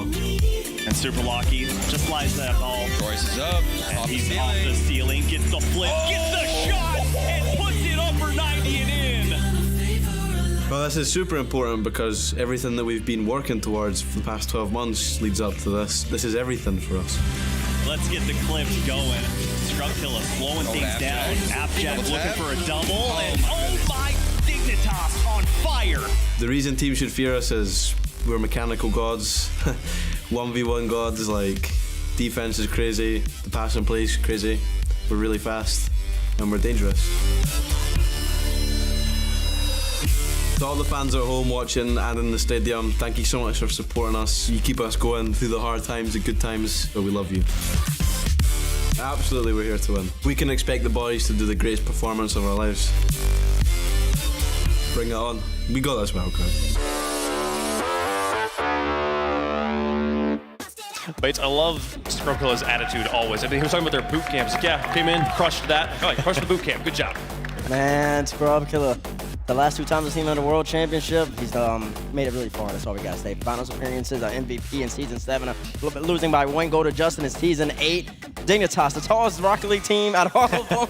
They're absolutely here to perform, but there's two key differences in this Dignitas compared to the ones that we have seen prior to this. One, Scrub's in the middle. That's a completely different seat lineup. Appjack has been in the middle the last 2 times we've seen him. And then also, they finally have a coach. Behind them, rather than just having a mental coach. Have an actual Rocket League coach and Nick, former Moist coach. We're going to see what he can do. Well, and for the team, for people at home who are wondering, why does it matter who's in the middle seat, Corellia? How does that change a team's on-stage dynamic? Yeah, a big deal. It's all about the energy, because the middle guy, or I guess the guys on the outside, can feed off that energy. The middle guy has more accessibility to his teammates to kind of hype them up, especially if they're having a bad series or a bad game. Yeah. And that's really what I think a lot of people look at Dignitas and they kind of get inside their own heads.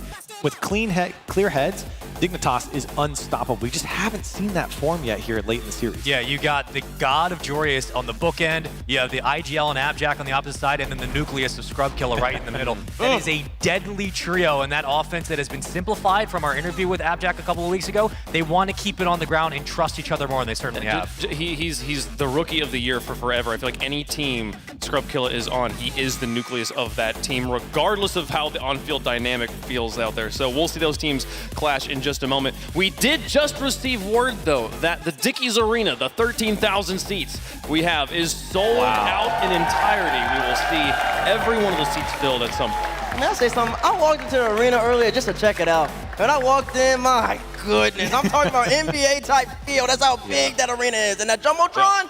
I think the biggest place we've been before this was the Prudential Center in New Jersey. This is about double that size. It's going to be quite the spectacle. Let's get into some predictions, though, of Optic versus Dignitas in the Verizon fan vote. Use hashtag OG, hashtag DIG at home in chat. Spaceman. Oh. I mean, I feel... Start with me. Never mind. No, Bates. We're going to start with Bates. I know where you're going. My childhood self is torn right now. Come on, Bates. I'm an Optic gamer in my heart. Come on, Bates. Gave it to Rocket, gave it to Esports in general. I'm getting over. But I'm wrong with Dignitas, man. They changed up the lineup. Scump in the middle. I'm going up against Costello, but the reason why is I think they changed the gameplay to rely on less on mechanics, more on the ground play. They just go overtake OG just a little bit 14. You got to defend the hashtag Bates never wrong. I understand. Listen, I feel the same way. I don't like going against Mist. He's one of my favorite players in North America, but I'm also going Dignitas. I think that they're going to pull this together. I like the switch with Scrub Killer. I think that's going to be a big deal on land. There's no doubt this team has skill. You guys anymore. But I think it's going to be an easy one. We have clowns between us. Listen, do you understand how historic this is? All right? Brick by brick, it's time to rebuild 6050 Russell Drive. Green Wall is taking this series, baby. Optic Gaming is back. Let's get it going. Folks. Optic Gaming. I don't see Hacks out there. Come on. I don't see him. Come on. Basement, I don't see him. Give me Green Wall as well. Give me Optic here, folks. Let's see what... did the Green Wall show up in chat? Did they show up in chat, though? That's the question. No, they did not. Green Wall's not thinking right now. Scump, watch it. Come on now. Here, folks. I'm excited to see this matchup here. Hey, we saw some surprises from Optic in London. They could do it again here. Which Dignitas are we going to experience here? Let's find out. Last match of the day for day 2 of our Wildcard event in the blue. It's going to be Optic Gaming, the Green Wall. In the orange, Dignitas, best of 7. Winner improves and advances in day 3. We'll see him. Let's go to the call in the Verizon Skybox. NA and EU both coming into this undefeated in international matchups. But one of those O's is about to go. Dignitas taking on Optic Gaming, Johnny, in a best of 7 to see who is going to have 3 chances to qualify for the main event. It's huge. I think it's a must-win series for Dignitas, actually. I've seen Optic show up on LAN just recently in London. I loved what I saw from them. Dignitas are really still a question mark. It's been a long time since we saw them on a LAN. Since LA, decent start for them, but Mist will cut off the follow-up on the shot there from Abjack. Key here for Dignitas is really going to be about that man in the middle scrub there. Oh, hold on a second. Oh, what save from Illusion? It looked like he was going to have an easy job there. This crossbar's got them covered as well. Dignitas all over them early on. The boost is running out for Optic. And also the boost running out for Dignitas. Forced to just scramble back for now. At least a good showing there for Dignitas, knowing that they can put together those plays. Optic actually a really good call late on in that play just to leave the ball. But this is not... apparently Jack walked the ball past Optic. Jack with the mind game on 2. It's actually Mist who makes the mistake there and leaves his team in a lot of trouble. He tried to catch the ball as it curves down off the back wall there. Completely missed it. But Teresa and Illusion panicked in the aftermath. Abjack able to mind game both of them. This could be really interesting form through twist that we see from Dignitas, because I feel like we come into these big events, international events, and Dignitas, despite having some good results, have not shown that potential that we knew that they had coming into this season. Yeah. But all of that gets wiped away. We're at the World Championships. You perform here, the rest of the season goes out the window. And another messy defensive play there from Optic. They're getting in each other's way a little bit here. Boost again running low, and Dignitas have got a lot to continue this attack with. They could just force the ball to bounce out in a volatile way, just as they've done there. That's the kind of play Dig want to do when they've got a boost advantage. Fortunately for Optic, they were able to pick up a couple of back corners and survive that onslaught. But when you've got big boost advantage like that, any kind of volatile 50-50 favors the team with boost, because you're the team who can close the distance to the ball, get back to it, and continue attacking. Scrub Killer tasked with finding a way out of the orange side of the field. He's done exactly that. He managed to lay claim to that middle boost. Gives his team a lot of territory to work with here. Jorius, good challenge. Going to drop down. The demo, crucial. Remove a Parity Jack, get a bit of breathing room. The miss, however, from Illusion, maybe not quite as wise. Go off the backboard. Jorius tasked with getting rid of it instead. Leaves it for Scrub Killer. Does actually become a passing option on the far side. Might get over to it. And Scrub's attempted demo is going to miss its mark. But from Dignitas, it is nice to see that the ideas are flowing. It is not paint-by-numbers offense that they sometimes get caught in. Is they'll be very thankful to see that that ball is not going to drop into too much of a dangerous position. Yeah, so far so good for Dignitas. They're not completely comfortable here though. Optic starting to knock on the door a little bit. Abjack sticking around in the middle. Kept ball cam on so he can deflect the center ball to a safe location. Nobody able to contest Mist. Jori's got the back wall covered there. Maybe Mist had a better option on the left-hand side. Dignitas have survived that brief flurry from Optic. Before then, we're not really synergizing at all. That's completely open now. Scrub going to follow up on it, but he can't get to it. Boost ran out. He didn't have the momentum, and he misses the ball. Oh, we've all been there, and it hurts still every single time you see it happen. Scrub Killer tries to find a way past. It doesn't happen. Dream! Wow. I think he bumped Illusion into it. Either way, the important story is Optic have got the goal back. Scrub tried to kill some time here, wanted a 50-50 with Illusion, but Illusion took the ball off him and then ran it into the middle. Like you mentioned, bit of a team pull shot there. But Illusion definitely deserved the credit for that one. He did all the hard work, got an open net for his team. Dignitas unable to follow up on that stalled play there from Scrub Killer. Optic are finding the bump somewhat well. There's post missed. Guides it back over to Illusion. The ball is Scrub Killer back into the middle again, and that is an easy win.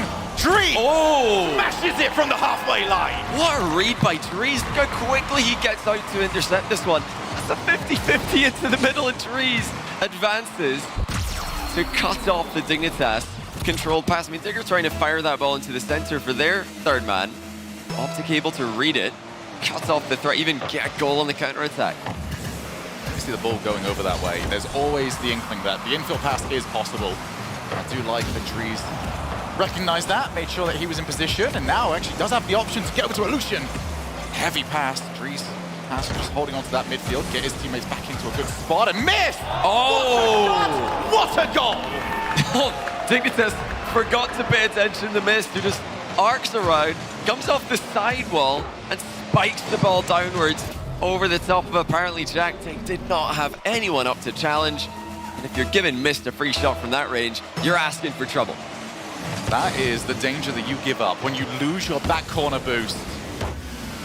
Suddenly the cut rotation is a much more feasible option.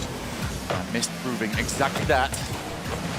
1 minute left. Illusion realized that the play doesn't need to go in. They are the team with the 2-goal lead.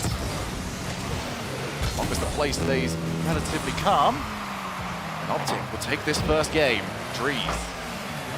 Scrub Killer. Can he get a second block? He's on 0 boost. Still didn't quite worry him on that play. And I'm loving this from Optic. They are slowing the play down, but they make sure the ball is up in the air as often as possible, because that means that Dignitas can only commit one at a time. And when it ends up with these mid-air races, Optic have been just a step ahead. And it's games like this that really make you appreciate what Furia's Yan did. The last time we saw Optic play on LAN in front of a crowd, it was Furia who took down Optic in London to eliminate them from the top 8. And in that match, Furia's Yan 1v3'd Optic numerous times offensively. Chori is unable to do that today. Abjack so far, also unable to do that. Scrub, not able to get anything really going in offense. They started the stronger of the two teams, but after Optic stabilized, they really did run away with this one. 3-1, comfortable win for Optic in the opener. Now the question is, can Dignitas regain? They've really struggled to get things together when things have gone wrong in LA. The most recent LAN that they played, they were reverse swept by Space Station Gaming. They were reverse swept by Evil Geniuses. They've got to really focus up here. This is where Scrub Killer being in the middle becomes very interesting indeed, because when that player is in the middle, they're usually the ones that are supposed to be hyping everybody else up. When Scrub has a bad game, he's still got to be mentally strong enough to say, look, I didn't have a good one here, but we still all need to be able to step up to the next level. Yeah. In a game like this one, that is where that gets challenged. Yeah, it's so important it's more important, I'd say, in the losses to have that hype man, to have that belief, because Dignitas have clearly lacked that all season. They've been struggling to bounce back when things go wrong.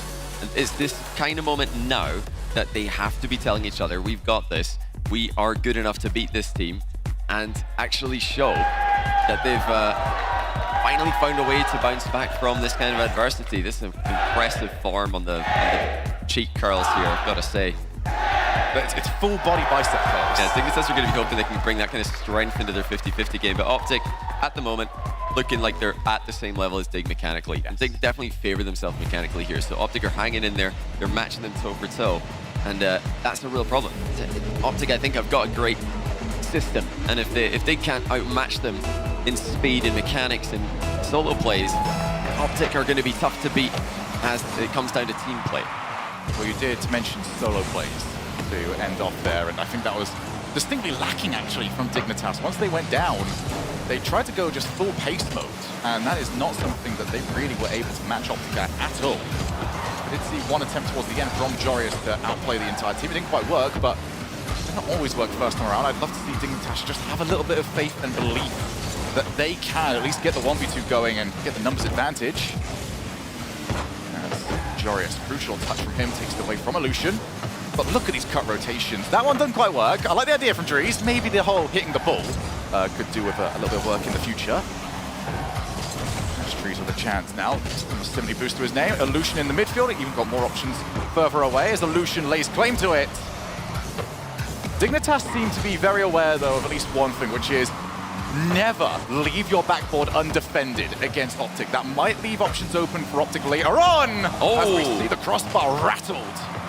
Stay 0-0. I don't think Optic realized just how close that was to going in until it was right on top of their goal, but luckily for them, it bounced in the perfect direction into the ground and then over the bar. Scrub missed a key boost deal there. That means he's going to need to retreat. Jorius advances, has a reset to work with, but Mist knows exactly what to do. It's a goal side approach. Strong 50-50 mid-air. That's going to need to be a bit quicker here. Another good 50-50 by Dries, and the follow-up is just off target. Optic, again, just like game number one, looking for that long shot to counter a Dignitas advancing. It's belief every time from Optic. That one's off the backboard. Another bump, it's one-on-one. And there's Mist! Finishes it off. 1-0. What a huge 50-50 win here from Illusion. Look how he controls, apparently, Jack's challenge. Yes, Jack is usually so good at those 1v1 50-50 plays. Illusion able to nullify everything that Jack's trying to do there, keep the ball in the danger area. Optic scoring 4 goals in a row now between games 1 and 2. The point I wanted to make earlier on, Johnny, is that Optic just believe in their defenders. They believe that, hey, you've got this. I'm going to sit in a good position off the ball so that when the ball does become loose, we get plays that we have been seeing where the clears are very easy and, heck, even sometimes on target for a goal. Dignitas don't have that at the moment. They don't have somebody that is willing to just trust the other two. Yeah, infield is just not an option right now. A ton of infield passes that Dignitas have attempted. They've not just been intercepted by Optic, but they look like passes to Optic defenders. That's just an option that Dignitas need to, I think, gravitate away from. Maybe switch to higher approach. I know that they're all very capable air dribblers of the ball. Do that or backboard. But, you know, after what Jan did to them in London, you've got to think it's solo plays. That's the angle to work with against Optic. Just over 2 minutes left here in game number 2. Chance here, puts it behind the Whoa! keeper, and Mist scoops the ball and says that we will keep ahead of our 1-goal lead. Dignitas still piling on the pressure though. Jack testing Dries, who passes with flying colors. And again, the ball's back into the middle. This time it's Illusion who gets the clear. A double tap into the floor to defend against Jorius. Dignitas still coming forward. They're looking for that equalizer, and they've got it. Scrub Killer ties the game. And how important is that for Dignitas? So often at this wildcard, we have seen teams lose that second game and it just falls off from there. The comebacks have become less and less frequent as Rocket League has grown. So for Dignitas, they now need to convert this from here. And that was close for Mist. Yeah, I like the idea there, but I think I've just read a ton of what Dignitas are doing with their offensive play. Dignitas need to try less tricks and just more consistency. Just rely on their ability to get past Optic. When it comes to Optic, we haven't really seen too much of their offensive plan. It's been about counter-punching so far, picking their opportunities quite well when Dignitas give them space to work with, but when it comes to making some of their own, we're yet to really see what their style is, what their game plan is. It would be very interesting to see exactly how Optic would play a game that they are 2 goals down in, but that is not a position they've been forced into just yet. They'll be up to Dignitas to force those questions to get answers. For now though, 1 minute remaining. All to play for here. Mist, I think, changed the direction in the second half of that aerial, decided to go for Jorius instead, just couldn't quite reach him. This is Optic's best opportunity to try and create an opportunity of their own. Back midfield, Drees. Good challenge. It's going to come up to boost management here from both sides. It's going to be one aerial that will go unchallenged. Drop down pass for Mist. Well read by apparently Jack. Gets in the way. Evolution reading the Dignitas plan once again. Dig had a brief 2v1. They play for the immediate infield and clear. Evolution drop back to collect that. Again, another free possession play. Missed with the long-range air dribble. He goes high off the ceiling, tries to get back to it. He's not going to do so, but neither did Dignitas. Solution into the middle for Drees, who goes backboard. A Scrub kill is first to that. There was no follow-up from Optic. Jorius leaves it down to apparently Jack. One final opportunity, maybe. There we go, Mist. We'll be unhappy to see Dignitas with 1 player left. Overtime over at Aquadome.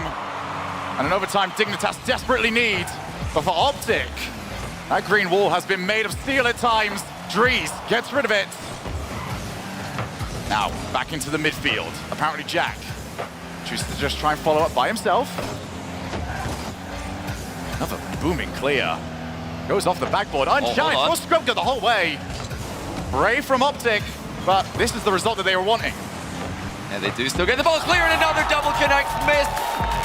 Read the whiff on the backboard. 2-0 Optic Gaming. Illusion with a fake aerial. Gave Mist the free play on it. What a read by Mist. Just plays the ball all the way. He knows there's a decent chance anyone in the world can't miss that. And this time, Jack did not get the read. Optic Gaming are absolutely roaring into a lead. There are plenty of arguments about what Rule 1 might end up being, but one of the big rules about the RLCS, never let Mist see the double tap. He gets it 95% of the time. And another monstrous performance by him.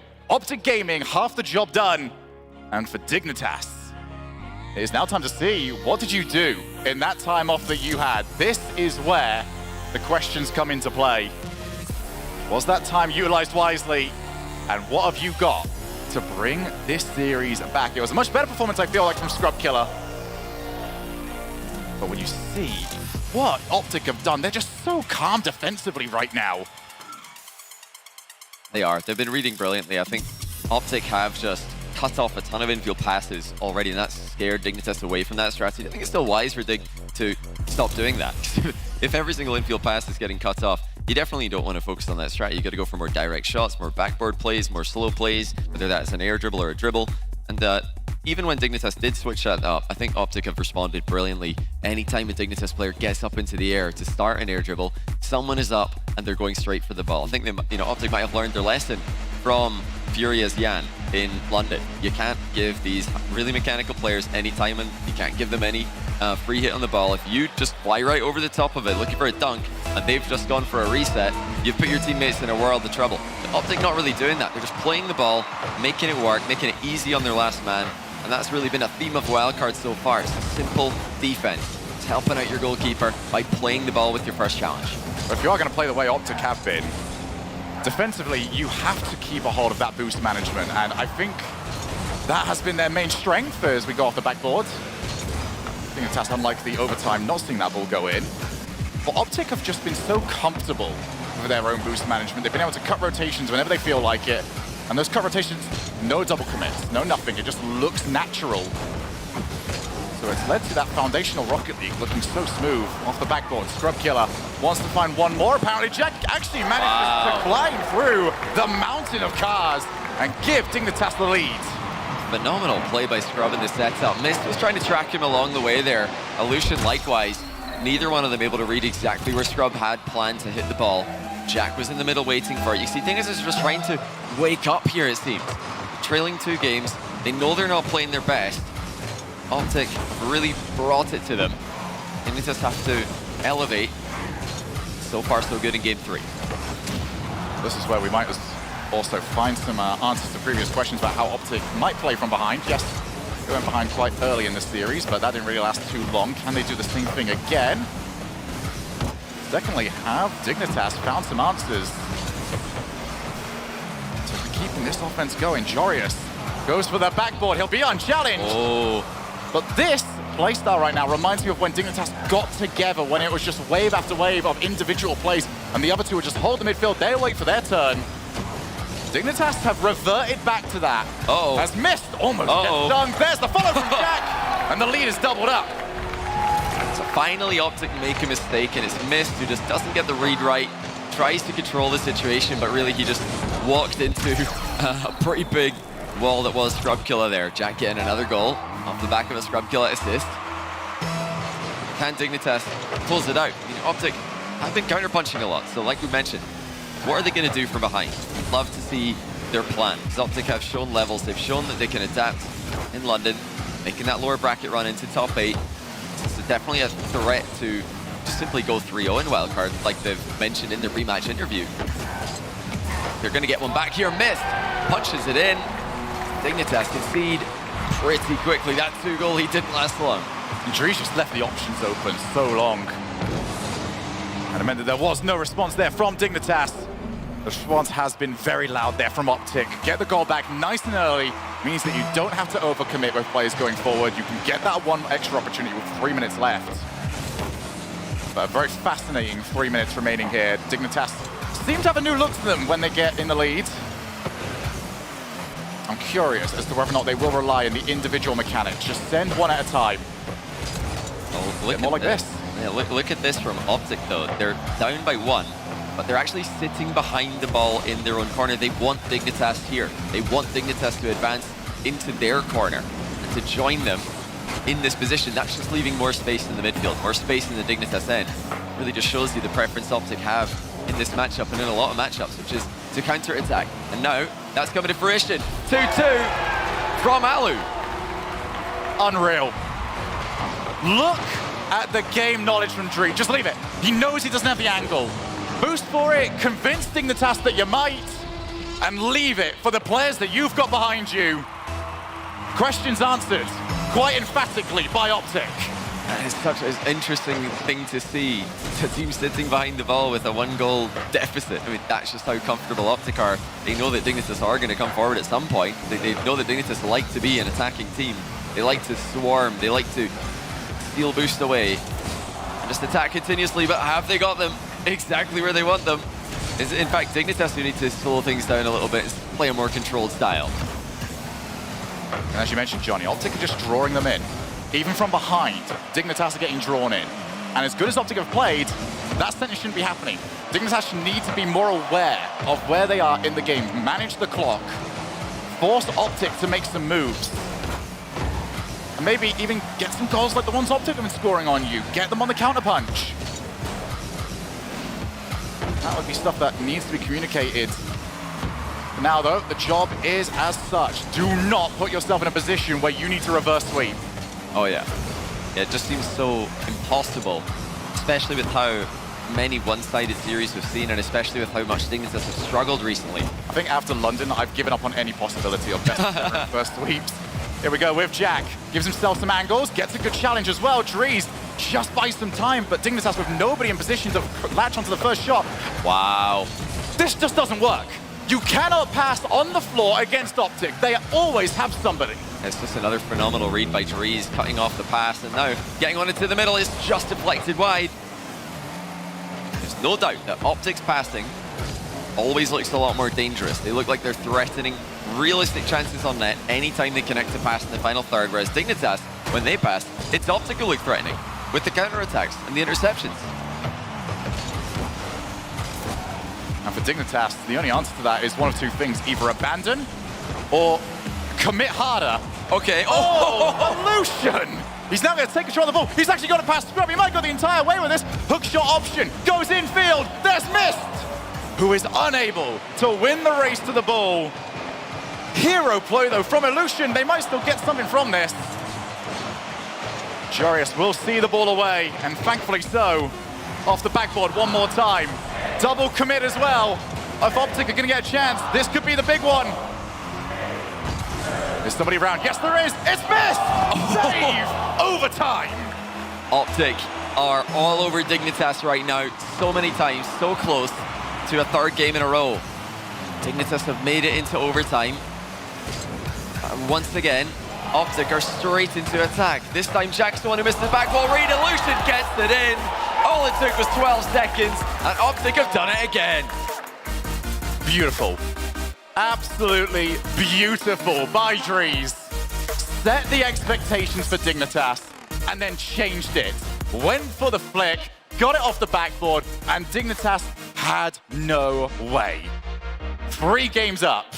Dignitas just needs something, anything, because this looked stylistically like Optic have got their number and then some. Yeah, they are just dominating right now. I mean, defensively, Optic looks so comfortable. They're not afraid of having Dignitas come right up into their corner, right up in their face. That just shows how much Optic trust in their 50-50 game, even against a team of 1v1 legends that Dignitas are. When it comes to offense, I mean, Optic are really a triple threat right now. I've got to, give a massive props to all 3 of them again, but I love what I'm seeing from Illusion. He does all the dirty work. It doesn't matter what team he's on. We saw him do this for FaZe in the Fall Major. We've seen him do it for Optic now 2 lands in a row. He's just filling the blanks. If Mist is covering top left corner on a double tap, he's covering bottom left. It's not because he doesn't trust Mist to be able to make a touch. It's because everybody makes mistakes. Everybody misses sometimes. We do have timeout Dignitas. Well, that's expected. But what on earth are they going to do? The solo plays don't look like they're going to be good enough to completely obliterate Optic the way that Jan did in London.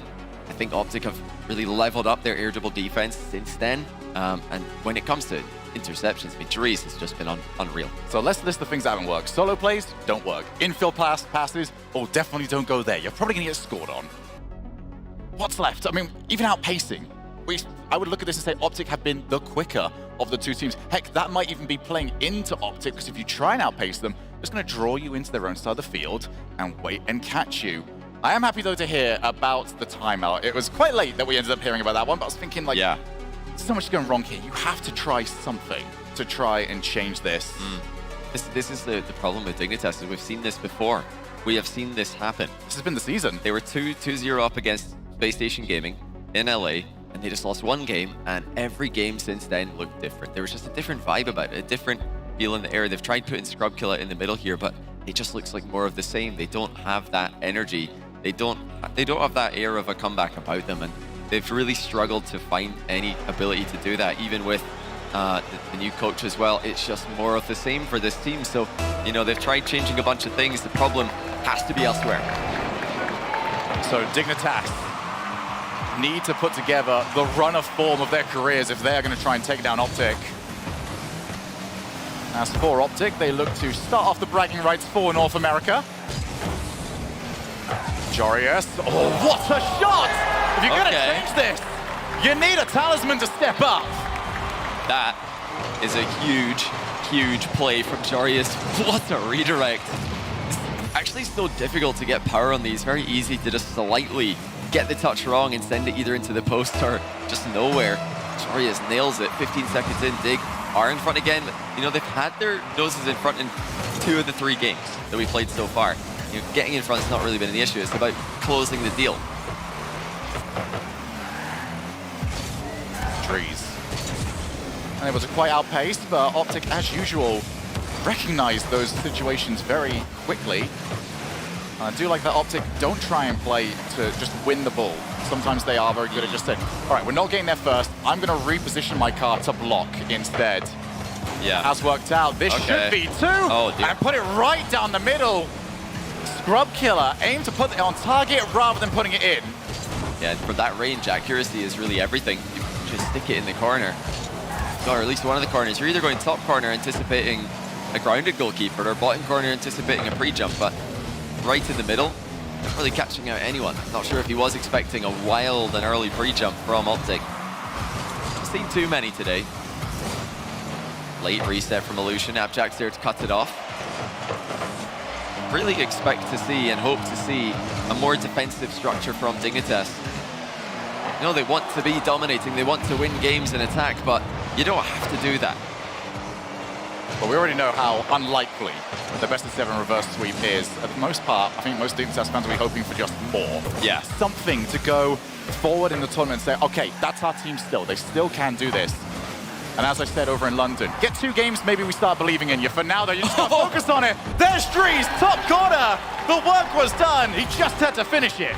And once again, Optic are just simply more convincing. Jarius misses the overhead clear. Illusion puts the ball right next to the goal for Dries to follow up with a tight angle double. I mean, you've got mechanical defensive play versus mechanical offensive play. Optic, by far and away, the team who are making these plays work compared to Dignitas today. And like you mentioned, Dignitas just need something here, even if a reverse sweep is not possible. Every game helps in Swiss. We've seen a bunch of teams getting swept so far this tournament. If they can just get 1 game, suddenly their win-loss differential is improved, and that helps you get easier matchups later on in the tournament, even tomorrow. Getting swept today would be a disaster, and that's where Dignitas are headed, unless they can fix things as soon as possible. Look at the boost amount. Scrub Killer's the only one of anything. Jarius now finally joins him. Had to go all the way into the midfield just to find some sort of resource to use. Reset, Dries. Is he comfortable on the field, or is he not? Optic, confidence oozing out of every play that they go for. Redirect attempted by Jarius, same way that he got the opening goal from Dignitas. Takes his time, realizes 12 boost, and, well, good news, Jarius, you're about to have a little bit more. Bad news, you have to respawn with it.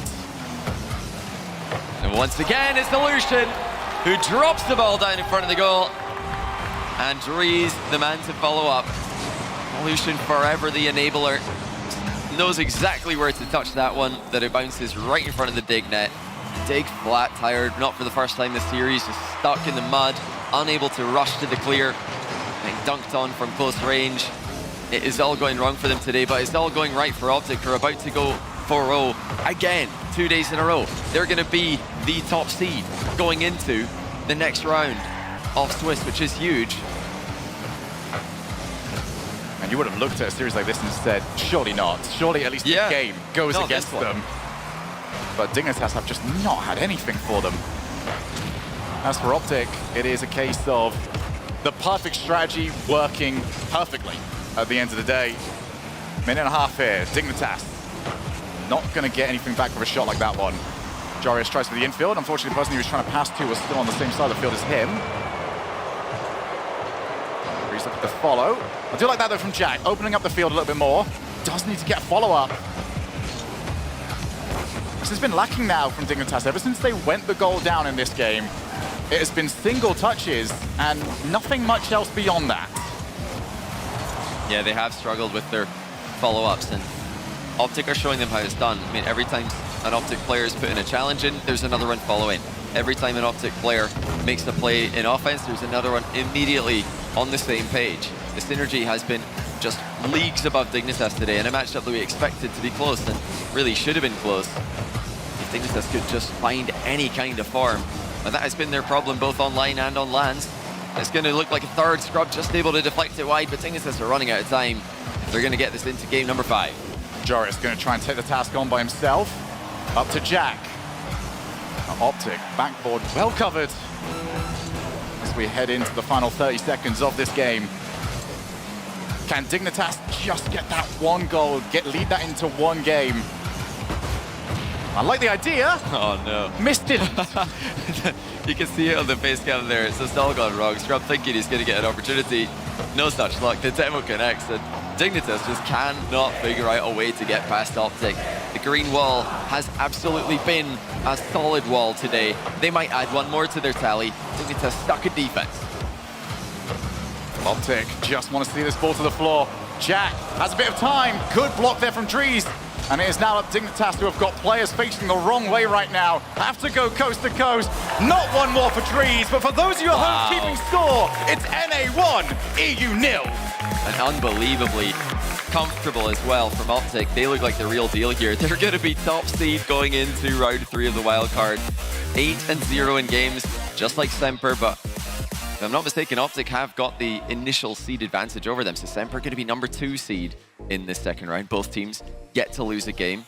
The crazy thing is, we've got Carmine Corp as the 3rd seed, and then you've got Space Station Gaming as the 4th seed. They've gone 4-2 twice. So congratulations, Optic. You've started Dignitas. Up next, I believe it's Space Station Gaming. You know, that's going to correct me on that if I'm wrong. But I think that they've just given themselves the favorite of the entire thing, at least according to most of the people I've talked to in the venue. I cannot wait for that. Tomorrow is the day that we start seeing teams qualify and say goodbye to certain other teams.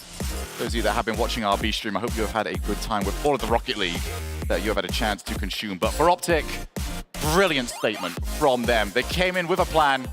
They executed that plan phenomenally. For Dignitas, they've come into this tournament with new ideas, fresh attempts at things, but they simply did not work out. Let's hand over to our winners and to Dazarin. No, not yet, not yet. Not yet. You now know who's doing that one. No. Yeah, it's a bit of a spoiler there, Dazarin. I don't think he's ready yet. I'm looking up. Yeah, I don't see him. Dazarin needs to get him on there. Get him on there. He needs to get him. There we are. He's waving to us. Hey, dude, man. Needs to get a move on. We're eager to hear what Optic have to say, but unfortunately, you're gonna have to listen to us for just a little bit longer while Dazarin gets one of his players from. You're gonna go from us talking how good Optic are to Optic talking about how good Optic are. Yeah, you're gonna hear a lot about how Optic are really good. They look like the real deal. If it is Space Station Game, I believe it is. I'll be so disappointed in myself if I'm wrong, but that's the great matchup on paper. I mean, Optic versus anyone right now, looking at how they're playing, is a good matchup on paper. Okay, I'm gonna get it right this time. Dazarin, over to you. Thank you so much, guys. I'm here with Nick, Miss Costello from Optic Gaming. My God, what a win! They look good. They look great, Miss. 8-0 in the Swiss so far. I mean, you guys are on top right now. How does that feel? Feels really good. I'm proud of the team. All right. I mean, you seem locked in. Everything seemed like, even though you had to clutch up a couple times, we talked about how you guys did in game 2. I mean, an amazing save from you. And then you go on back-to-back, like, overtime performances. Do you guys actually feel, like, nervous on this stage? There's obviously a little nerves, but the boys held it down, and proud of the result. That's good. That's good. Talk to me a bit about, like, the preparation going into this. You guys play one best-of-7 throughout the day. What's the prep look like? Just like a couple of scrims, and then talking about how a Dignitas play, and then base our play style off that. And I think we did that pretty well. So. Oh, I mean, you dominated. Okay, you did more than pretty well. Okay. Now let me tell you, going into this tournament, you guys kind of seemed like you guys were underdogs, right? There was a lot of people doing a lot of yapping about how you guys were going to perform. What do you got to say to the doubters next 2-0 in the Swiss stage? Just enjoy the show. I mean, you'll see a lot more of us. Enjoy the show. That's right. Enjoy the show. Optic so far. Listen, coming into the 3-0 area, you guys are either going to play SSG, Carmine, or Semper. Which matchup are you most looking forward to getting?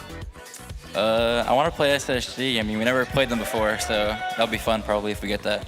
All right, and finally, obviously, you have some fans in the crowd. You have fans at home. What do you want to say to the fans, man? Just thank you, everyone. You guys are really loud, and I know my family's watching back home, so thank you guys. Woo! I can't wait till this place fills up. You guys are amazing. Thank you, everyone at home as well. We're going to send it back to Wave so the desk can do some more yapping. Well.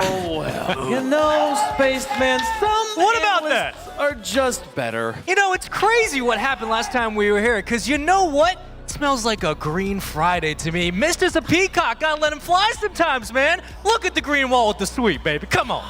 Bates, what happened? Remind us what just happened. Yeah, what's going on down there, buddy? How you feeling? It's first off, Dignitas died. Dignitas died in LA. When they got reverse swept by SSG, they must have died. I can't recognize the same team, and also, I need to stop going against Costello. Yeah. He's too good. We really messed up. Simply too good, we man. really messed up going against Nick. I'm not gonna lie. Look at his name. Oh my goodness. He just does it all. How many times do I gotta tell you the optic buff is a real thing, bro? Every time on lane, I don't care what we're looking at. Stop doubting the green wall. Look at what they're doing. Look at the run they're making. This is a competent, confident team with nothing to lose, everything to gain. And Dignitas went to Digna lost. They got smoked. What are these highlights I'm watching right now? I'm seeing Dries musting across the field. I'm watching Miss make goal line saves. I just, this is what we expected from Optic defensively, but the main difference here between what we're seeing at the World Championship, what we got in spring, was the offense from Optic. Yeah. It's a whole new world when they combine the defense with the offense, and I got to give it to Mist. I ain't never going against you ever again, buddy. I'm so sorry. I shouldn't have done that. You heard Shogun talk about it. He said, don't let Optic get towards the backboard. Not only was the defense great, but when offense started to click for Optic, they trusted each other so much with Mist playing off the sidewall, and those extra challenges in 1v2 situations, Mist has shown time and time again he has that ice. It just helps the offense blossom, and Optic had the confidence right now. I mean, obviously, I'm a big fan of the green wall here. Supported them the whole way, never doubted them a single second, but I will say that there is not many situations, Bates, where I would have predicted Semper and Optic Gaming being the two teams 2-0, sitting up there at the top, the 1 and 2 seeds going into day 3. Unless you're a fan of Green Wall, unless you're a Semper fan, as a Charles said, fanboy for reciprocity back in the day, then other than that, a very narrow you're diagram. a very specific niche of people that would pick those two teams to be 1-2 coming out of the first 2 days of Swiss. But I mean, hey, it's Rocket League, baby. Yeah, man, anything can happen here, and anything is going to continue to happen as we progress through the event, though. But now, we got through day 2. We've got some teams at 2-0. We have some teams also at 0-2, Corelli, which means tomorrow some teams are going home. And it's a shame because, I mean, this event is going to be so long. We have so many new regions here as well. And I think what's great, though, is we have the Swiss system. We allow them to have at least, 3 series to play. Yep. And I think that's what's really great. Getting that experience is really, really important for a lot of newer teams here that are struggling. And I think that's what makes it so special as well to have a format like that. The struggles of double elim is that you only get 2 chances. And we've heard players talk about the criticism before, saying, look, it's hard when you're coming into a 2-week event to have something like double elim. You have one bad day, all of a sudden you're in a lower bracket. This is a different chance. You have opportunities here, and there's time to work through the kinks. But there's only so much time. And for a lot of these 0-2 squads, it does come down to one final match. They could be taking an early flight home. Yeah, for sure. I mean, we talked at the end of yesterday about how the teams that showed up and lost on day 1, they had time to reset. You're getting 3 days of competition, not just 3 matches, but across 3 days here. Do we feel like the teams that at the bottom, okay, I think we have 4 teams right now at 0-8. It has been a real struggle for those teams. What needs to change for the teams at the bottom right now going into day 3? Well, the first thing needs to change is the level of competition needs to become a little bit more balanced for them, and I think it will. SSA and APAC will be matching up against each other tomorrow. So that gives these 2 newer regions the opportunity to really show their stuff and more so. I understand NAEU, Mina, Sam, a little bit more established in the Rocket League scene. So when you're going up against Titans like that, it's a little harder to just initially win, but now they're playing people that are a little newer to RLCS. It's going to be more of a competition between the 2 and might even build the confidence for either of those regions. Yeah, I mean, it's really tough when you're a new region coming in. It's like, all right, hey, have fun against version 1 and space. Yeah, so it's kind of a big wake-up call. But again, I do think that, the way the format is here in this wildcard is actually great. The best of 7, and of course, every series kind of spread out. For me, I like that because I would be able to kind of prep and get into the matchup and study my opponents a bit more. So again, that's why I think it's so special here at the wildcard. Well, we are getting close to showing you guys the schedule for day 3. All the matches need to get locked in place, and for many teams, this is going to be the difference maker between moving forward or going home. And I'm feeling like mini gives right now because. I don't know if you want to be like that.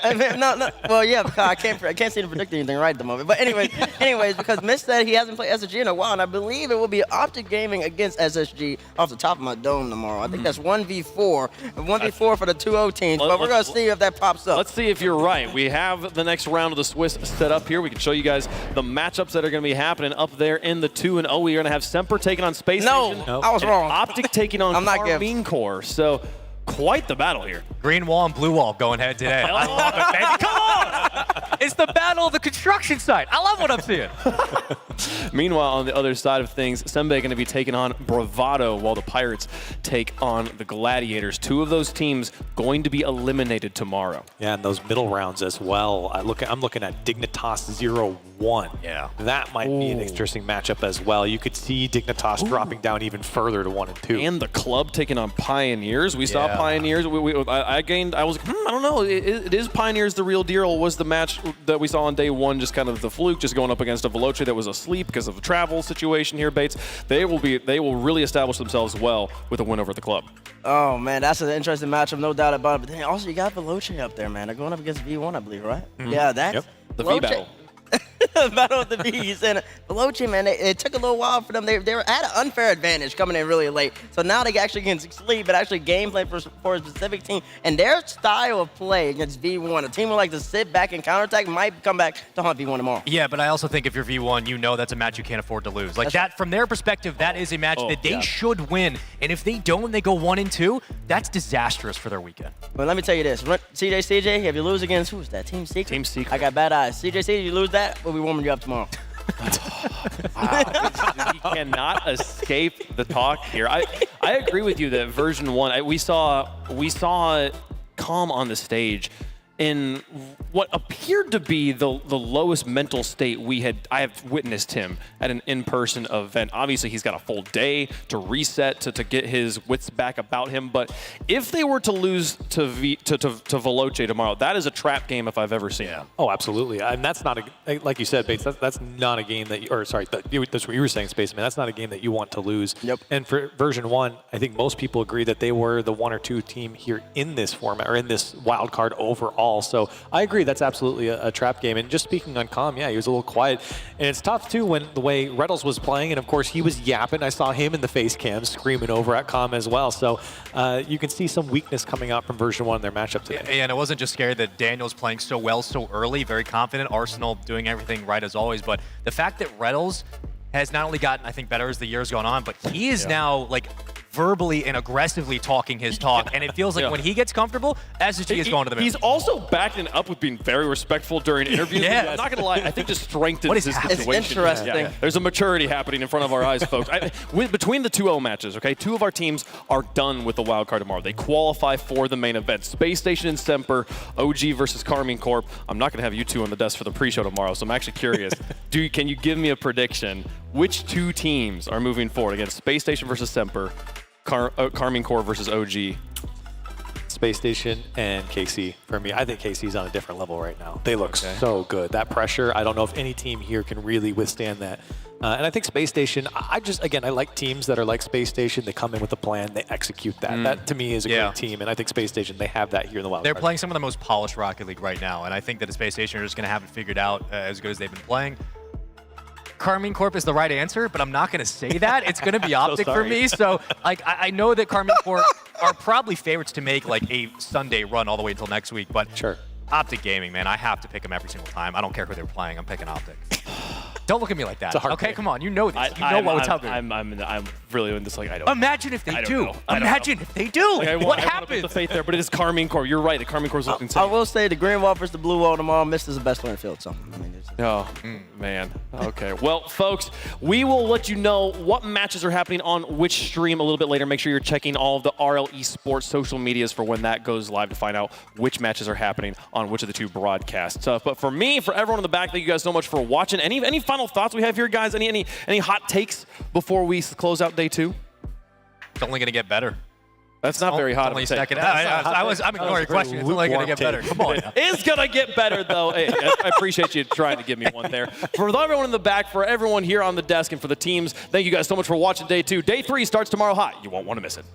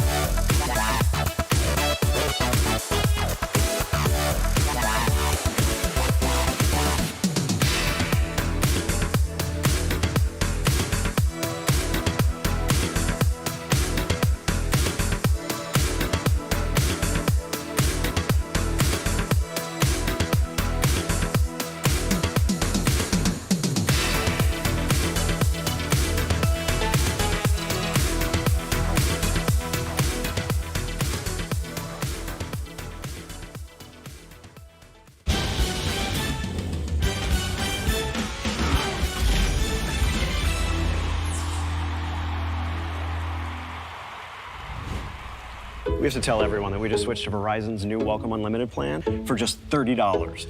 I've already told everyone. Wait, did you say Verizon for just $30? It's their best unlimited price ever.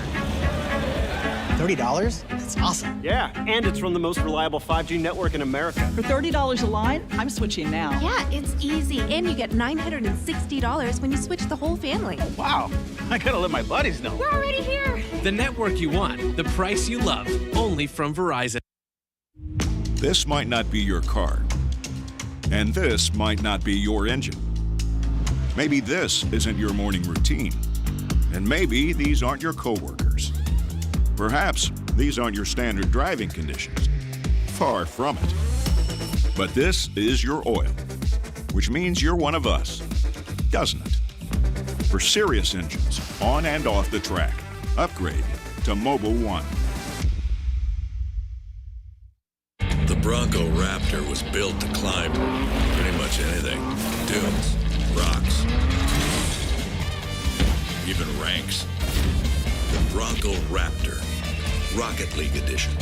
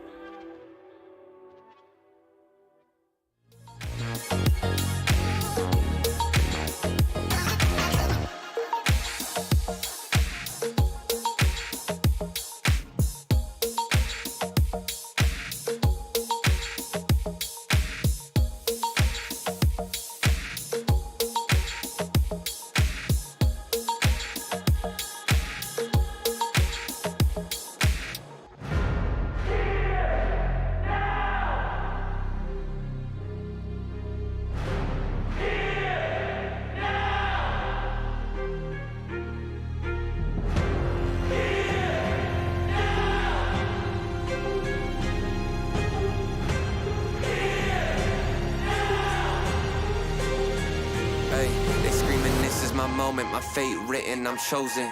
Other spirits fall, but mine has ceased to be broken. You stripping down my pride, but time my only opponent. And lately I abide, but limitless I've awoken. So let me show you that everything I sacrificed mattered. All that blood, sweat, tears that I scattered. All that fake talk, fear that you splattered. Push me to right here, a new chapter. Here, now, waiting for the flag to fall. Here, now, cutting through the rolling fog. You know you need it. It's so close, I feel it. Here, now, this is the moment.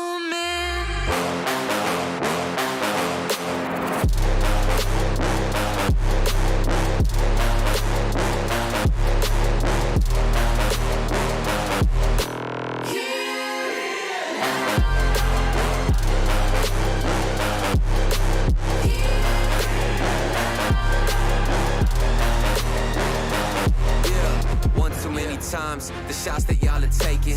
One too many times that I've been stuck patient on my downfall. Antidote seeking while I was vacant, but the crown falls simply to those who try to take it. One shot to get two paid, and my three wet like lemonade. 4 times and I step back just to reload and I let it spray. This is everything that I need, everything that I wanted, everything that I bleed. This is victory and I got it, cause I'm here now, Waiting for the flag to fall.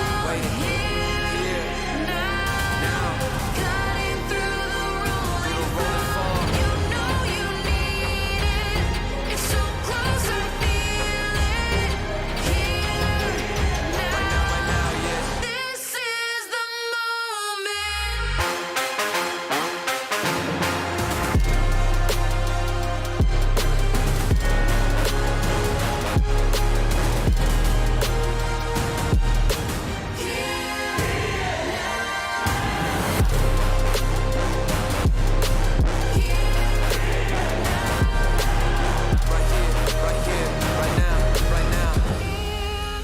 now, waiting for the curtain call. Here, now, this is the moment.